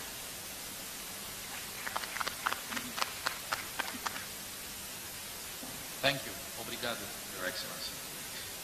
I now invite His Excellency Attakarn Vongchanamas, Ambassador of Thailand to Greece. He's going to deliver this statement by the Deputy Prime Minister and Minister of Foreign Affairs of the Kingdom of Thailand. Please, Ambassador. Mr. Chairperson, Excellencies, distinguished delegates, ladies and gentlemen, on behalf of His Excellency Mr. Don Pradamath-Vinai, Deputy Prime Minister and Minister of Foreign Affairs of the Kingdom of Thailand, it is an honor for me to represent Thailand at this commemorative high-level meeting. I wish to express my heartfelt gratitude to the government of the Republic of Serbia for the warm welcome. I also wish to express Thailand's appreciation to the Republic of Azerbaijan and the Republic of Serbia for co-hosting this historic event. NAM emerged at the height of the Cold War with clear guiding principles and aspirations. It has since overcome multifaceted challenges and evolved to become a forum of solidarity and cooperation for the evo ga engleski na dvojici, je li to engleski sad u redu, me čujete? Member states have joined hands to seize emerging opportunity to ensure the well-being of our English, me čujete? Can you hear me? 1, 2, 1, 2. Our founders envisaged 60 years ago. Many developing countries still suffer from poverty, inequality, armed conflicts, terrorism, and pandemics. Therefore, this battling is a timely opportunity for us to review our past achievements and identify how to revitalize our efforts to sustain peace, equity, prosperity for present and future cooperation. In order to build a better future for all, member states must reaffirm our commitment to multilateralism. On our part, Thailand will continue to support NAM's objectives and initiatives and work with NAM member states and relevant stakeholders in a spirit of solidarity. Excellency, the 21st century comes with daunting threats to peace, security, and sustainable development. The COVID-19 pandemic is far more than a global health crisis. It has severely disrupted economic growth, posing devastating impacts on the livelihoods of people, and developing nations have been the hardest hit. NAM has shown its relevance by tackling this agenda, but we will all need to be more agile and resilient to overcome future challenges.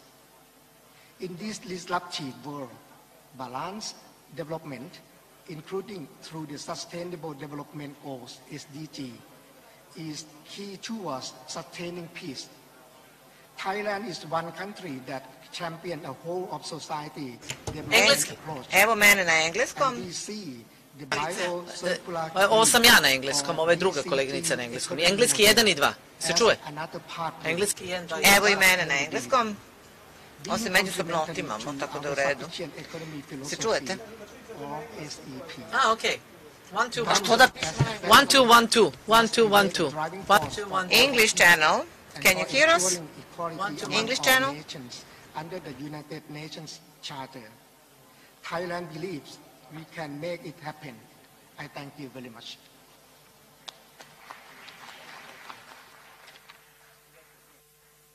Thank you, sir. Thank you, sir. Our next speaker is His Excellency Mr. Oleksandr Alexandrovich, Ambassador of Ukraine to Serbia. Your Excellency, the floor is yours. Thank you, Mr. Chairman. I congratulate Azerbaijani chairmanship for the excellent organization of this meeting, and I thank Serbia for its outstanding hospitality. Both presidents, Aleksandar Vučić and Ilham Aliyev, stressed the paramount importance of sovereignty and territorial integrity of states as the cornerstone of international relations and international law. Many other high-level speakers at this meeting emphasized non-interference in internal affairs, decolonization and deoccupation, peaceful settlement of conflicts. Against this background, it is a shame that we have in our midst the Russian Federation, which occupied 7% of Ukraine's territory with 20% of its economic potential, and killed 15,000 Ukrainians on our own soil in the last 7 years, 7 months, and 22 days, and still counting. Ironically, Minister Lavrov in his speech here condemned attacks against the United Nations Charter.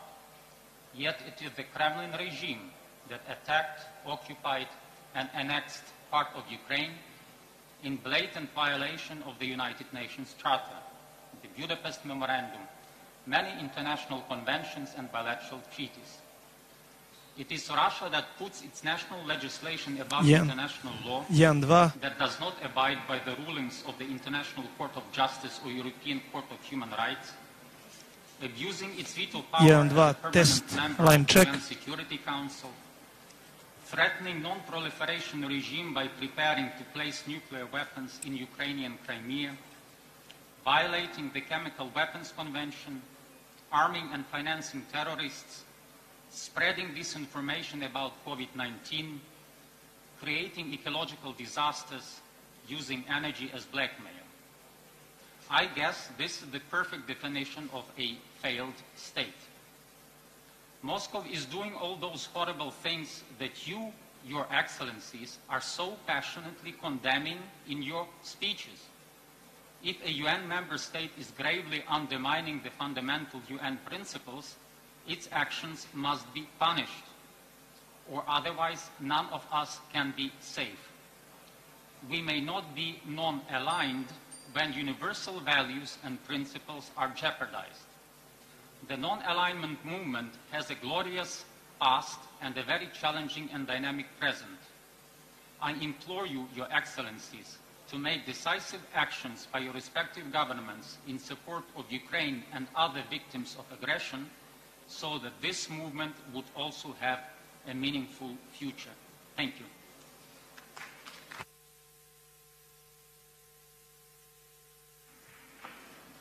Thank you, Ambassador. The next speaker is His Excellency Mr. Carlos Felix, Ambassador of Mexico to Serbia. You have the floor, Your Excellency. Gracias, señor presidente. Estimados jefas y jefes de delegación, Thank you, Mr. President. Dear delegates, Mexico is very happy for this occasion to participate in marking the 60th anniversary of the movement of non-aligned countries. First of all, we wish to congratulate to the President of Azerbaijan and to the President of Serbia to the fantastic organization of this event and the warm hospitality. We fully appreciate and support all postulates and principles of the non-aligned country movements. We support multilateralism, and I wish to remind you all of the great job done by Mexico in disarmament and in reduction of nuclear weapons in the world. The second task achievement that I wish to emphasize, which has to do with the financial portion of the respect for human rights, is that we participated in the respect of implementation of several conventions that had to do, that dealt with the respect of principle of maritime law in international maritime waters. Anyway, we are going to support and we are going to monitor everything that is going on internationally, everything that is our movement doing, and no doubt that we are going to cooperate with all friendly countries jointly with them in order to, first of all, curb the current pandemic. Speaking about Mexico, we believe that we are going to deal in the future on equal access by all countries to the vaccines. Mexico's view is that multilateral global policies have to be developed in order to respond to this health crisis, because this pandemic, COVID-19, has actually shown how much we need the joint policies and strategies in order to overcome the biggest problems that we are facing today in the world. Also, this impact or the effects of pandemics have shown that we have to struggle and fight jointly, but I also wish to emphasize that we have to work jointly in achieving the objectives of the UN Agenda 2023 in the sense of the fight against climate change, maintenance of sustainable objectives that are contained in the agenda. And, Mr. Chair, I wish to emphasize also that Mexico has always been in favor of development of multilateral and bilateral relations, and as we are a non-permanent member of the UN Security Council, Mexico wishes to reiterate once again its gratitude for the invitation received, and to say that it will absolutely be supporting anything that will be a joint attitude of the movement, because it is convinced that the movement has a right response to many future challenges. Thank you, Excellency. Our next speaker is distinguished Mr. Baghdad Amreyev, His Excellency Secretary General of the Turkic Council. You have the floor, sir. Thank you very much. Honorable Ministers, Heads of Delegations, ladies and gentlemen, let me start by expressing our appreciation to the esteemed Ministers Nikola Selakovic and Ceyhun Bayramov for the invitation extended to the Turkic Council, and congratulate the government of Serbia and Azerbaijan for their outstanding organization of the meeting in May. Today's meeting, 60 years after the founding of ESER, points to the strength of this movement and the visionary ideas of its founders. NAM played a great role in the modern history, considerably reducing the geography and the temperature of the cold war.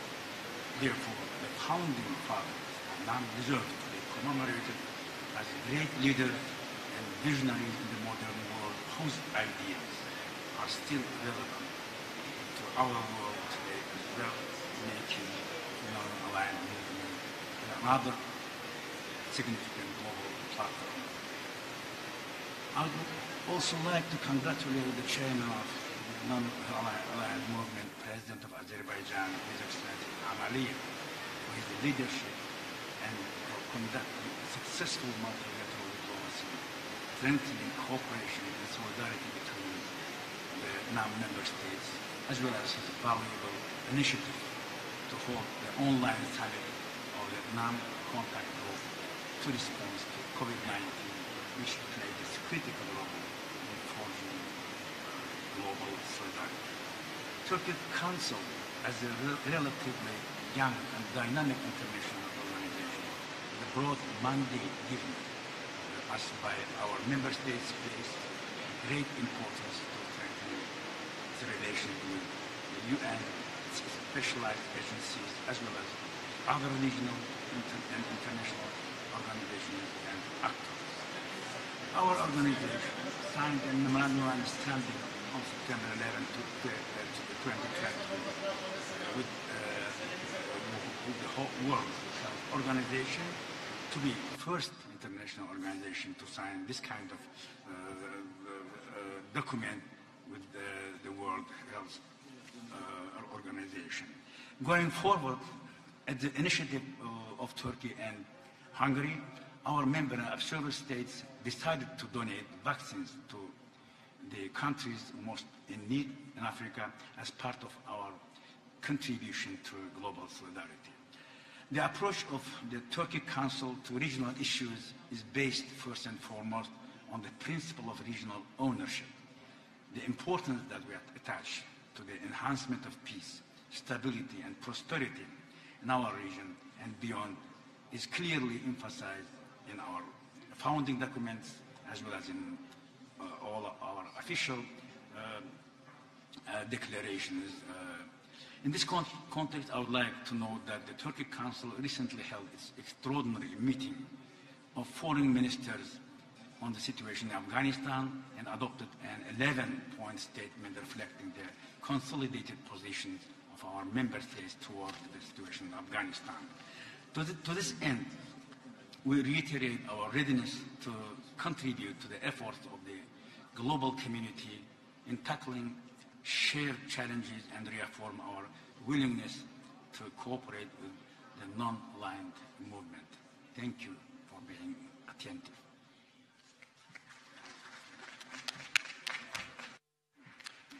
Thank you, Your Excellency, for your statement.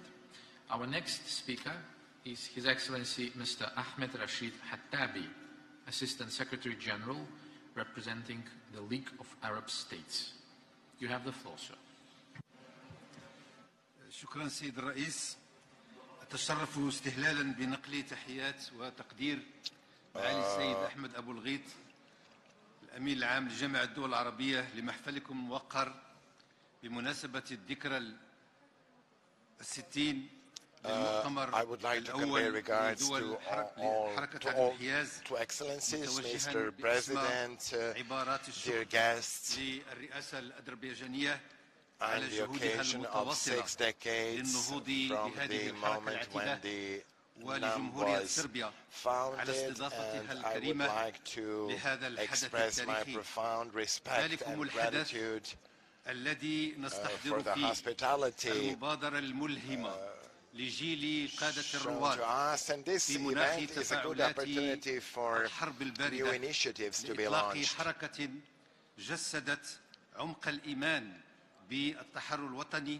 After the Cold War, many countries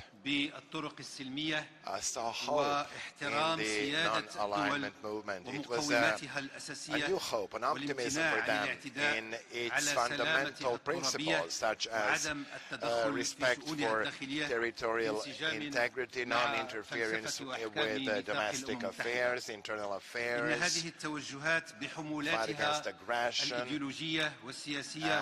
and the philosophy, the basic principles of NAM, in fact, are enshrined in the UN Charter.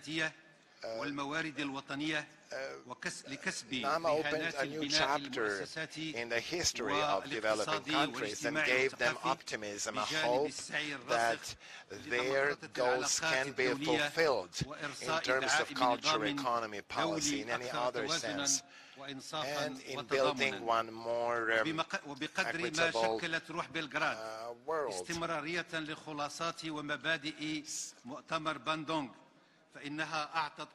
the Belgrade Conference and Bandung meeting before Belgrade Conference confirmed all these basic fundamental principles of NAM. My country, especially, I want to point this out, is sticking and adhering to these principles from the very beginning in different aspects of all those principles, such as support to Palestinians for their self-determination. It's their historical right. Mr. Chairman, my country is pointing out its full support to principles of non-alignment movement in realizing goals such as multilateralism and comprehensive resolution of issues of disputes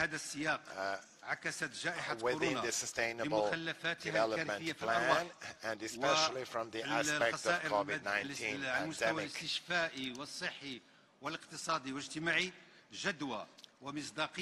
We are aware what pandemic did to the mankind, how it's negatively affected the social development, in terms of human lives being lost, and in terms of economic development.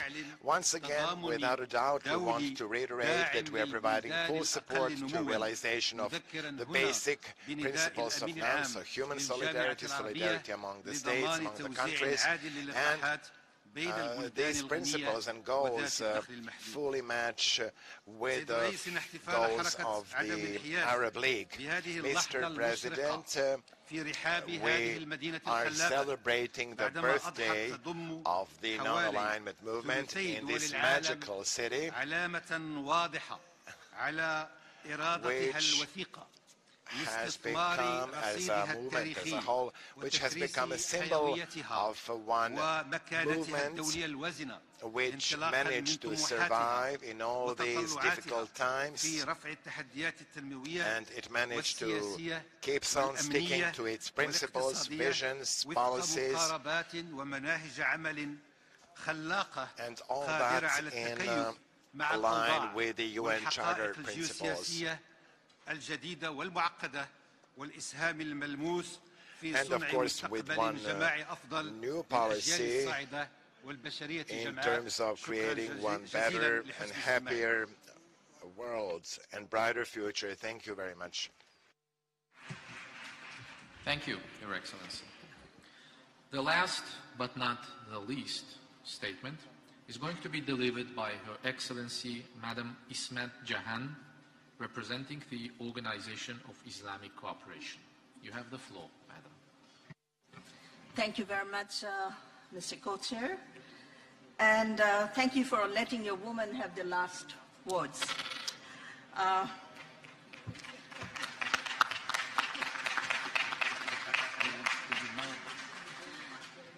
Bismillahir-Rahmanir-Rahim, in the name of God, most compassionate, most merciful.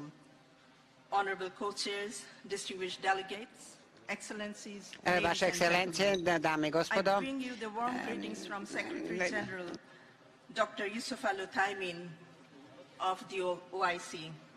He has tasked me to deliver the following statement on his behalf. I thank the co-host Azerbaijan and Serbia for the splendid arrangements and very warm hospitality extended to us in this beautiful city of Belgrade. Our deep appreciation is owed to His Excellency the President of Azerbaijan for his excellent stewardship of the movement. Dear Excellencies, over the past 60 years, remarkable changes in the international geopolitics has taken place, with the emergence of many independent states. Some very laudable achievements, especially in the sphere of science and technology, have taken place. Sadly, however, grave challenges still remain, threatening global peace, security, and development, along with the new and emerging threats of climate change, terrorism, violent extremism, and now with the multifaceted challenges of the ongoing COVID pandemic.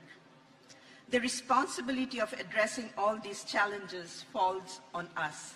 To this end, we laud the continued relevance of NAM. The situation in the occupied Palestinian territories is a priority issue for both the OIC and the non-aligned movement. Israel's continued denial of the legitimate aspirations of the Palestinian people to self-determination is a long-standing challenge for regional and international peace and security. The OIC calls for urgent revival of the peace process, including by reinvigorating the Quartet towards a just and comprehensive solution, leading to the establishment of an independent state of Palestine with East Jerusalem as its capital on the basis of relevant UN resolutions and the Arab Peace Initiative. The OIC member states are also confronted with other daunting challenges relating to the situation in Afghanistan, Syria, Libya, Sudan, Somalia, the Sahel, Jammu and Kashmir, the situation of Rohingyas in Myanmar, to name some. Baseless attempts to link terrorism to Islam and Muslims at large, and the alarming rise of Islamophobia are indeed worrisome. Needless to emphasize, the OIC opposes all forms of terrorism, regardless of its motive and causes. As envisioned in the OIC Charter, the organization is determined to counter radicalism and combat the vicious campaign against Islam. Promotion of interfaith and interreligious dialogue for promoting social harmony is a priority objective of the organization. In socio-economic arena, the OIC is determined to advance the implementation of the Agenda 2030 and has focused on advancement and empowerment of women in its member states. In closing, let me recall that almost all of the OIC's 57 member states are also members of the non-aligned movement. Our commemorative event today provides us an important opportunity to demonstrate that given our shared vision and combined strength, we can overcome challenges and make our world a more just, fair, and secure place to live in and to leave behind for succeeding generations. I thank you.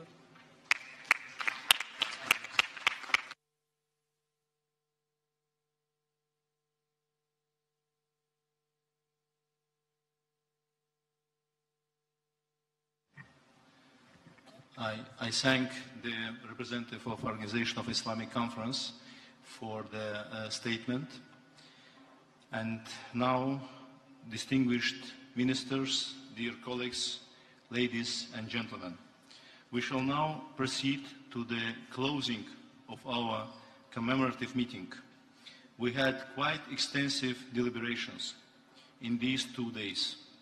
I thank all delegations for their active participation and statements, which we, as the incumbent chairmanship of NAM, have duly taken into account and will definitely reflect on in our future activities.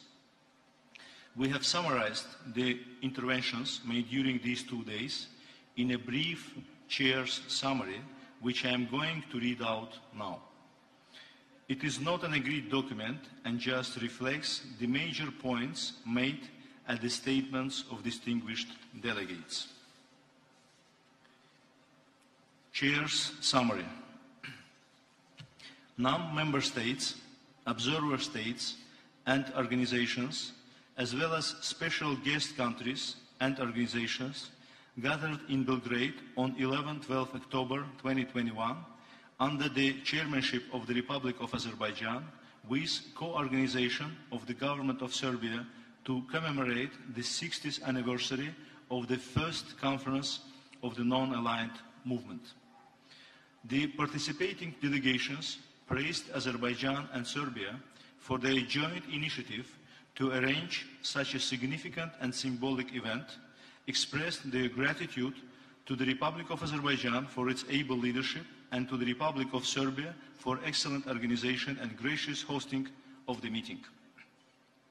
Elaborating on the historical importance of Belgrade Conference of 1961, the participating delegations recalled the noble aim of the founding fathers of the non-aligned movement gathered in Belgrade 60 years ago to promote the peaceful coexistence and sustainable development of all nations in full compliance with the Bandung principles and without formally aligning themselves to any military bloc, and commended their far-reaching wisdom and determination resulted in establishing the second largest international platform uniting like-minded members of the international community.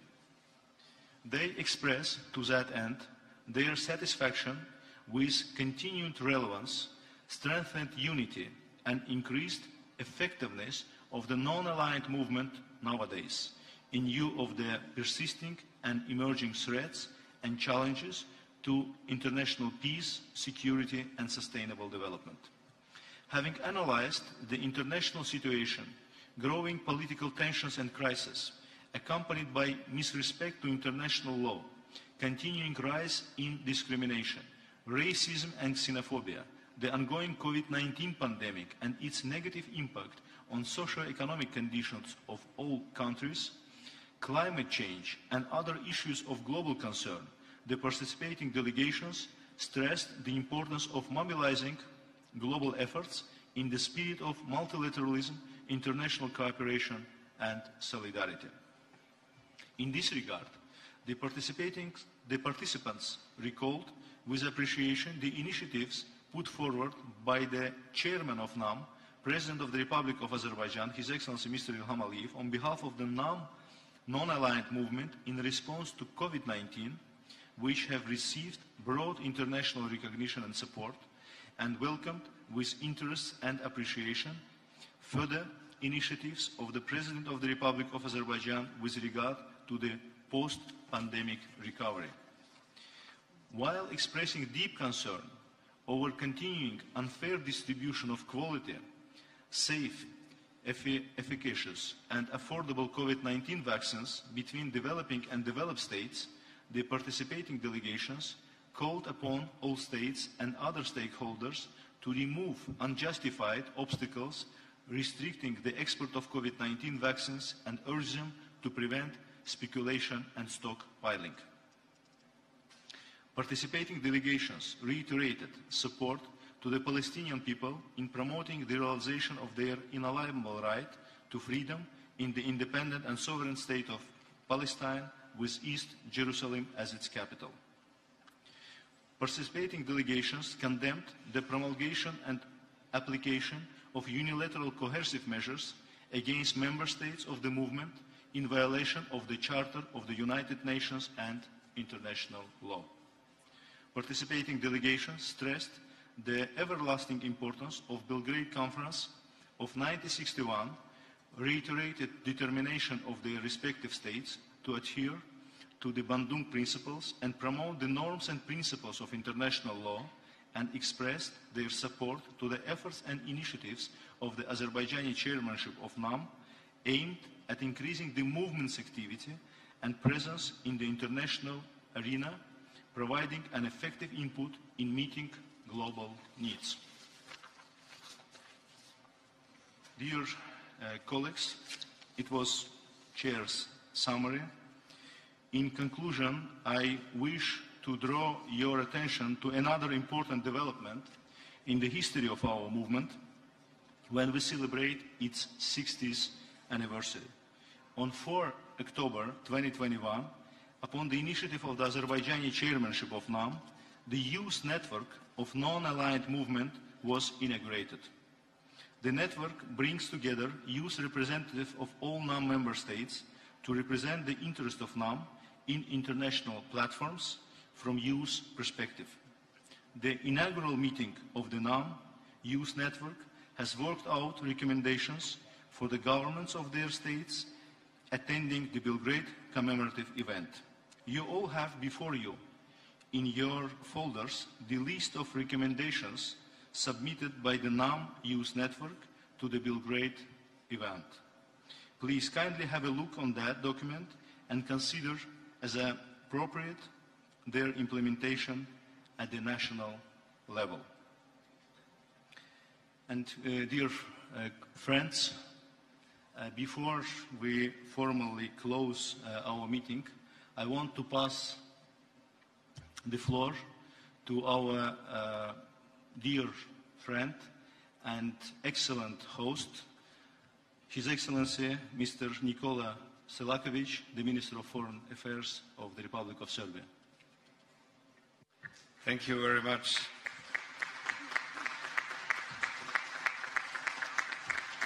Thank you very much, Your Excellency, Mr. Minister, dear Jacob, my brother, distinguished ministers, heads of delegations, dear colleagues, dear friends, dear brothers and sisters.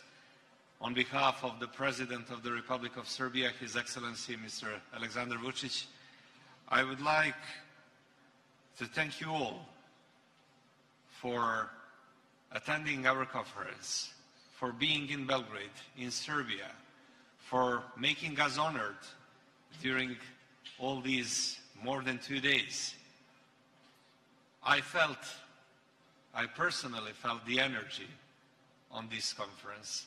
I felt the goodwill and the call for actions. And I think it's something good. Many of our friends from different African countries told me that I do not have to take care about the weather because when all of this started, it was so rainy. And we have been sad about that, but these African brothers told me in Africa it is a good sign when something is starting, and not only in Africa, but also from Asia and Middle East, when something is starting with rainy weather, that's something what's promising. And just a few minutes ago, when I wanted to enter the hall, I have seen that the sun started to shine. And for us, it is a good weather.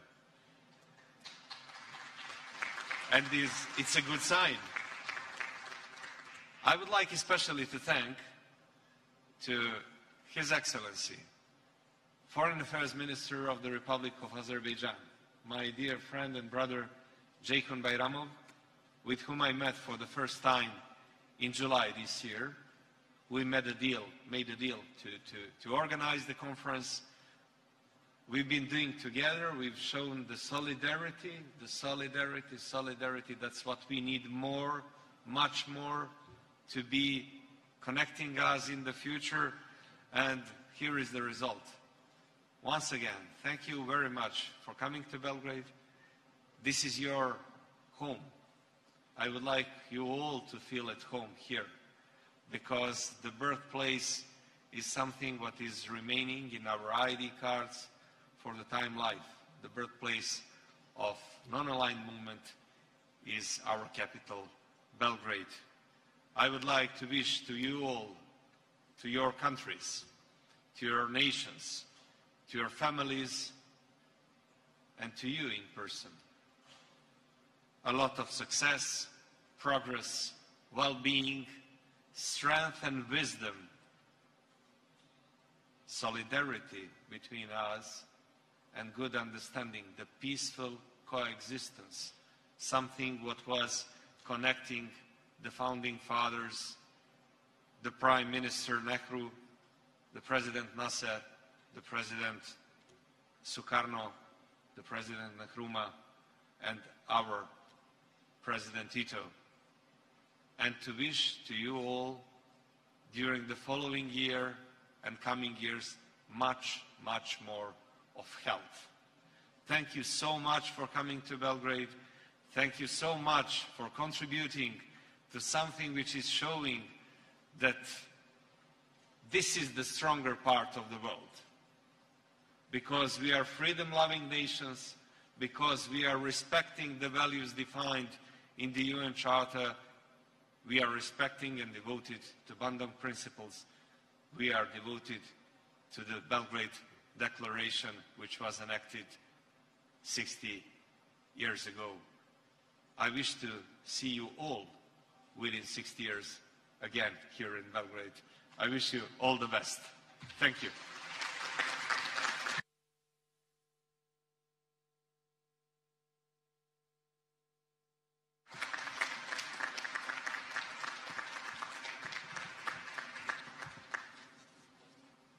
Thank you, Nikola. Thank you very much for these kind words. To all of the participants, to all the delegations, for your wishes, which I am sure we all together, with our joint efforts, will be delivering.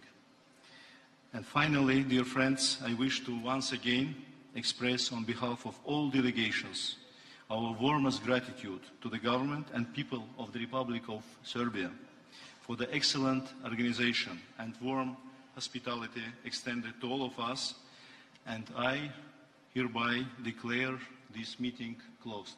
Thank you very much.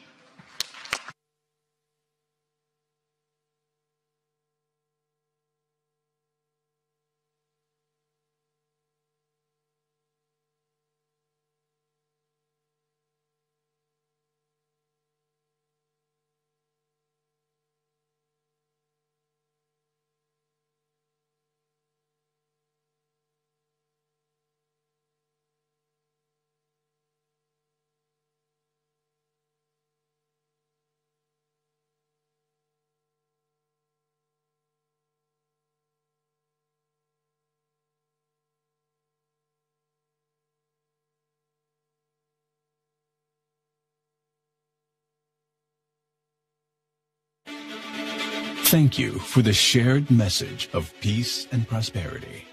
In a world that constantly presents us with new challenges, the outstretched hand of a friend is always welcome.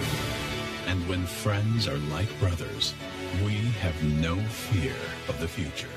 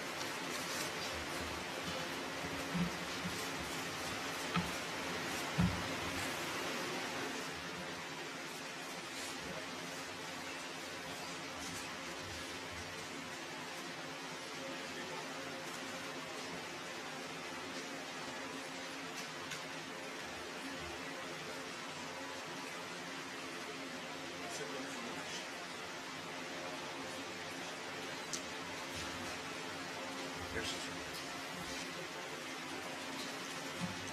This is for sure.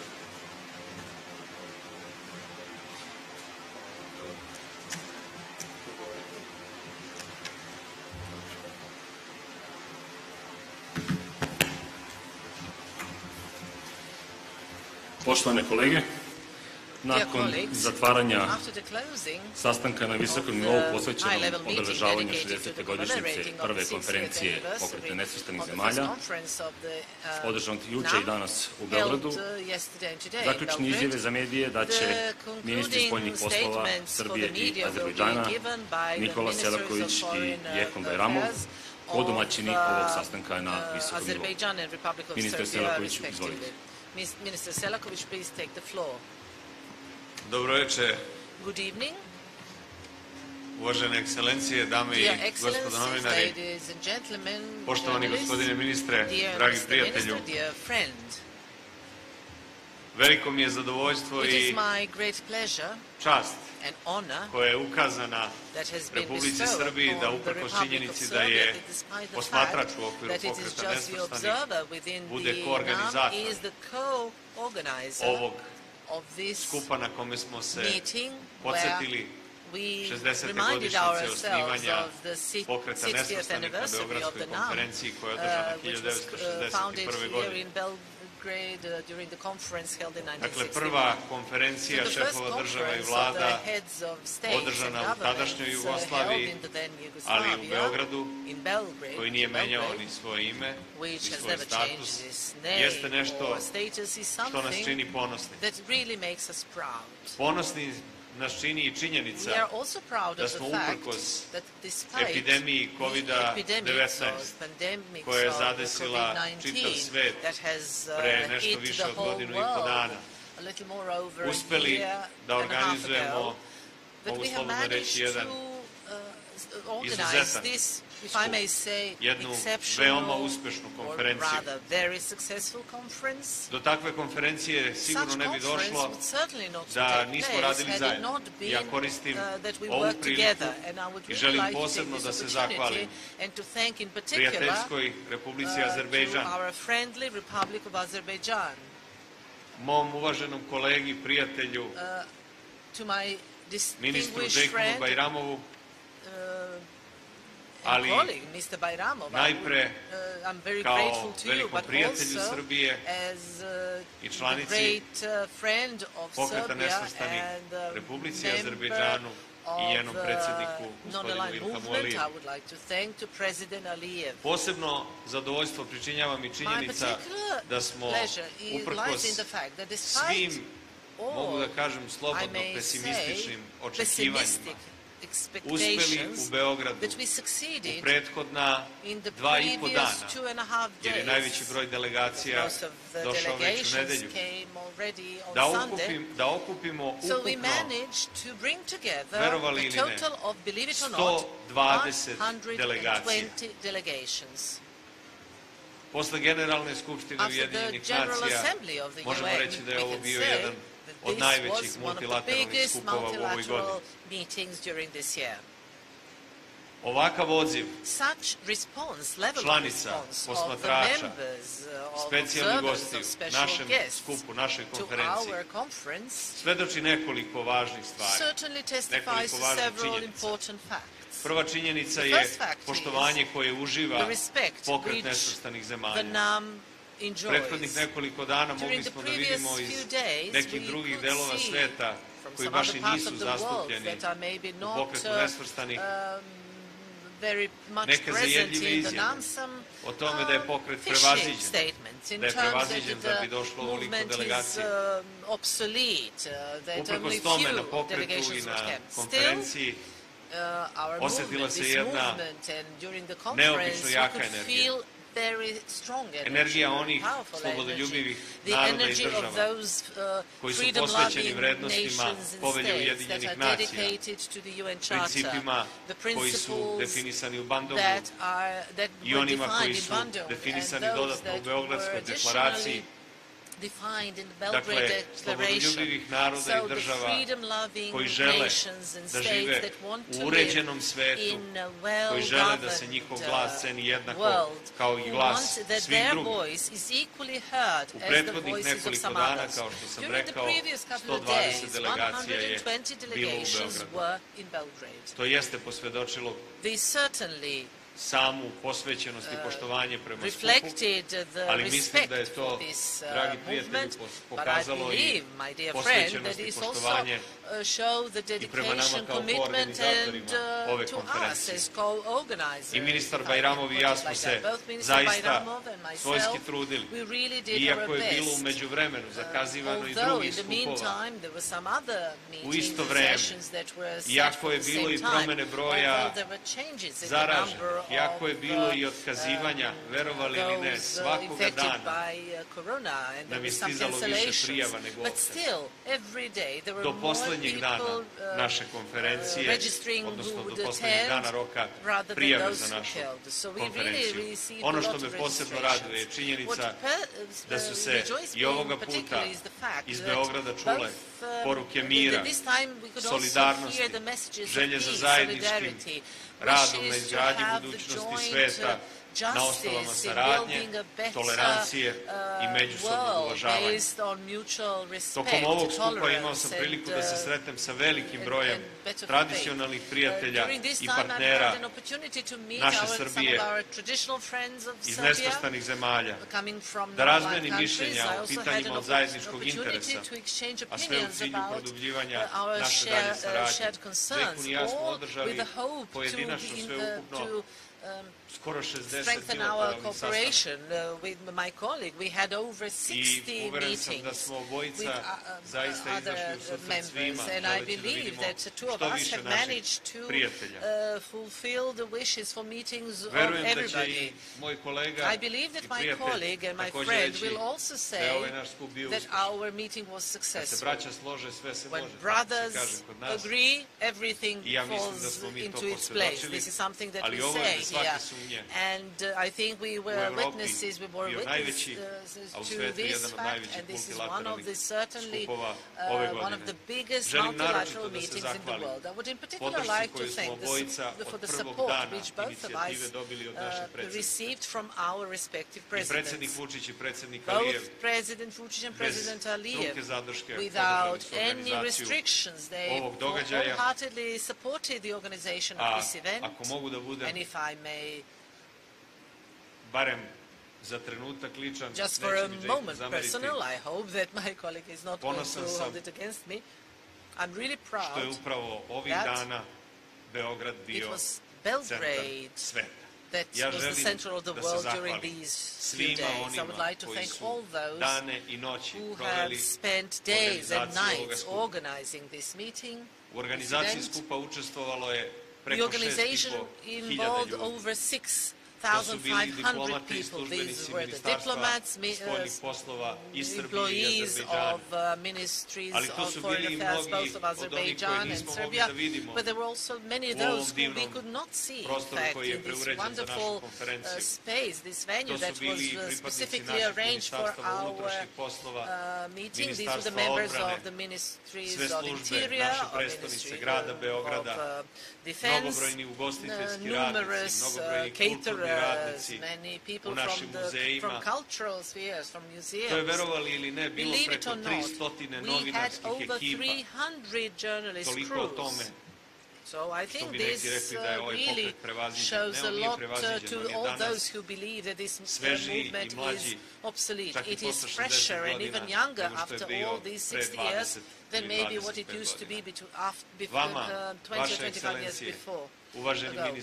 Dear Excellencies, dear Ministers, dear friends, brothers and sisters, dragi naši, mogu da kažem na neki način i Beograđani, Belgraders, hvala od srca što ste došli na našu konferenciju, što ste pokazali poštovanje prema Srbiji i Azerbejdžanu kao koorganizatorima, što ste pokazali poštovanje prema Srbiji, koja jeste jedna od 6 nasudica bivše Jugoslavije, countries, inheriting countries of the former Yugoslavia, that somebody mentioned that I did not mention President Tito. So let me say, irrespective of our internal disagreements, President Tito was one of the political geniuses of the 20th century, and we are very proud of that.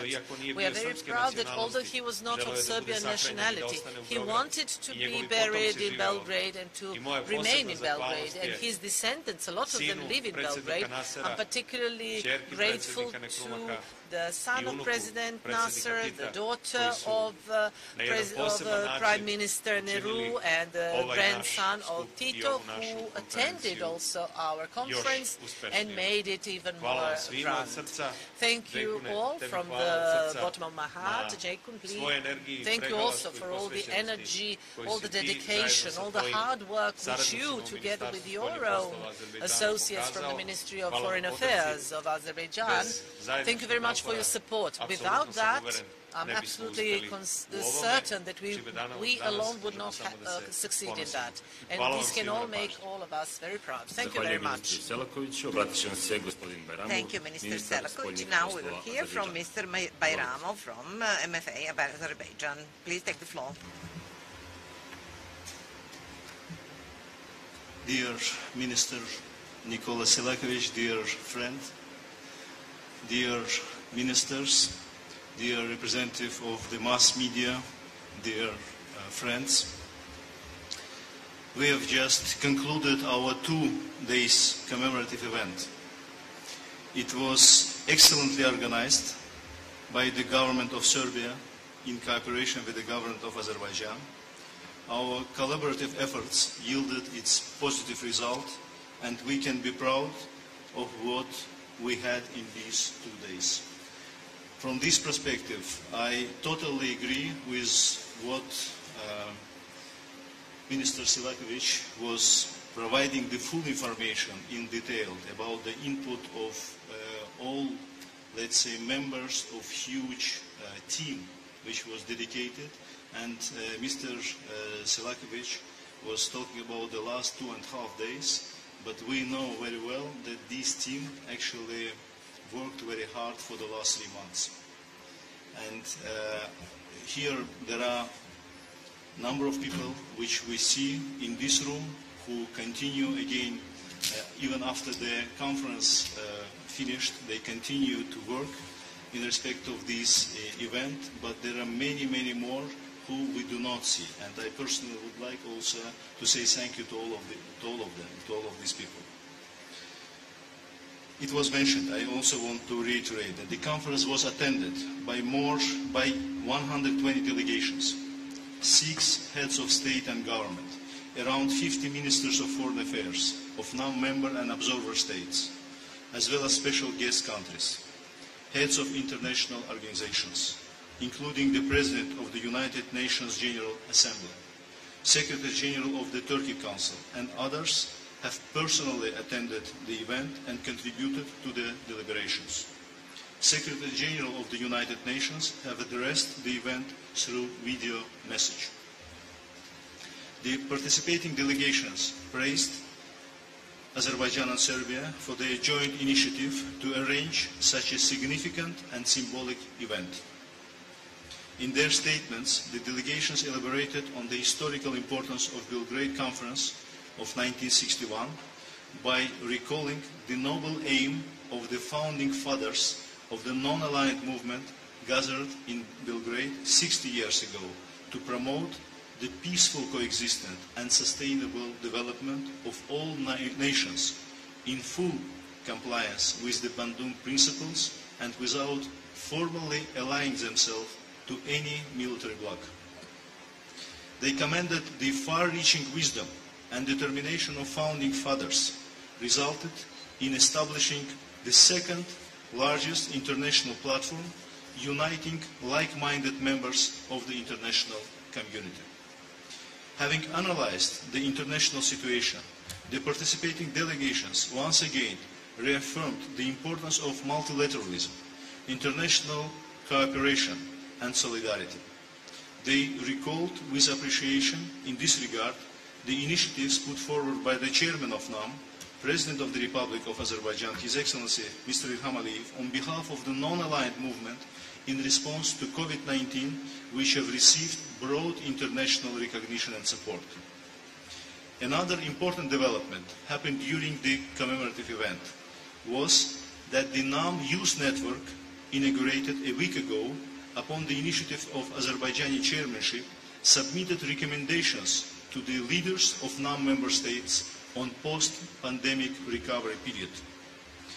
The event, besides being an important and symbolic gathering that has further consolidated the unity of non-aligned movement member states and re-emphasized the historic role of Belgrade city for the movement, also constituted an excellent example of successful product presented by two friendly countries like Azerbaijan and Serbia.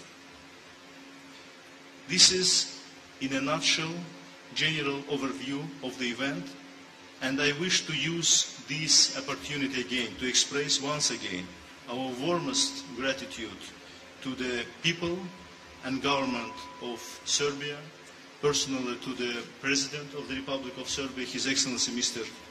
Aleksandar Vučić. I again would like to thank our dear friend, excellent, as we already know, excellent host, Minister of Foreign Affairs of the Republic of Serbia, His Excellency Mr. Nikola Selaković, for excellent organization and hospitality. Thank you again. Thank you for the attention. Zahvaljujem ministru Baremu, zahvaljujem obojici ministra. Ovim je i završena konferencija nakon zatvaranja posvećenog 60 godina obeležavanja prve konferencije pokreta nesvrstanih. Vidimo se u Beogradu za 10 godina istim povodom.